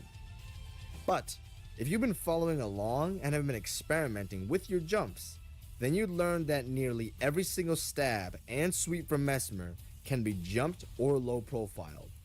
I mean nearly every single one, whether it is fire or not, can be punished with a jumping heavy for optimal punishes. For his double stab, you can create an all-win situation, aka a situation where you will always punish the boss optimally, as after the double stab, you can immediately do a jumping heavy that will low profile the delayed stab follow-up, or he can do a quick sweep which you will just jump over. It quickly became one of my favorite punishes in the game to execute, and left me feeling pretty proud every single time I did it, considering I invented it on my own. Mesmer's assault, or what I call fire foul dance if you roll back right or back left, at a specific timing is also a crouch healing window or a crouched R2 opening if you can properly roll at the right space. Phase 2 presents us with Mesmer casually gouging out his own eye and bringing out the Abyssal Serpent, looking like a ripoff Millennia, but aside from that, Mesmer does get easier in this phase, with most of his extenders being taken out of the fight. The fun, however, is still maintained, as the big snakes do feel uber fun to dodge, with another perfect flow to combat, so it does keep the boat afloat, just in another way. Less challenge and more cinema. The one move I kind of have an issue with is the snake assault. Not because it's hard to avoid, you can just sprint up at point blank, but hot damn do the hitboxes suck. I'm about to see red, dude. I don't have too much to say about Mesmer. Everybody already knows why. Fun boss that's really cool with a banging ass soundtrack. Mid-S tier. Afterwards, we proceed down to the Stone Coven Fissure to fight Putrescent Knight. Here we have Fat Orphan of Kos on a horse, and he swings at you and rides on his horse. He has a lot of cool jumping openings and has some cool fire extensions in phase 2 that you can also jump. One thing I liked about the boss was his horse and knight combo attack that is by far his best move. You can jump over him and his horse for some cool style points, but yeah, that's about it. The fight is extremely basic complexity wise, but he does have some great depth to him, so I'd give him mid B, and he's around the same at level 1. I think mechanically he probably is around high B to low A tier, but there's a certain way this boss moves and telegraphs his swings that throws me off a bit. The worst part about the boss, however, was actually getting to him. You basically have to play Battlefield in a Souls game as you painfully dart your way through the Call of Duty Warzone, getting shot up more than 50 cent. I didn't have stealth tools during this section because my dumbass thought it would be easy to run through. It took me 8 hours. Next, let's discuss Commander Gaius. Hogrider from Clash Royale here loves to come out with this charge that is extremely tight to roll. Some might call this move bullshit. Real? Bottom text. No, it's not. On light roll, Gaius' charge is literally a normal attack. Seriously, Gaius' charge on light roll is straight up a normal attack. Just roll. On mid roll, however, it is much more tight, but you can just dodge it normally, or if it makes it easier, you can strafe right and roll left. I'm confident that if you can dodge Gravity Spiral, Godskin's Fat Roll, Morgoth Hammer and Club Spin, then you should absolutely be comfortable dodging this attack consistently. Is it a good attack? Could be better. It shouldn't have to linger for so long, and one rule should cut it, but it is absolutely fair. It definitely wasn't easy to learn, as it was the result of a lot of my deaths, but once I got the hang of it, I really started to enjoy the degree of precision required for the attack. Aside from his charge, Gaius is a decent fight. He has a fun flow to combat that utilizes a unique style of gameplay, with a decent amount of jumps and low profiles, further enhancing the depth of the boss. As long as you always directionally roll to follow Gaius and are willing to learn his moveset, then you should have a great time with him, and I don't understand why he's so hated. I would like to put him in high B tier, but there's a couple of underlying issues that hold him back.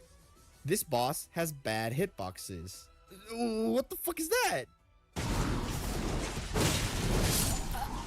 The weird thing about this hitbox is that I could previously low profile the attack, but I guess not, fuck me. This could be due to the arena elevation, but even then, it's still nowhere near the sword. Good hitboxes are essential for Elden Ring gameplay, or the added depth that makes these bosses so fun and creative with jump and low profiles don't mean anything. The boss has a bunch more oversized hitboxes, but I think you get the idea. C tier, and around the same at level 1. Next, let's cover Sunflower by Post Malone and Sway Lee. First, Am I Dreaming is better. Second, this boss sucks. I do like the character design of the boss being quite distinct, with the soundtrack in the boss arena being quite unique as well. The aesthetics for the boss are absolutely top notch, yet sadly, the fight sucks dick. This boss is the personification of Resident Sleeper. The moveset feels like something out of early game Dark Souls 2 and is very slow with barely any room for practical player depth, so you have to play by his boring rules and stick to rolling. To clarify, I don't inherently have a problem with just a slow-paced roll boss. Ancestor Spirit does this well, but the difference is Sunflower's second and third phase. After the first phase is over in probably less than a minute, he will revive, always starting with an attack where he will go, gotta go fast, basically as you chase after the boss, while it uses possibly the worst projectile in the entire game. His impenetrable thorns attack he will often use can be a frame trap, aka an attack that no matter where you roll, it's unavoidable damage, since the trajectory of the attack will always loop around to hit you, even at the end of your roll animation. It's fine if he uses it at mid and long ranges, however there is no consistent roll direction that at least I've found at point blank, which wildly alters the tracking and RNG of the attack, making it literally impossible to know where to dodge the frame trap if you even can. It's so entirely unpredictable, as even at a standstill, sometimes the tracking will go around you sentiently to curve around your Raptor of the Mist, or will still track around your Blink Bolt, which is a bordering bullshit one-shot kill. Other times, other attacks you use will have questionable hitboxes once again, putting you in more no-win situations where you will get fucked. Needless to say, I keep dying to these thorn attacks and it's infuriating. There's so much finicky nonsense to the boss. Like, for this left slam, immediately after he hits me, the thorns come up instantly, so it's obvious that you need to roll straight out of it once you get hit. But in the next attempt, I roll straight out of it and it frame traps me and I die. What does the boss want me to do? Maybe there's something missing about this boss, like the consistency of his attacks or when to roll, but in my experience, this is awful. The boss will use projectiles where there's no punish window with so much downtime that he eliminates all flow or engagement in the fight. He will also continuously use moves that make you run away and moves where he can also run away 20 miles, so you have to spend a minute running back to him only for him to come at you with the most boring attacks in the game with more frame trap garbage, and the arms can also move off camera at close ranges so you can't even see his telegraphs, and the arena can block you when you dodge his projectile spam for a no-win situation before you even realize it. An extremely boring boss with low to no complexity, attacks that border bullshit on multiple occasions, and extremely low amount of depth. D- tier, way worse at level 1. The boss is F tier mechanically and is so fucking boring, but has some redeeming factors outside of the fight, I guess, so D-. In order to fight Midra, we need to run a marathon to get to his ass. We bust through a secret part of the Shadow Keep, through a hidden wall, down a coffin, proceeding into a small forest. This leads into a small dungeon. Get off me, bastards. Exactly. 8 thralls, bro. Assassin's Dark Souls 3. Literally die right here. To end up at Jory. Yeah. He's a mid as fuck mage boss that uses basic spells and also teleports to run away from you. Nothing new we haven't seen before. Now you see, it'd be awesome if I knew you could backstab loop him to kill him easily, but I never found that out. Now why would I need this tool to backstab loop him? You could just fight him normally, right? Well, it's because he has summons. Woo! Please stop this. This is an awful, unfun, horrendous, unnecessary form of difficulty. I was a couple hours deep into the boss, mindlessly trying to deal with him getting my ass slapped before I asked for some advice. Thanks to my boy Devil Hunter once again, he told me how Jory works. Similarly to Rolana, he has a summons crap where you need to draw out hits from his summons. But this is absolutely awful, as the boss can stack points of unavoidable damage off screen for a bullshit death for an otherwise mechanically basic boss. D- tier.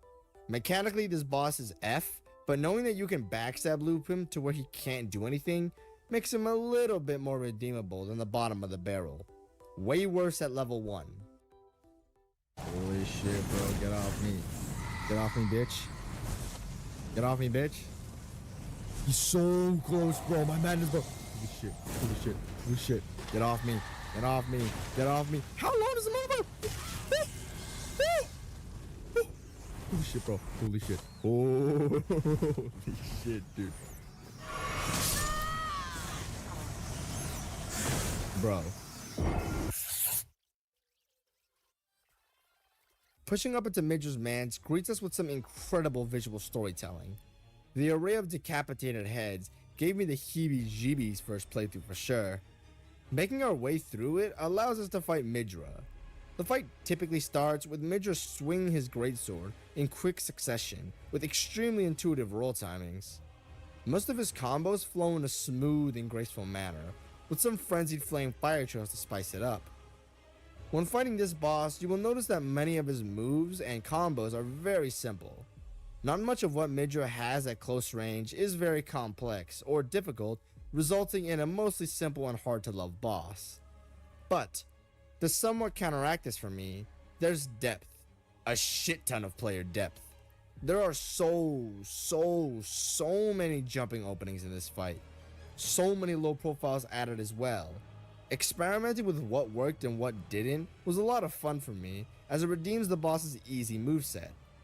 The simplicity of his kit made it pretty easy and enjoyable for me to find jumps and crouches, and in one move I call the helicopter, it serves as an almost complete crouch heal window, or an attack window similar to Mesmer's Firefowl dance. And that's really about it. I really advise not playing for posture break against this boss, because he folds so quickly, it's embarrassing. Good A pretty simple morning, B-tier boss, with USA! everything else being I great got a besides feeling that mechanics. it's gonna be a wonderful day. The sun in the sky, I know the lyrics. American race, American day, Family Guy. Okay. Hold on, I'm gonna go piss real quick. It's gonna be back 20 seconds and I'll be back for Omega.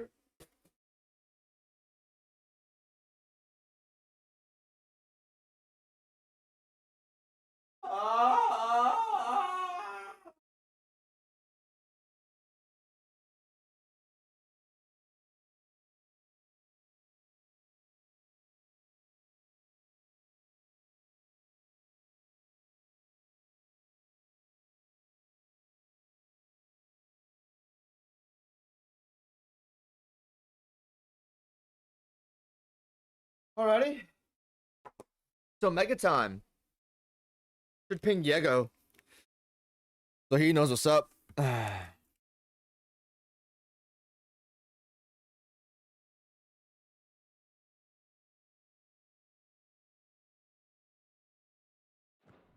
Unauthorized entry detected. We will not be skipping this Primary one. core firewalls activated. Initializing iconoclastic defense system Omega 1. What the hell is an iconoclastic defense system? He's never heard of a defense system in his life. Feeling we're about to find out, and that we will not like the answer.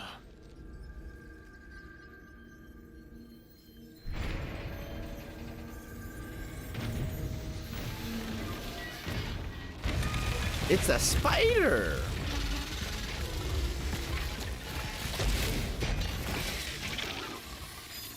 This is their ultimate creation. They're everything.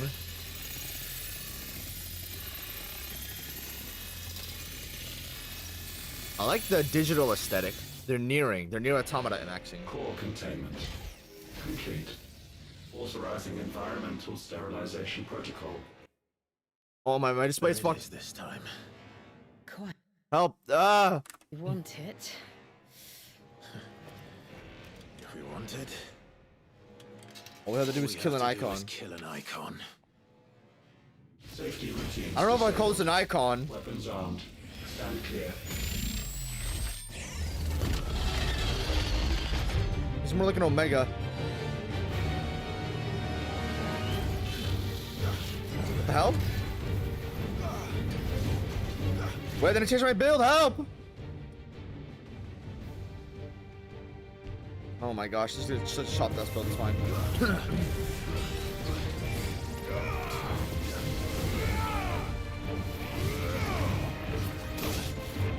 Lot of damage.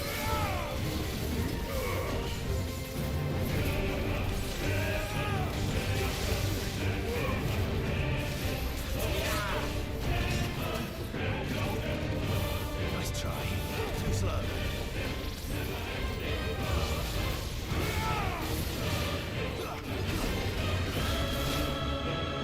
Cool little scrape, I guess.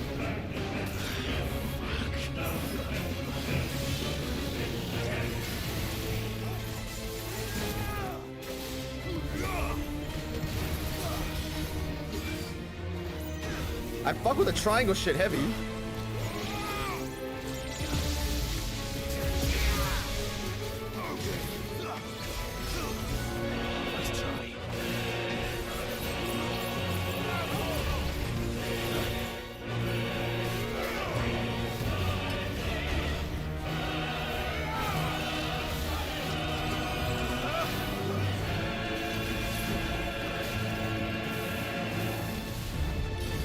Hey, it's one of the best FF16 tracks.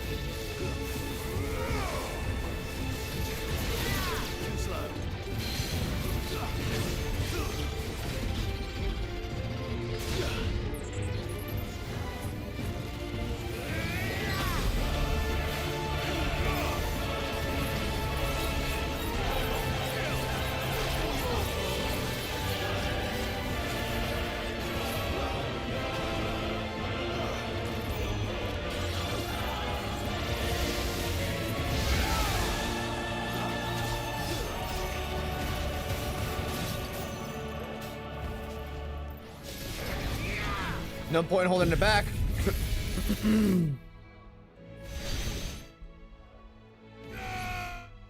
What am I doing?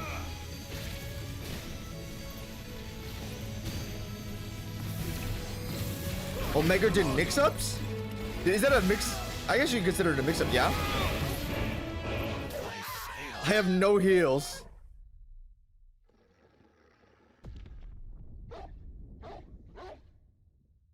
Not a great way to start the fight.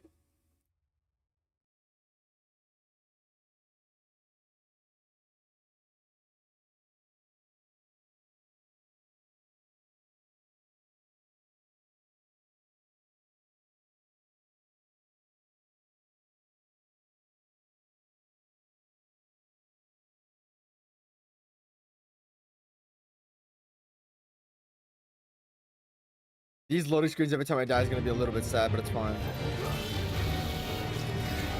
It's one of the best FF16 tracks. I agree, Centurion.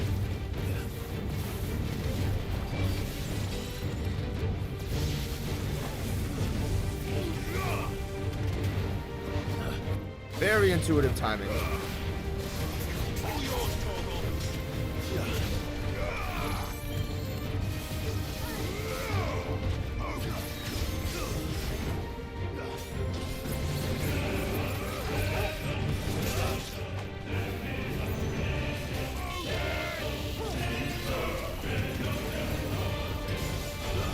I wish I didn't figure out how to chop build for this fight. This is literally the cheese build. The cheese encounter build. Not like a build to, like for boss fights.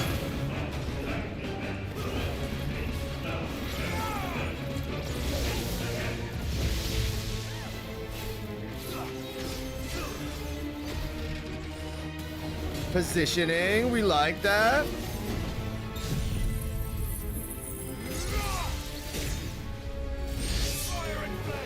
That did no damage for some reason.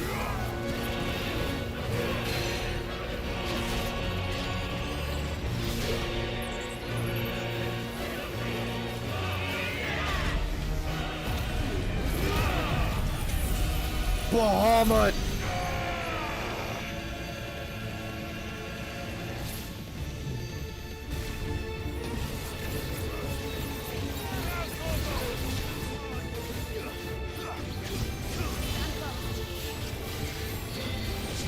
I will say already, this is one of my favorite externals ever. I fuck with the visual with it heavy. Love the triangle on it and how it's placed where you're at. It's very creative. I don't know if I've seen anything else like it. It's like Virgil summoned sword level 2.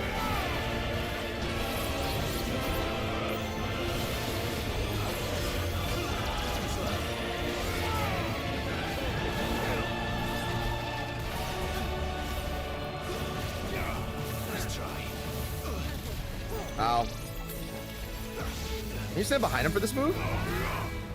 Seems like you can. Ow.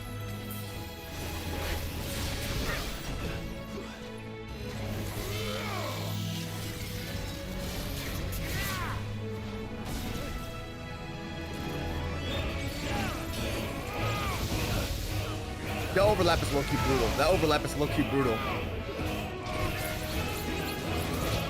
Hit the dodge button, Clive.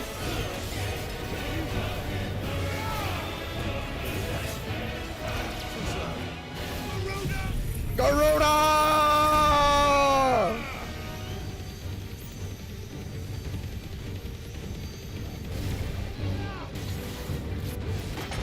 No posture break? Is it over? No, it's not. No, it's not. It's over. Show me Omega Phase 2. That was baby shit. It wasn't even 10% of his HP. Data assessment complete. Recalculating threat level. Weapon routines authorized. Rerouting core power to Omega 1.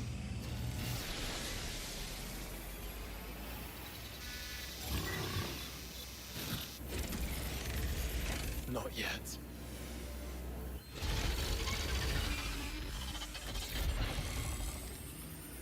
What is he gonna turn And what into? makes you say that?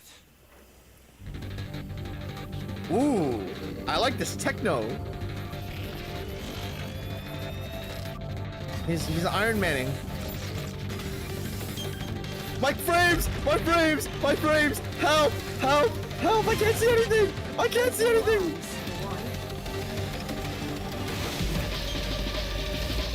This is probably really cool, but I don't know what's going on at all.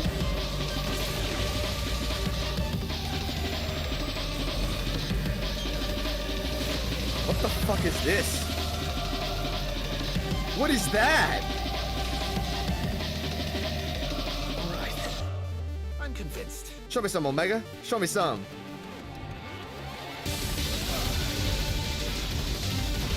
What the hell? What? Why is he tweaking?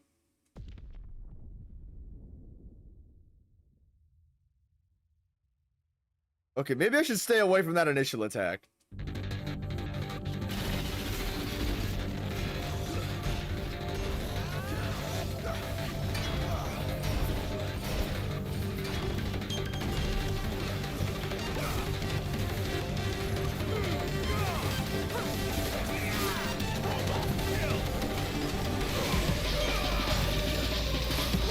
What the fuck? Yeah, I was expecting Duke's Dear Freya, not this.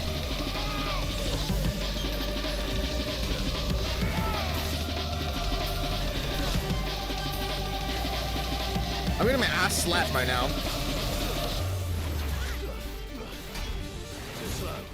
Some good moves from phase 1.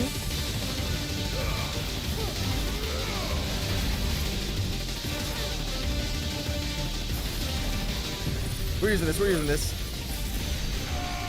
Omega Onion! Why is he moving?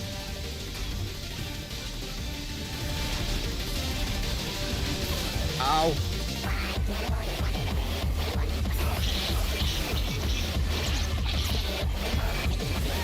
This is way more technical than I thought it would be. This is hard.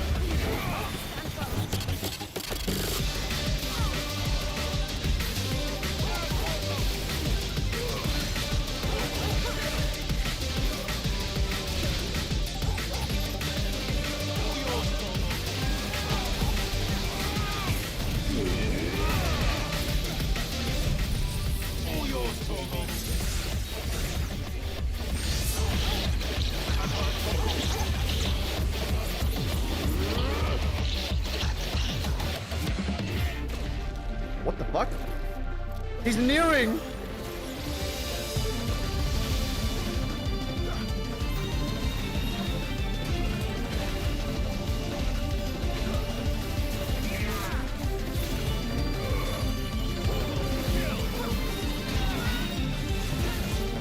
That was the easiest dodge window of my life, but I fucked up.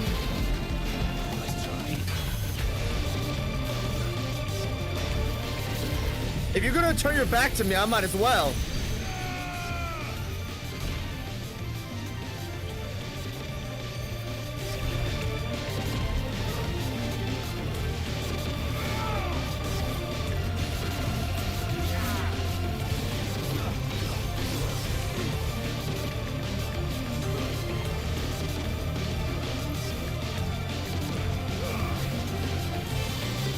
Delta attacking phase 1. We like.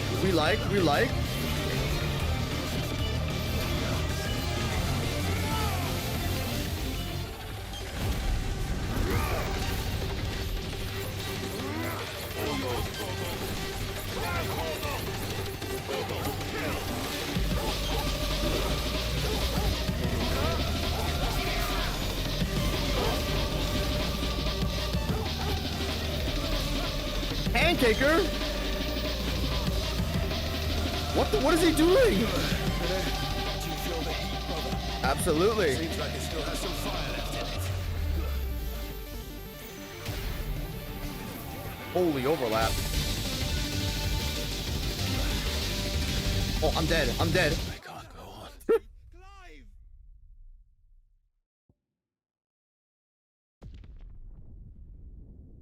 How do you avoid that shit?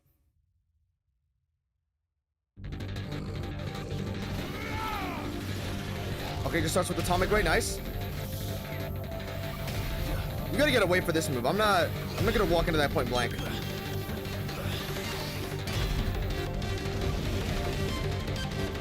That is strict.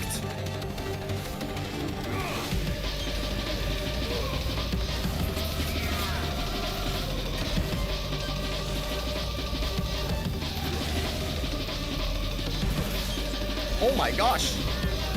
Even on my shitty PC, the colors.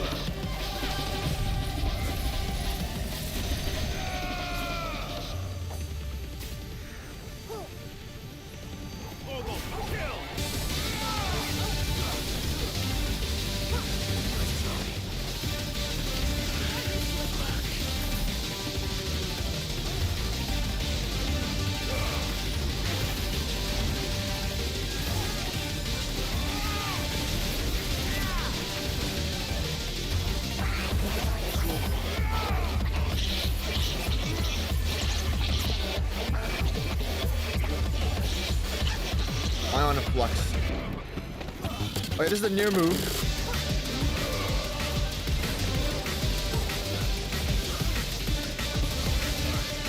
What is this overlap? Why is he goading right now?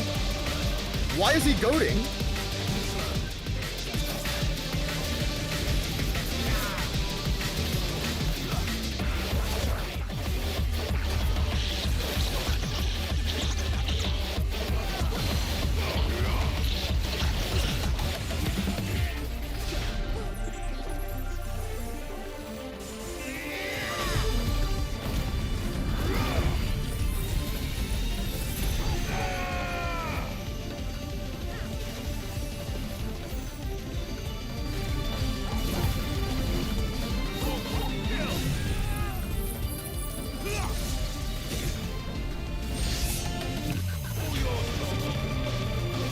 Hyperextension?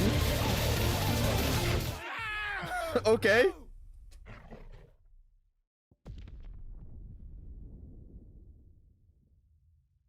Some of the damage of all time.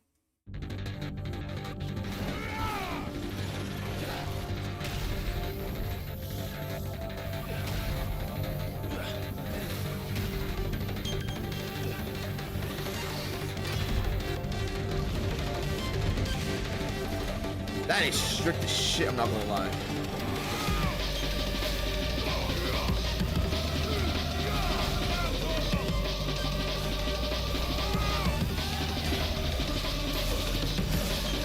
Ow!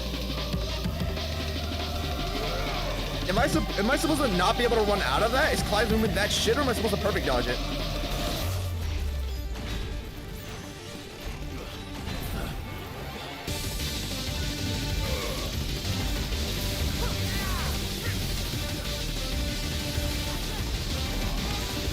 Oh, he blows that up afterward, okay.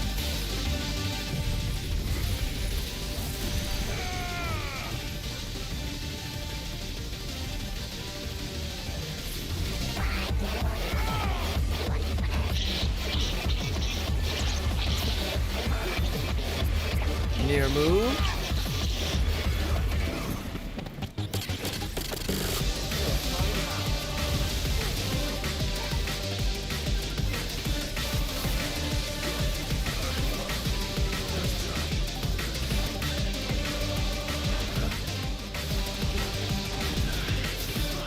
My shitty dog shit controller won't let me heal because the button for heal is broken. What's half broken?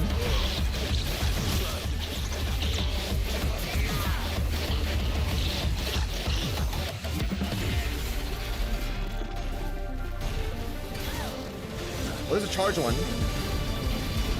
With steroids? With steroids?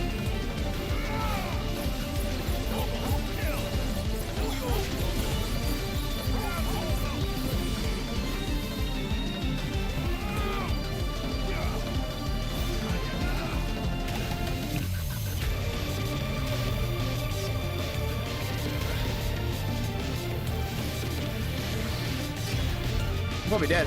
I can't go on. Yep.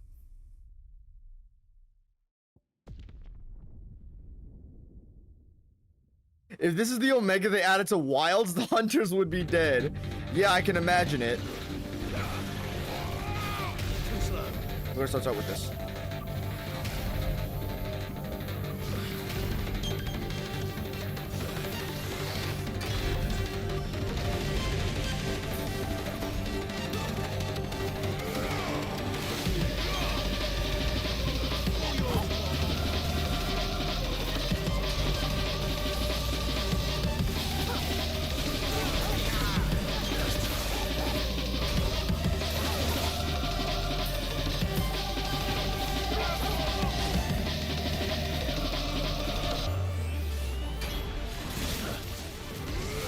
That was the shit that cucked me.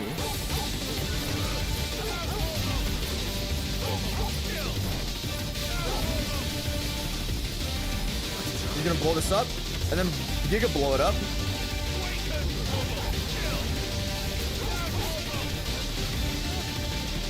I like how he repositions every time he gets too close to the wall.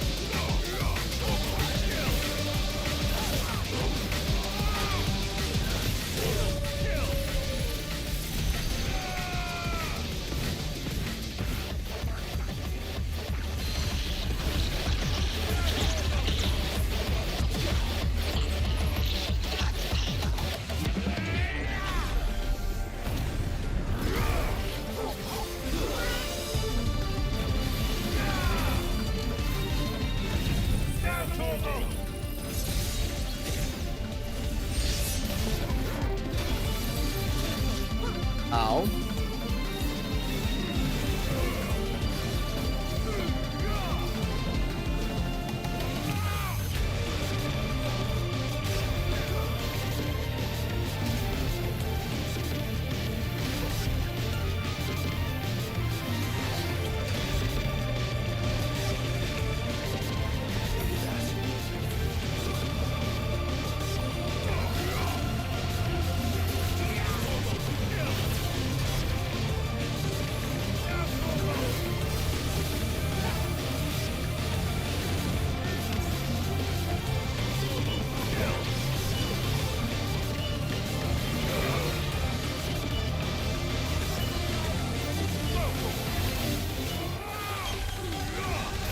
Ow.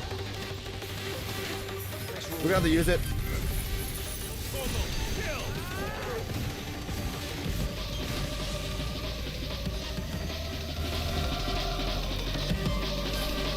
Hyper extension.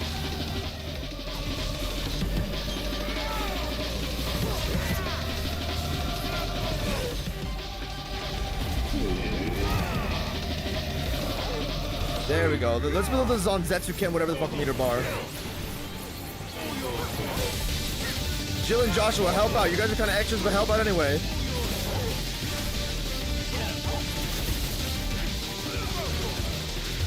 High maneuvers? What the fuck is this? What the fuck? Whoa! He froze my game!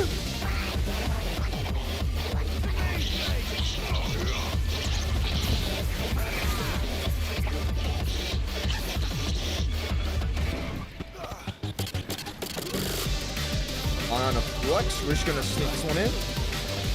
On top of what? You can't do that!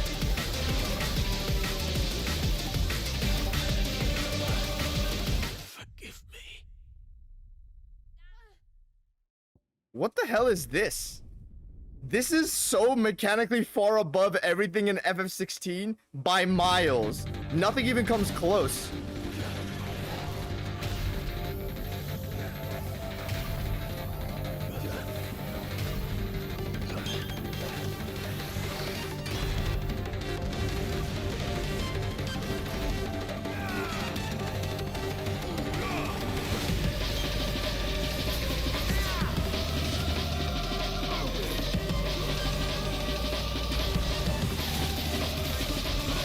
Not a fan how that attack does all of your HP, but okay.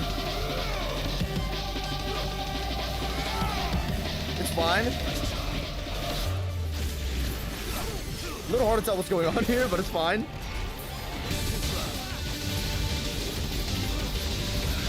Okay, maybe it's not fine. I'm getting killed.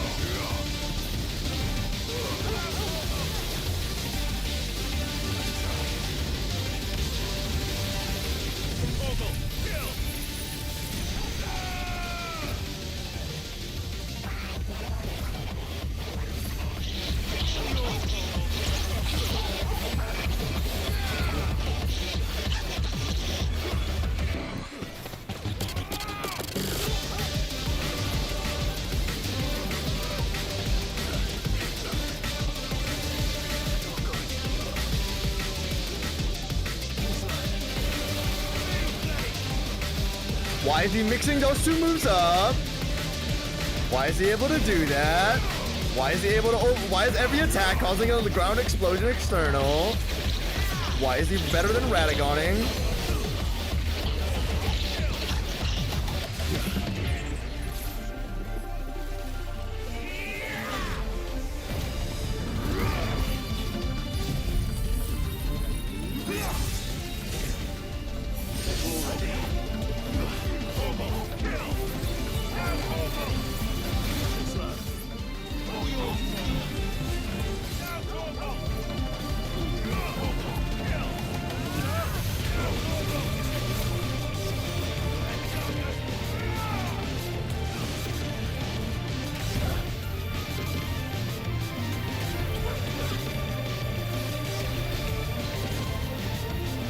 Clip, but it's fine. No, it's not. That looks like it should kill, but it doesn't.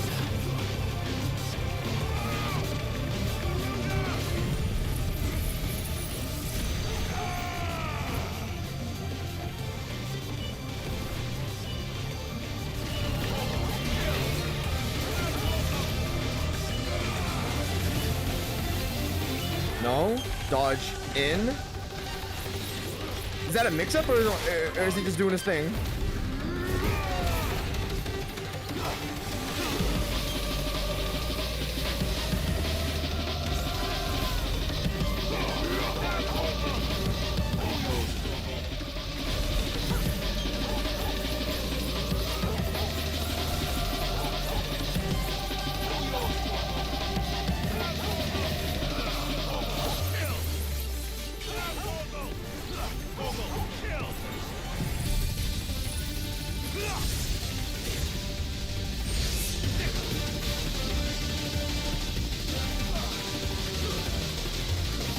This is where he gang rapes you, right?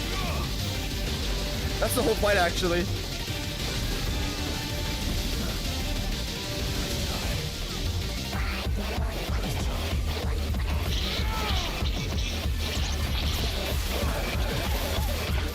That's GG's, yeah.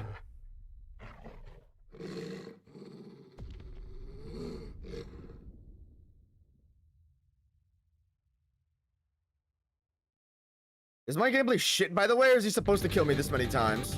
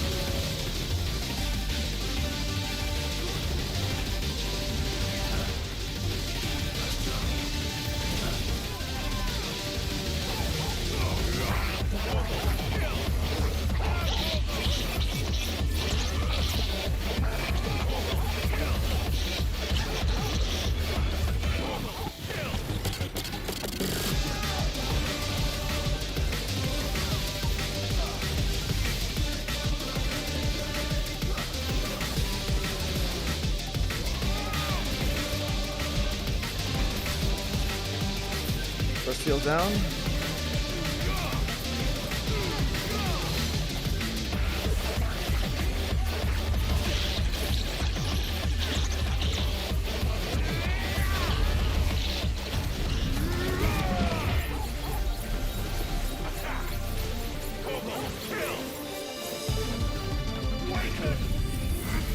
I'm probably dead from this. It's not even hitting him.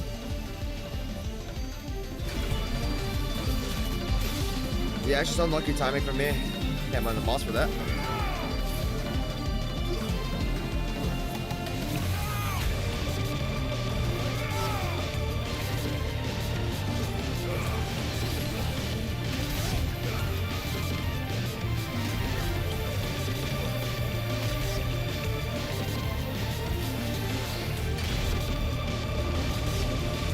Somehow I lived.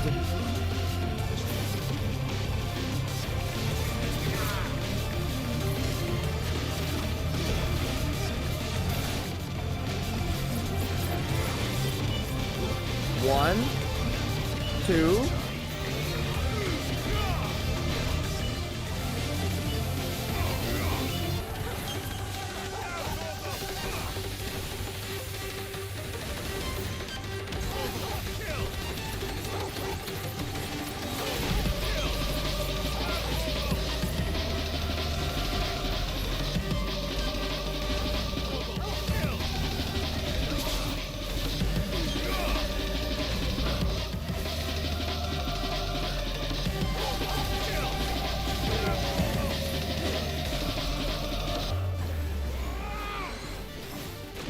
I'm taking him out of this. I'm not having him do it.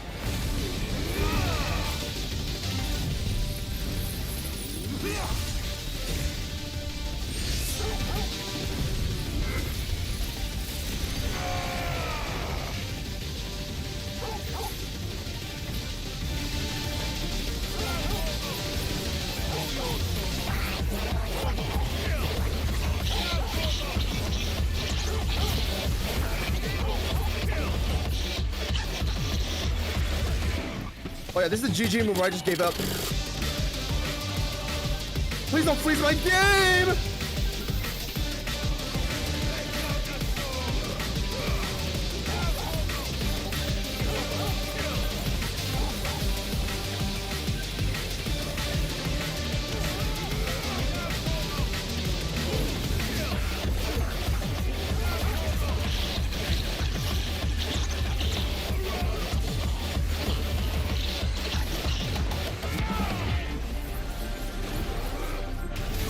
Oh jeez, watch out, watch out, watch out, watch out.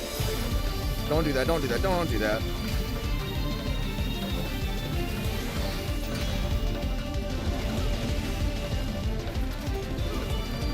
Oh my gosh.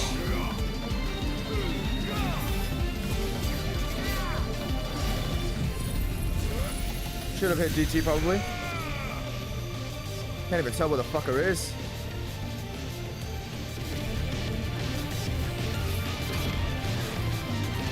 That was fine.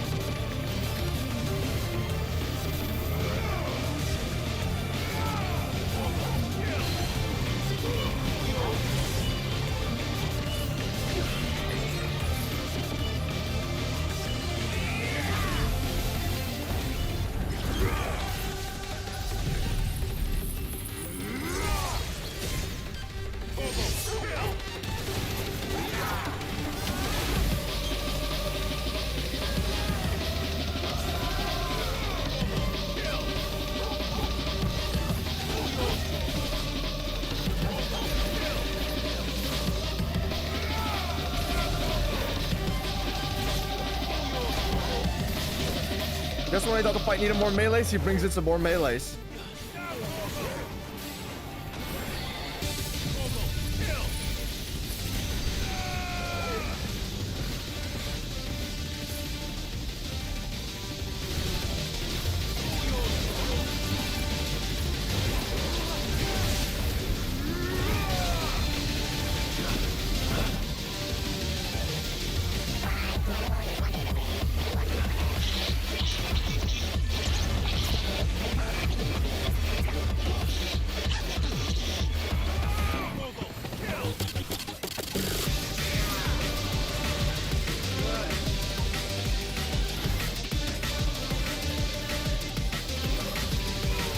I'm dead.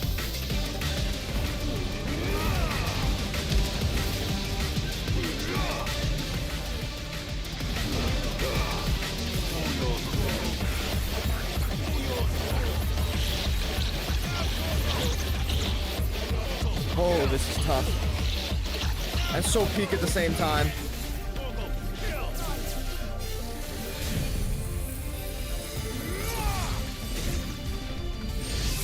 I think I'm dead though.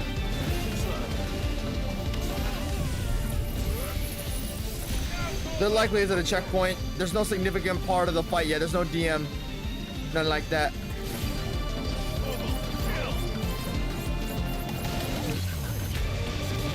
Oh my gosh, what is he gonna do?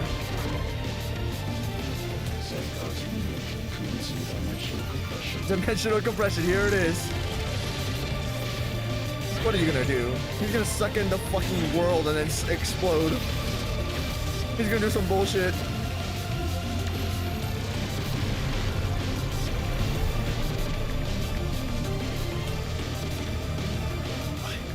Why can't I? Wait, because it's constricting all of creation. Well then. DM attack? Better kill it quick.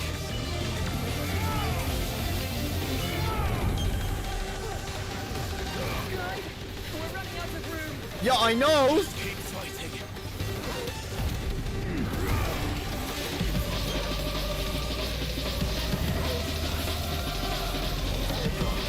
Please, I maxed out Bahamut.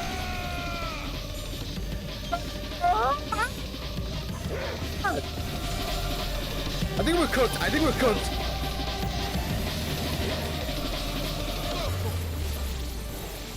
Holy shit. Judgment can't end.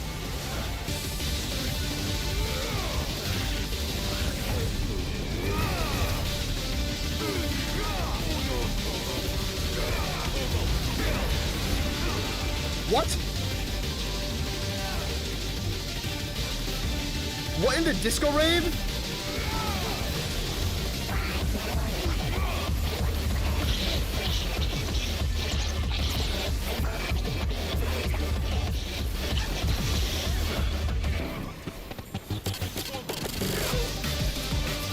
I think we're cooked. I think we're cooked.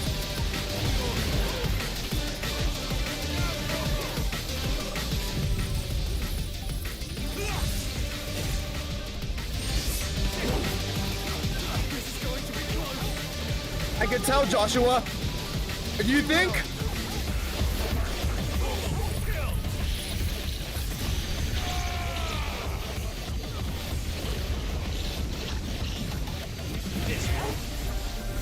I'm dead.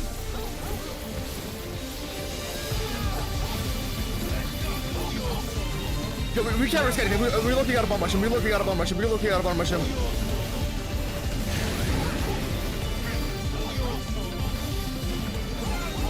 Yo, I don't have anything!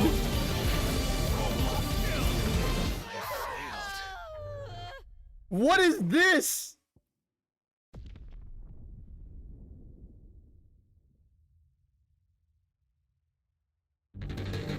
This is what every near boss wishes it could be. Clive, we're running out of room. Just keep fighting.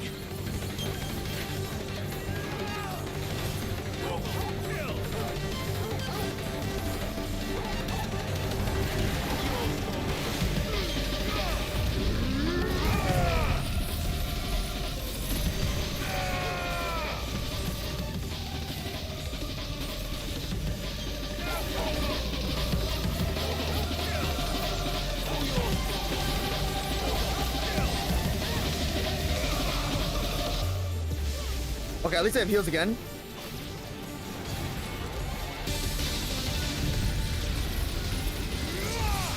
I don't think he was doing that last time.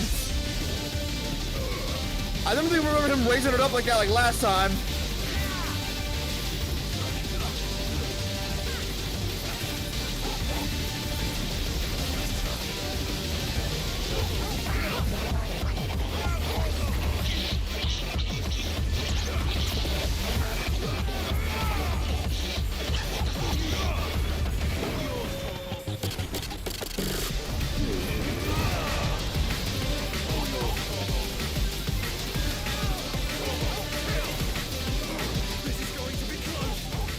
I think we're worse off than last time.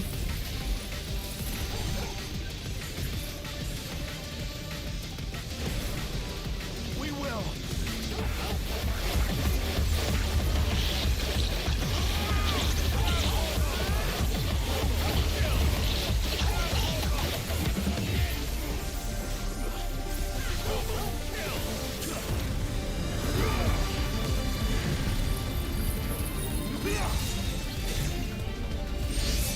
You stupid fucking Omega Onion! Just explode! You Omega Onion! It's over. It's over. This is what hell looks like. Hell incarnate. Omega Protocol?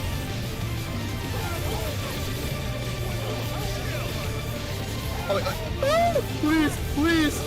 Do something, man! Do something, man! Please! Please!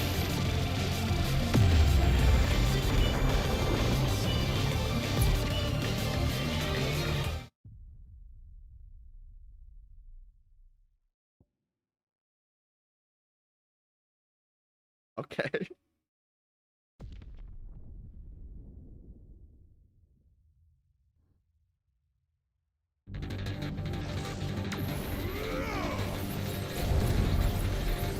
Clive, we're running out of room. Just keep fighting.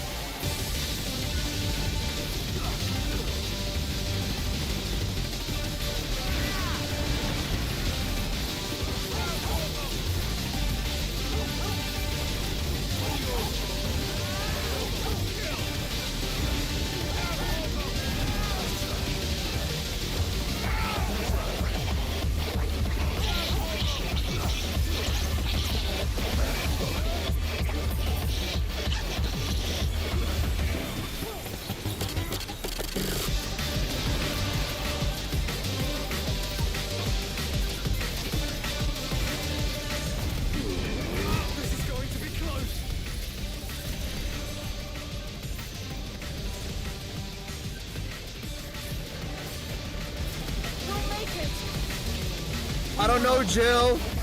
I really don't know.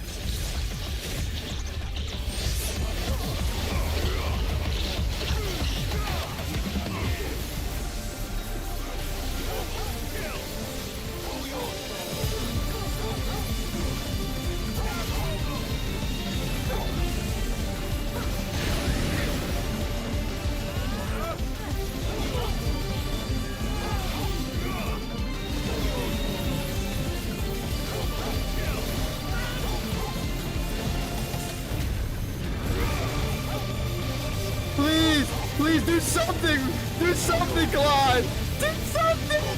Do something!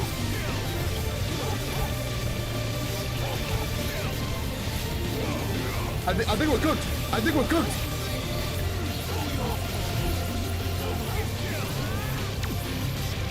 What?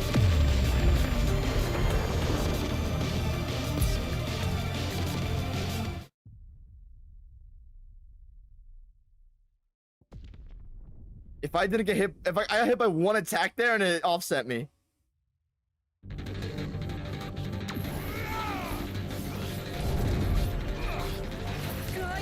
we're running out of room. Just keep fighting.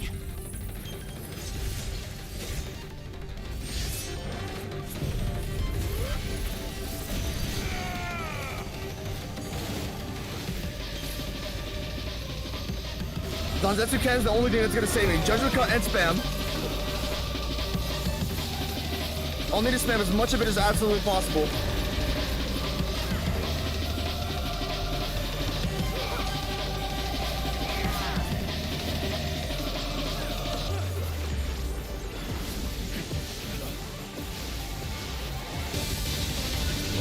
The recovery on that's gonna kill me.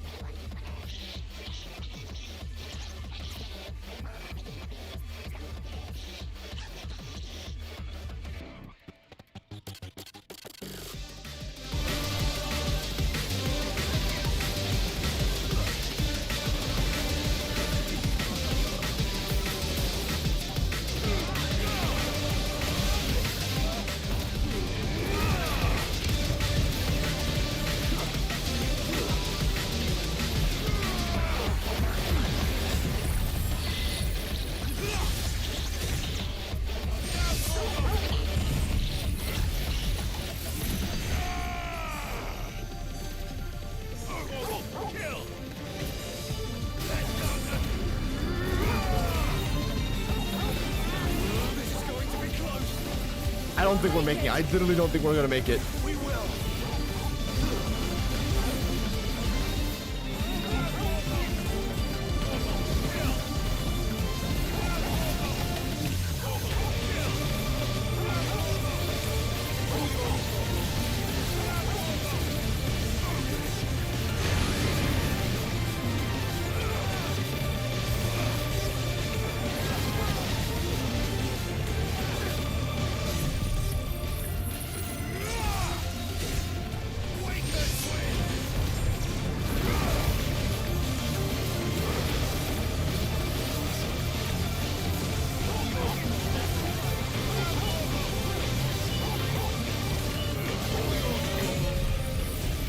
Please, please. The timer should not go down during this. Oh.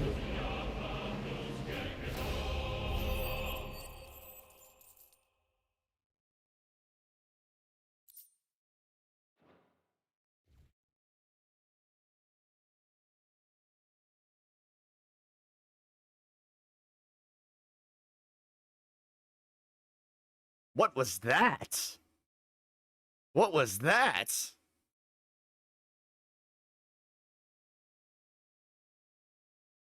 I'm sorry, that shit's on ultimalius. What?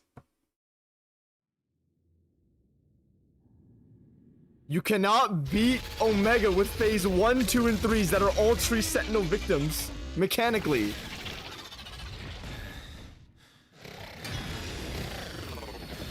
All that for a robot. Omega Control Unit. Offline. Bastard.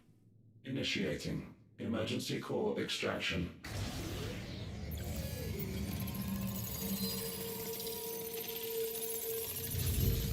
Goodbye, Bahamut. Goodbye, Ultimalius. Goodbye, all of 16. Ultimalius is actually going down, knowing that they could do that. Knowing that they could do that.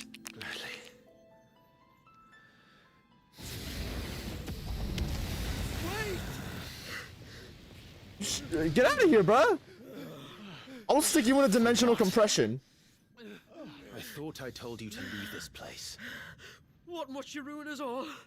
I cannot let you do that. I'm gonna skip this cutscene, bro. You are so ugly. I need more Omega. We need these crystals. That's all we have. No. And just who is this we? The Fallen. Leader of an ancient tribe. One of the first to lose its lands to the Blight. Yeah, and you made an Omega. Countless years we were forced to roam the Twins. A nation without a mother crystal. A people without a blessing. So we made a false one. So we found our own. The dust crystals provide us a means to survive. Yes, but at what cost? Like all crystals, these shards channel ether. And where do you think that ether comes from? It sucked from the land, as a leech sucks blood from a beast. Dude, I'm sweating. Holy shit. And what? You just expect us to believe that? No, but that doesn't make what we've told you any less true. If this heart is anything like the others, it will bleed the twins of their life force, till naught remains, naught but death. The proof is all around. What do you think robbed your people of their home in the first place? Ether. We are trying to stop that from happening again. And this is the only way. Fuck me. You're Sid. You saw what happened after the Empire lost Drake's head.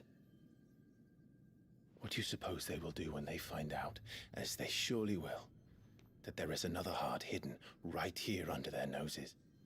Your people's need will count for naught.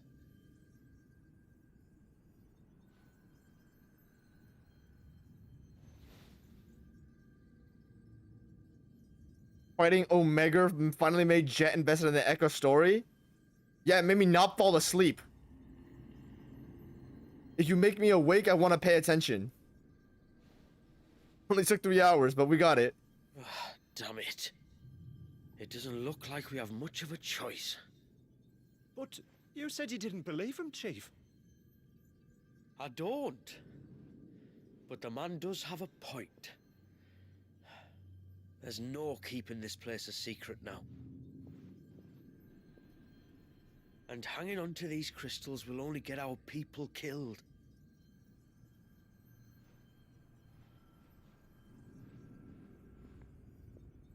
Have it your way then. Just promise me you'll leave my people out of it. Surely will. We're just here for the mother crystal. Stand back.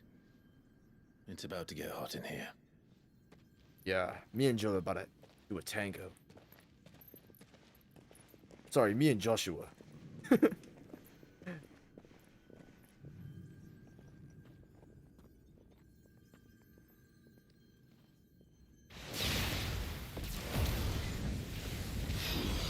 Ifrit. Devil trigger. Surge detected. Warning. System overload.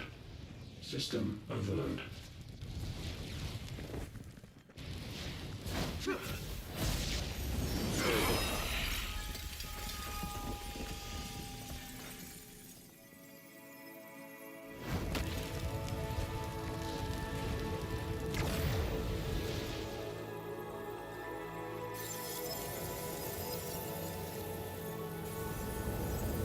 Error. Core not found. System failure imminent. System failure.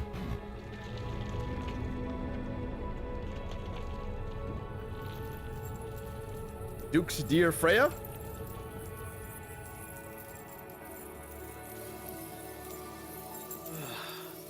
I hope we did the right thing.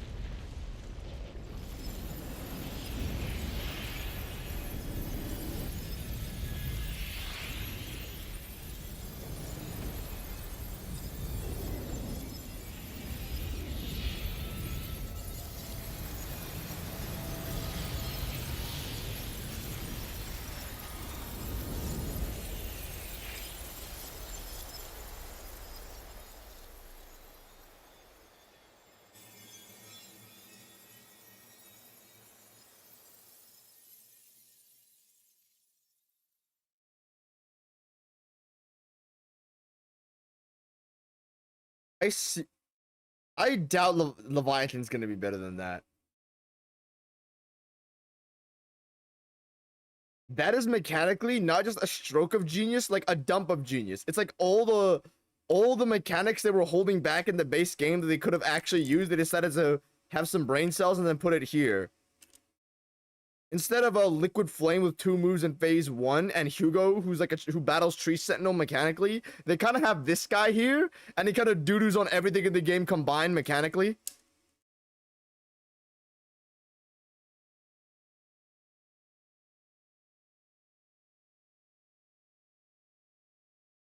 You know, I felt like Ultimalius Phase 4 was the pinnacle of the combat system, and then Omega came in, and it makes me realize how every boss could be so much better. But they're not, so I kind of want to put, like, all of the bosses in the game lower just because this guy exists.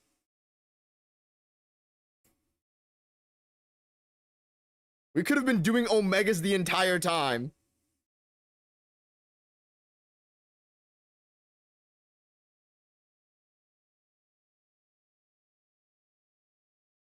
You don't even need that insane spectacle. Like, I know Omega Spectacle is kind of like that.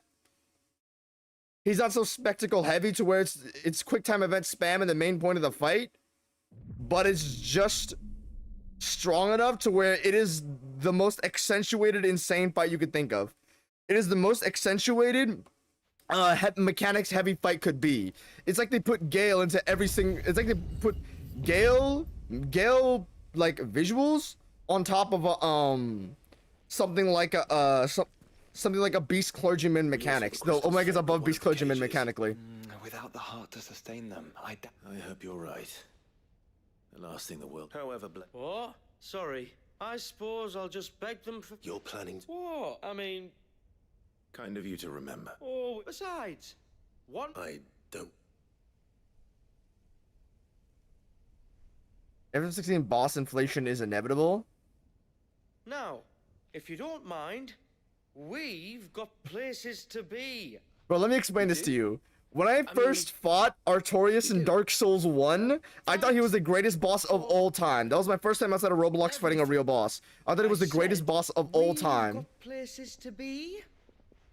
Then, I fought, Gale and Soul of Cinder in Dark Souls 3, and I straight up thought that Artorias got pushed down because a new ceiling had been reached.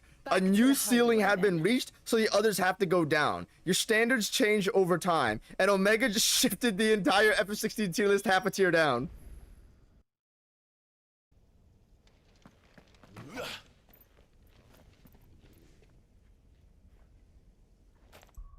Yeah, what the fuck was that?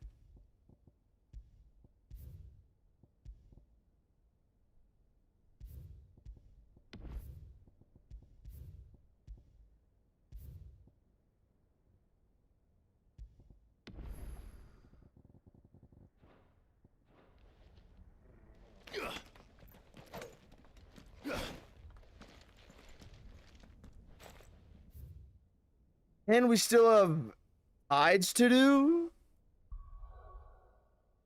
How long is Tides? Speak with Karen in the hideaway? Man, I don't give a fuck about no Karen. No Karen? She's a Karen. Karen's a bum. Goodbye. How long has this been going for? 5 hours? Oh, this has been a long one.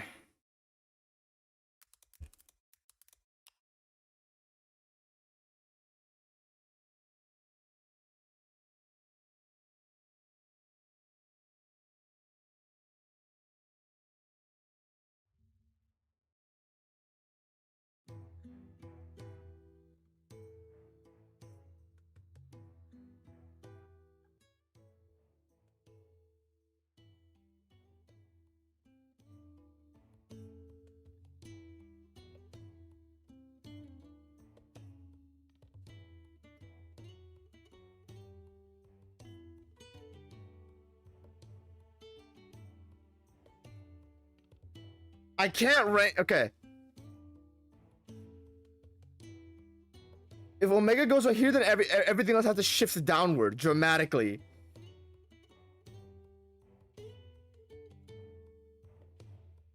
All the guys here have to shift downward.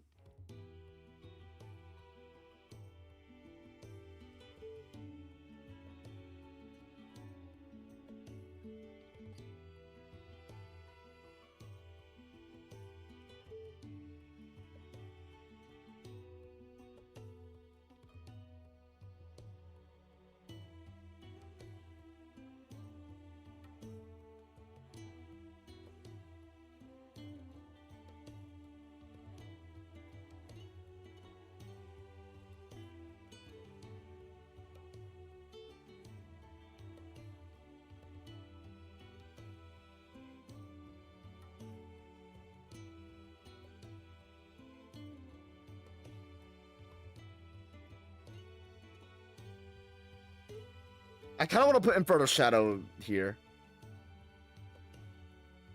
Titan cannot be S. Titan has to be S tier.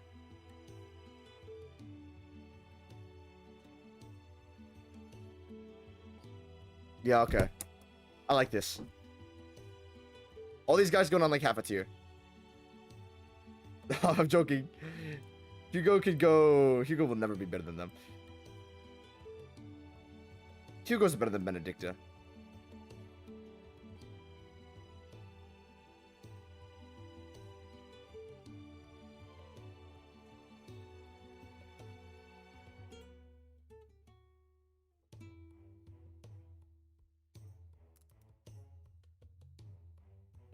Looks good to me.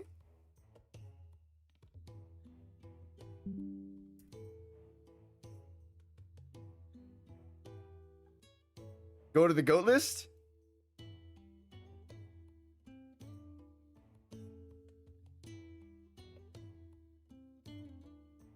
Where's Omega?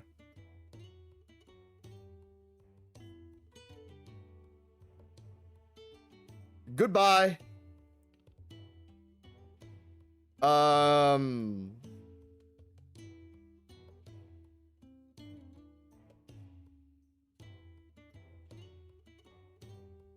Yeah, that's fair. Omega has to be better than ultimalius. He has to be better. Mechanically, he's like 70 miles above him. And I kind of prefer his aesthetic, low key. Omega doesn't have scaling problems. Voltaeus has scaling problems. Voltaeus has insane overlaps, but Omega is better. Omega has to be better than Melania. Omega doesn't have 50 pounds of jank.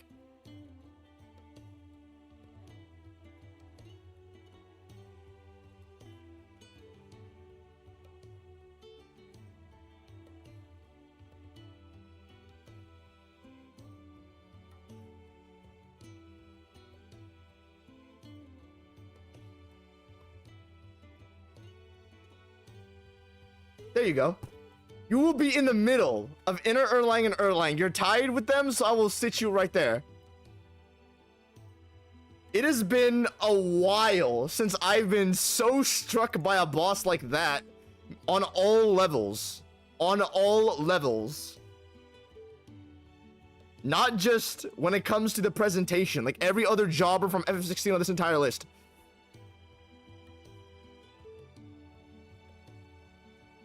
That mechanically is some of the most wild shit I've ever seen in my life. Insane presentation. I got hit with a dimensional compression.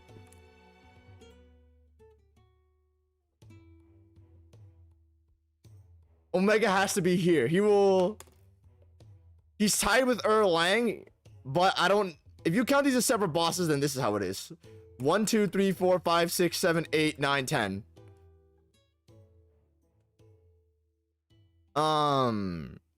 If you count these as one boss, if I had to choose Erlang or Omega, it's Erlang because Erlang is more well made. But I have the equal amount of fun on them. So 1, 2, 3, 4, 5, 6, 7, 8, 9, 10. Okay. Yeah, no, this looks good. This looks good. I think dimensional compression, Omega Protocol, that has to be like that has to be my favorite or my second favorite attack ever made. If you can consider it an attack. What the fuck, man? Wow. I'm absolutely stoked. I've never seen... Everything about Omega is something else.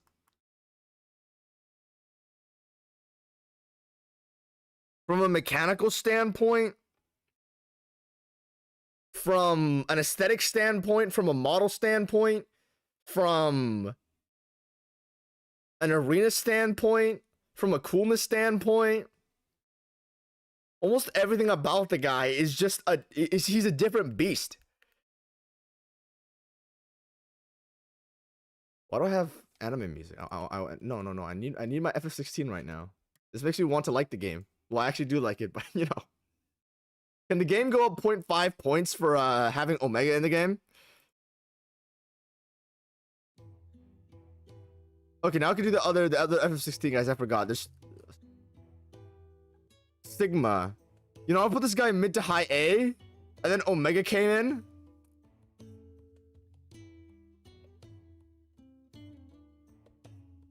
Omnicum. Omni-Man.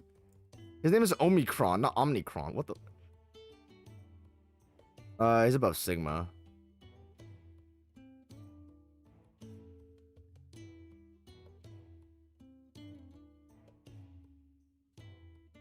Is this above Ultima 1?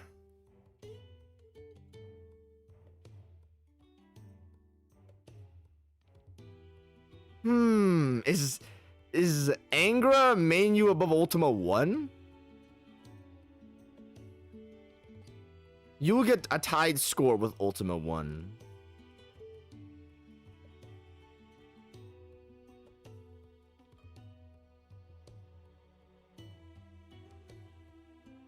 I think I like this. So on Monday, we're gonna do these two. And then next Saturday will be Timekeeper and Leviathan.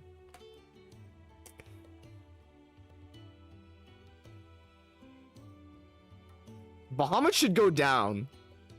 I need to refight him, but he will be here. Oh my gosh, alright. That's it, everybody. Thanks for coming to the stream. Appreciate it. Join a Discord server. Buy a membership if you think Hugo battles Tree Sentinel mechanically. It's not all that. Buy a membership. Buy a membership if you think Omega shits on everybody else. Buy a membership if you think Cascade is the top 20 song of all time. Buy a membership if you think Suparna and Shirada is better than Ultima 1. Just buy a membership. All of you buy a membership, thanks.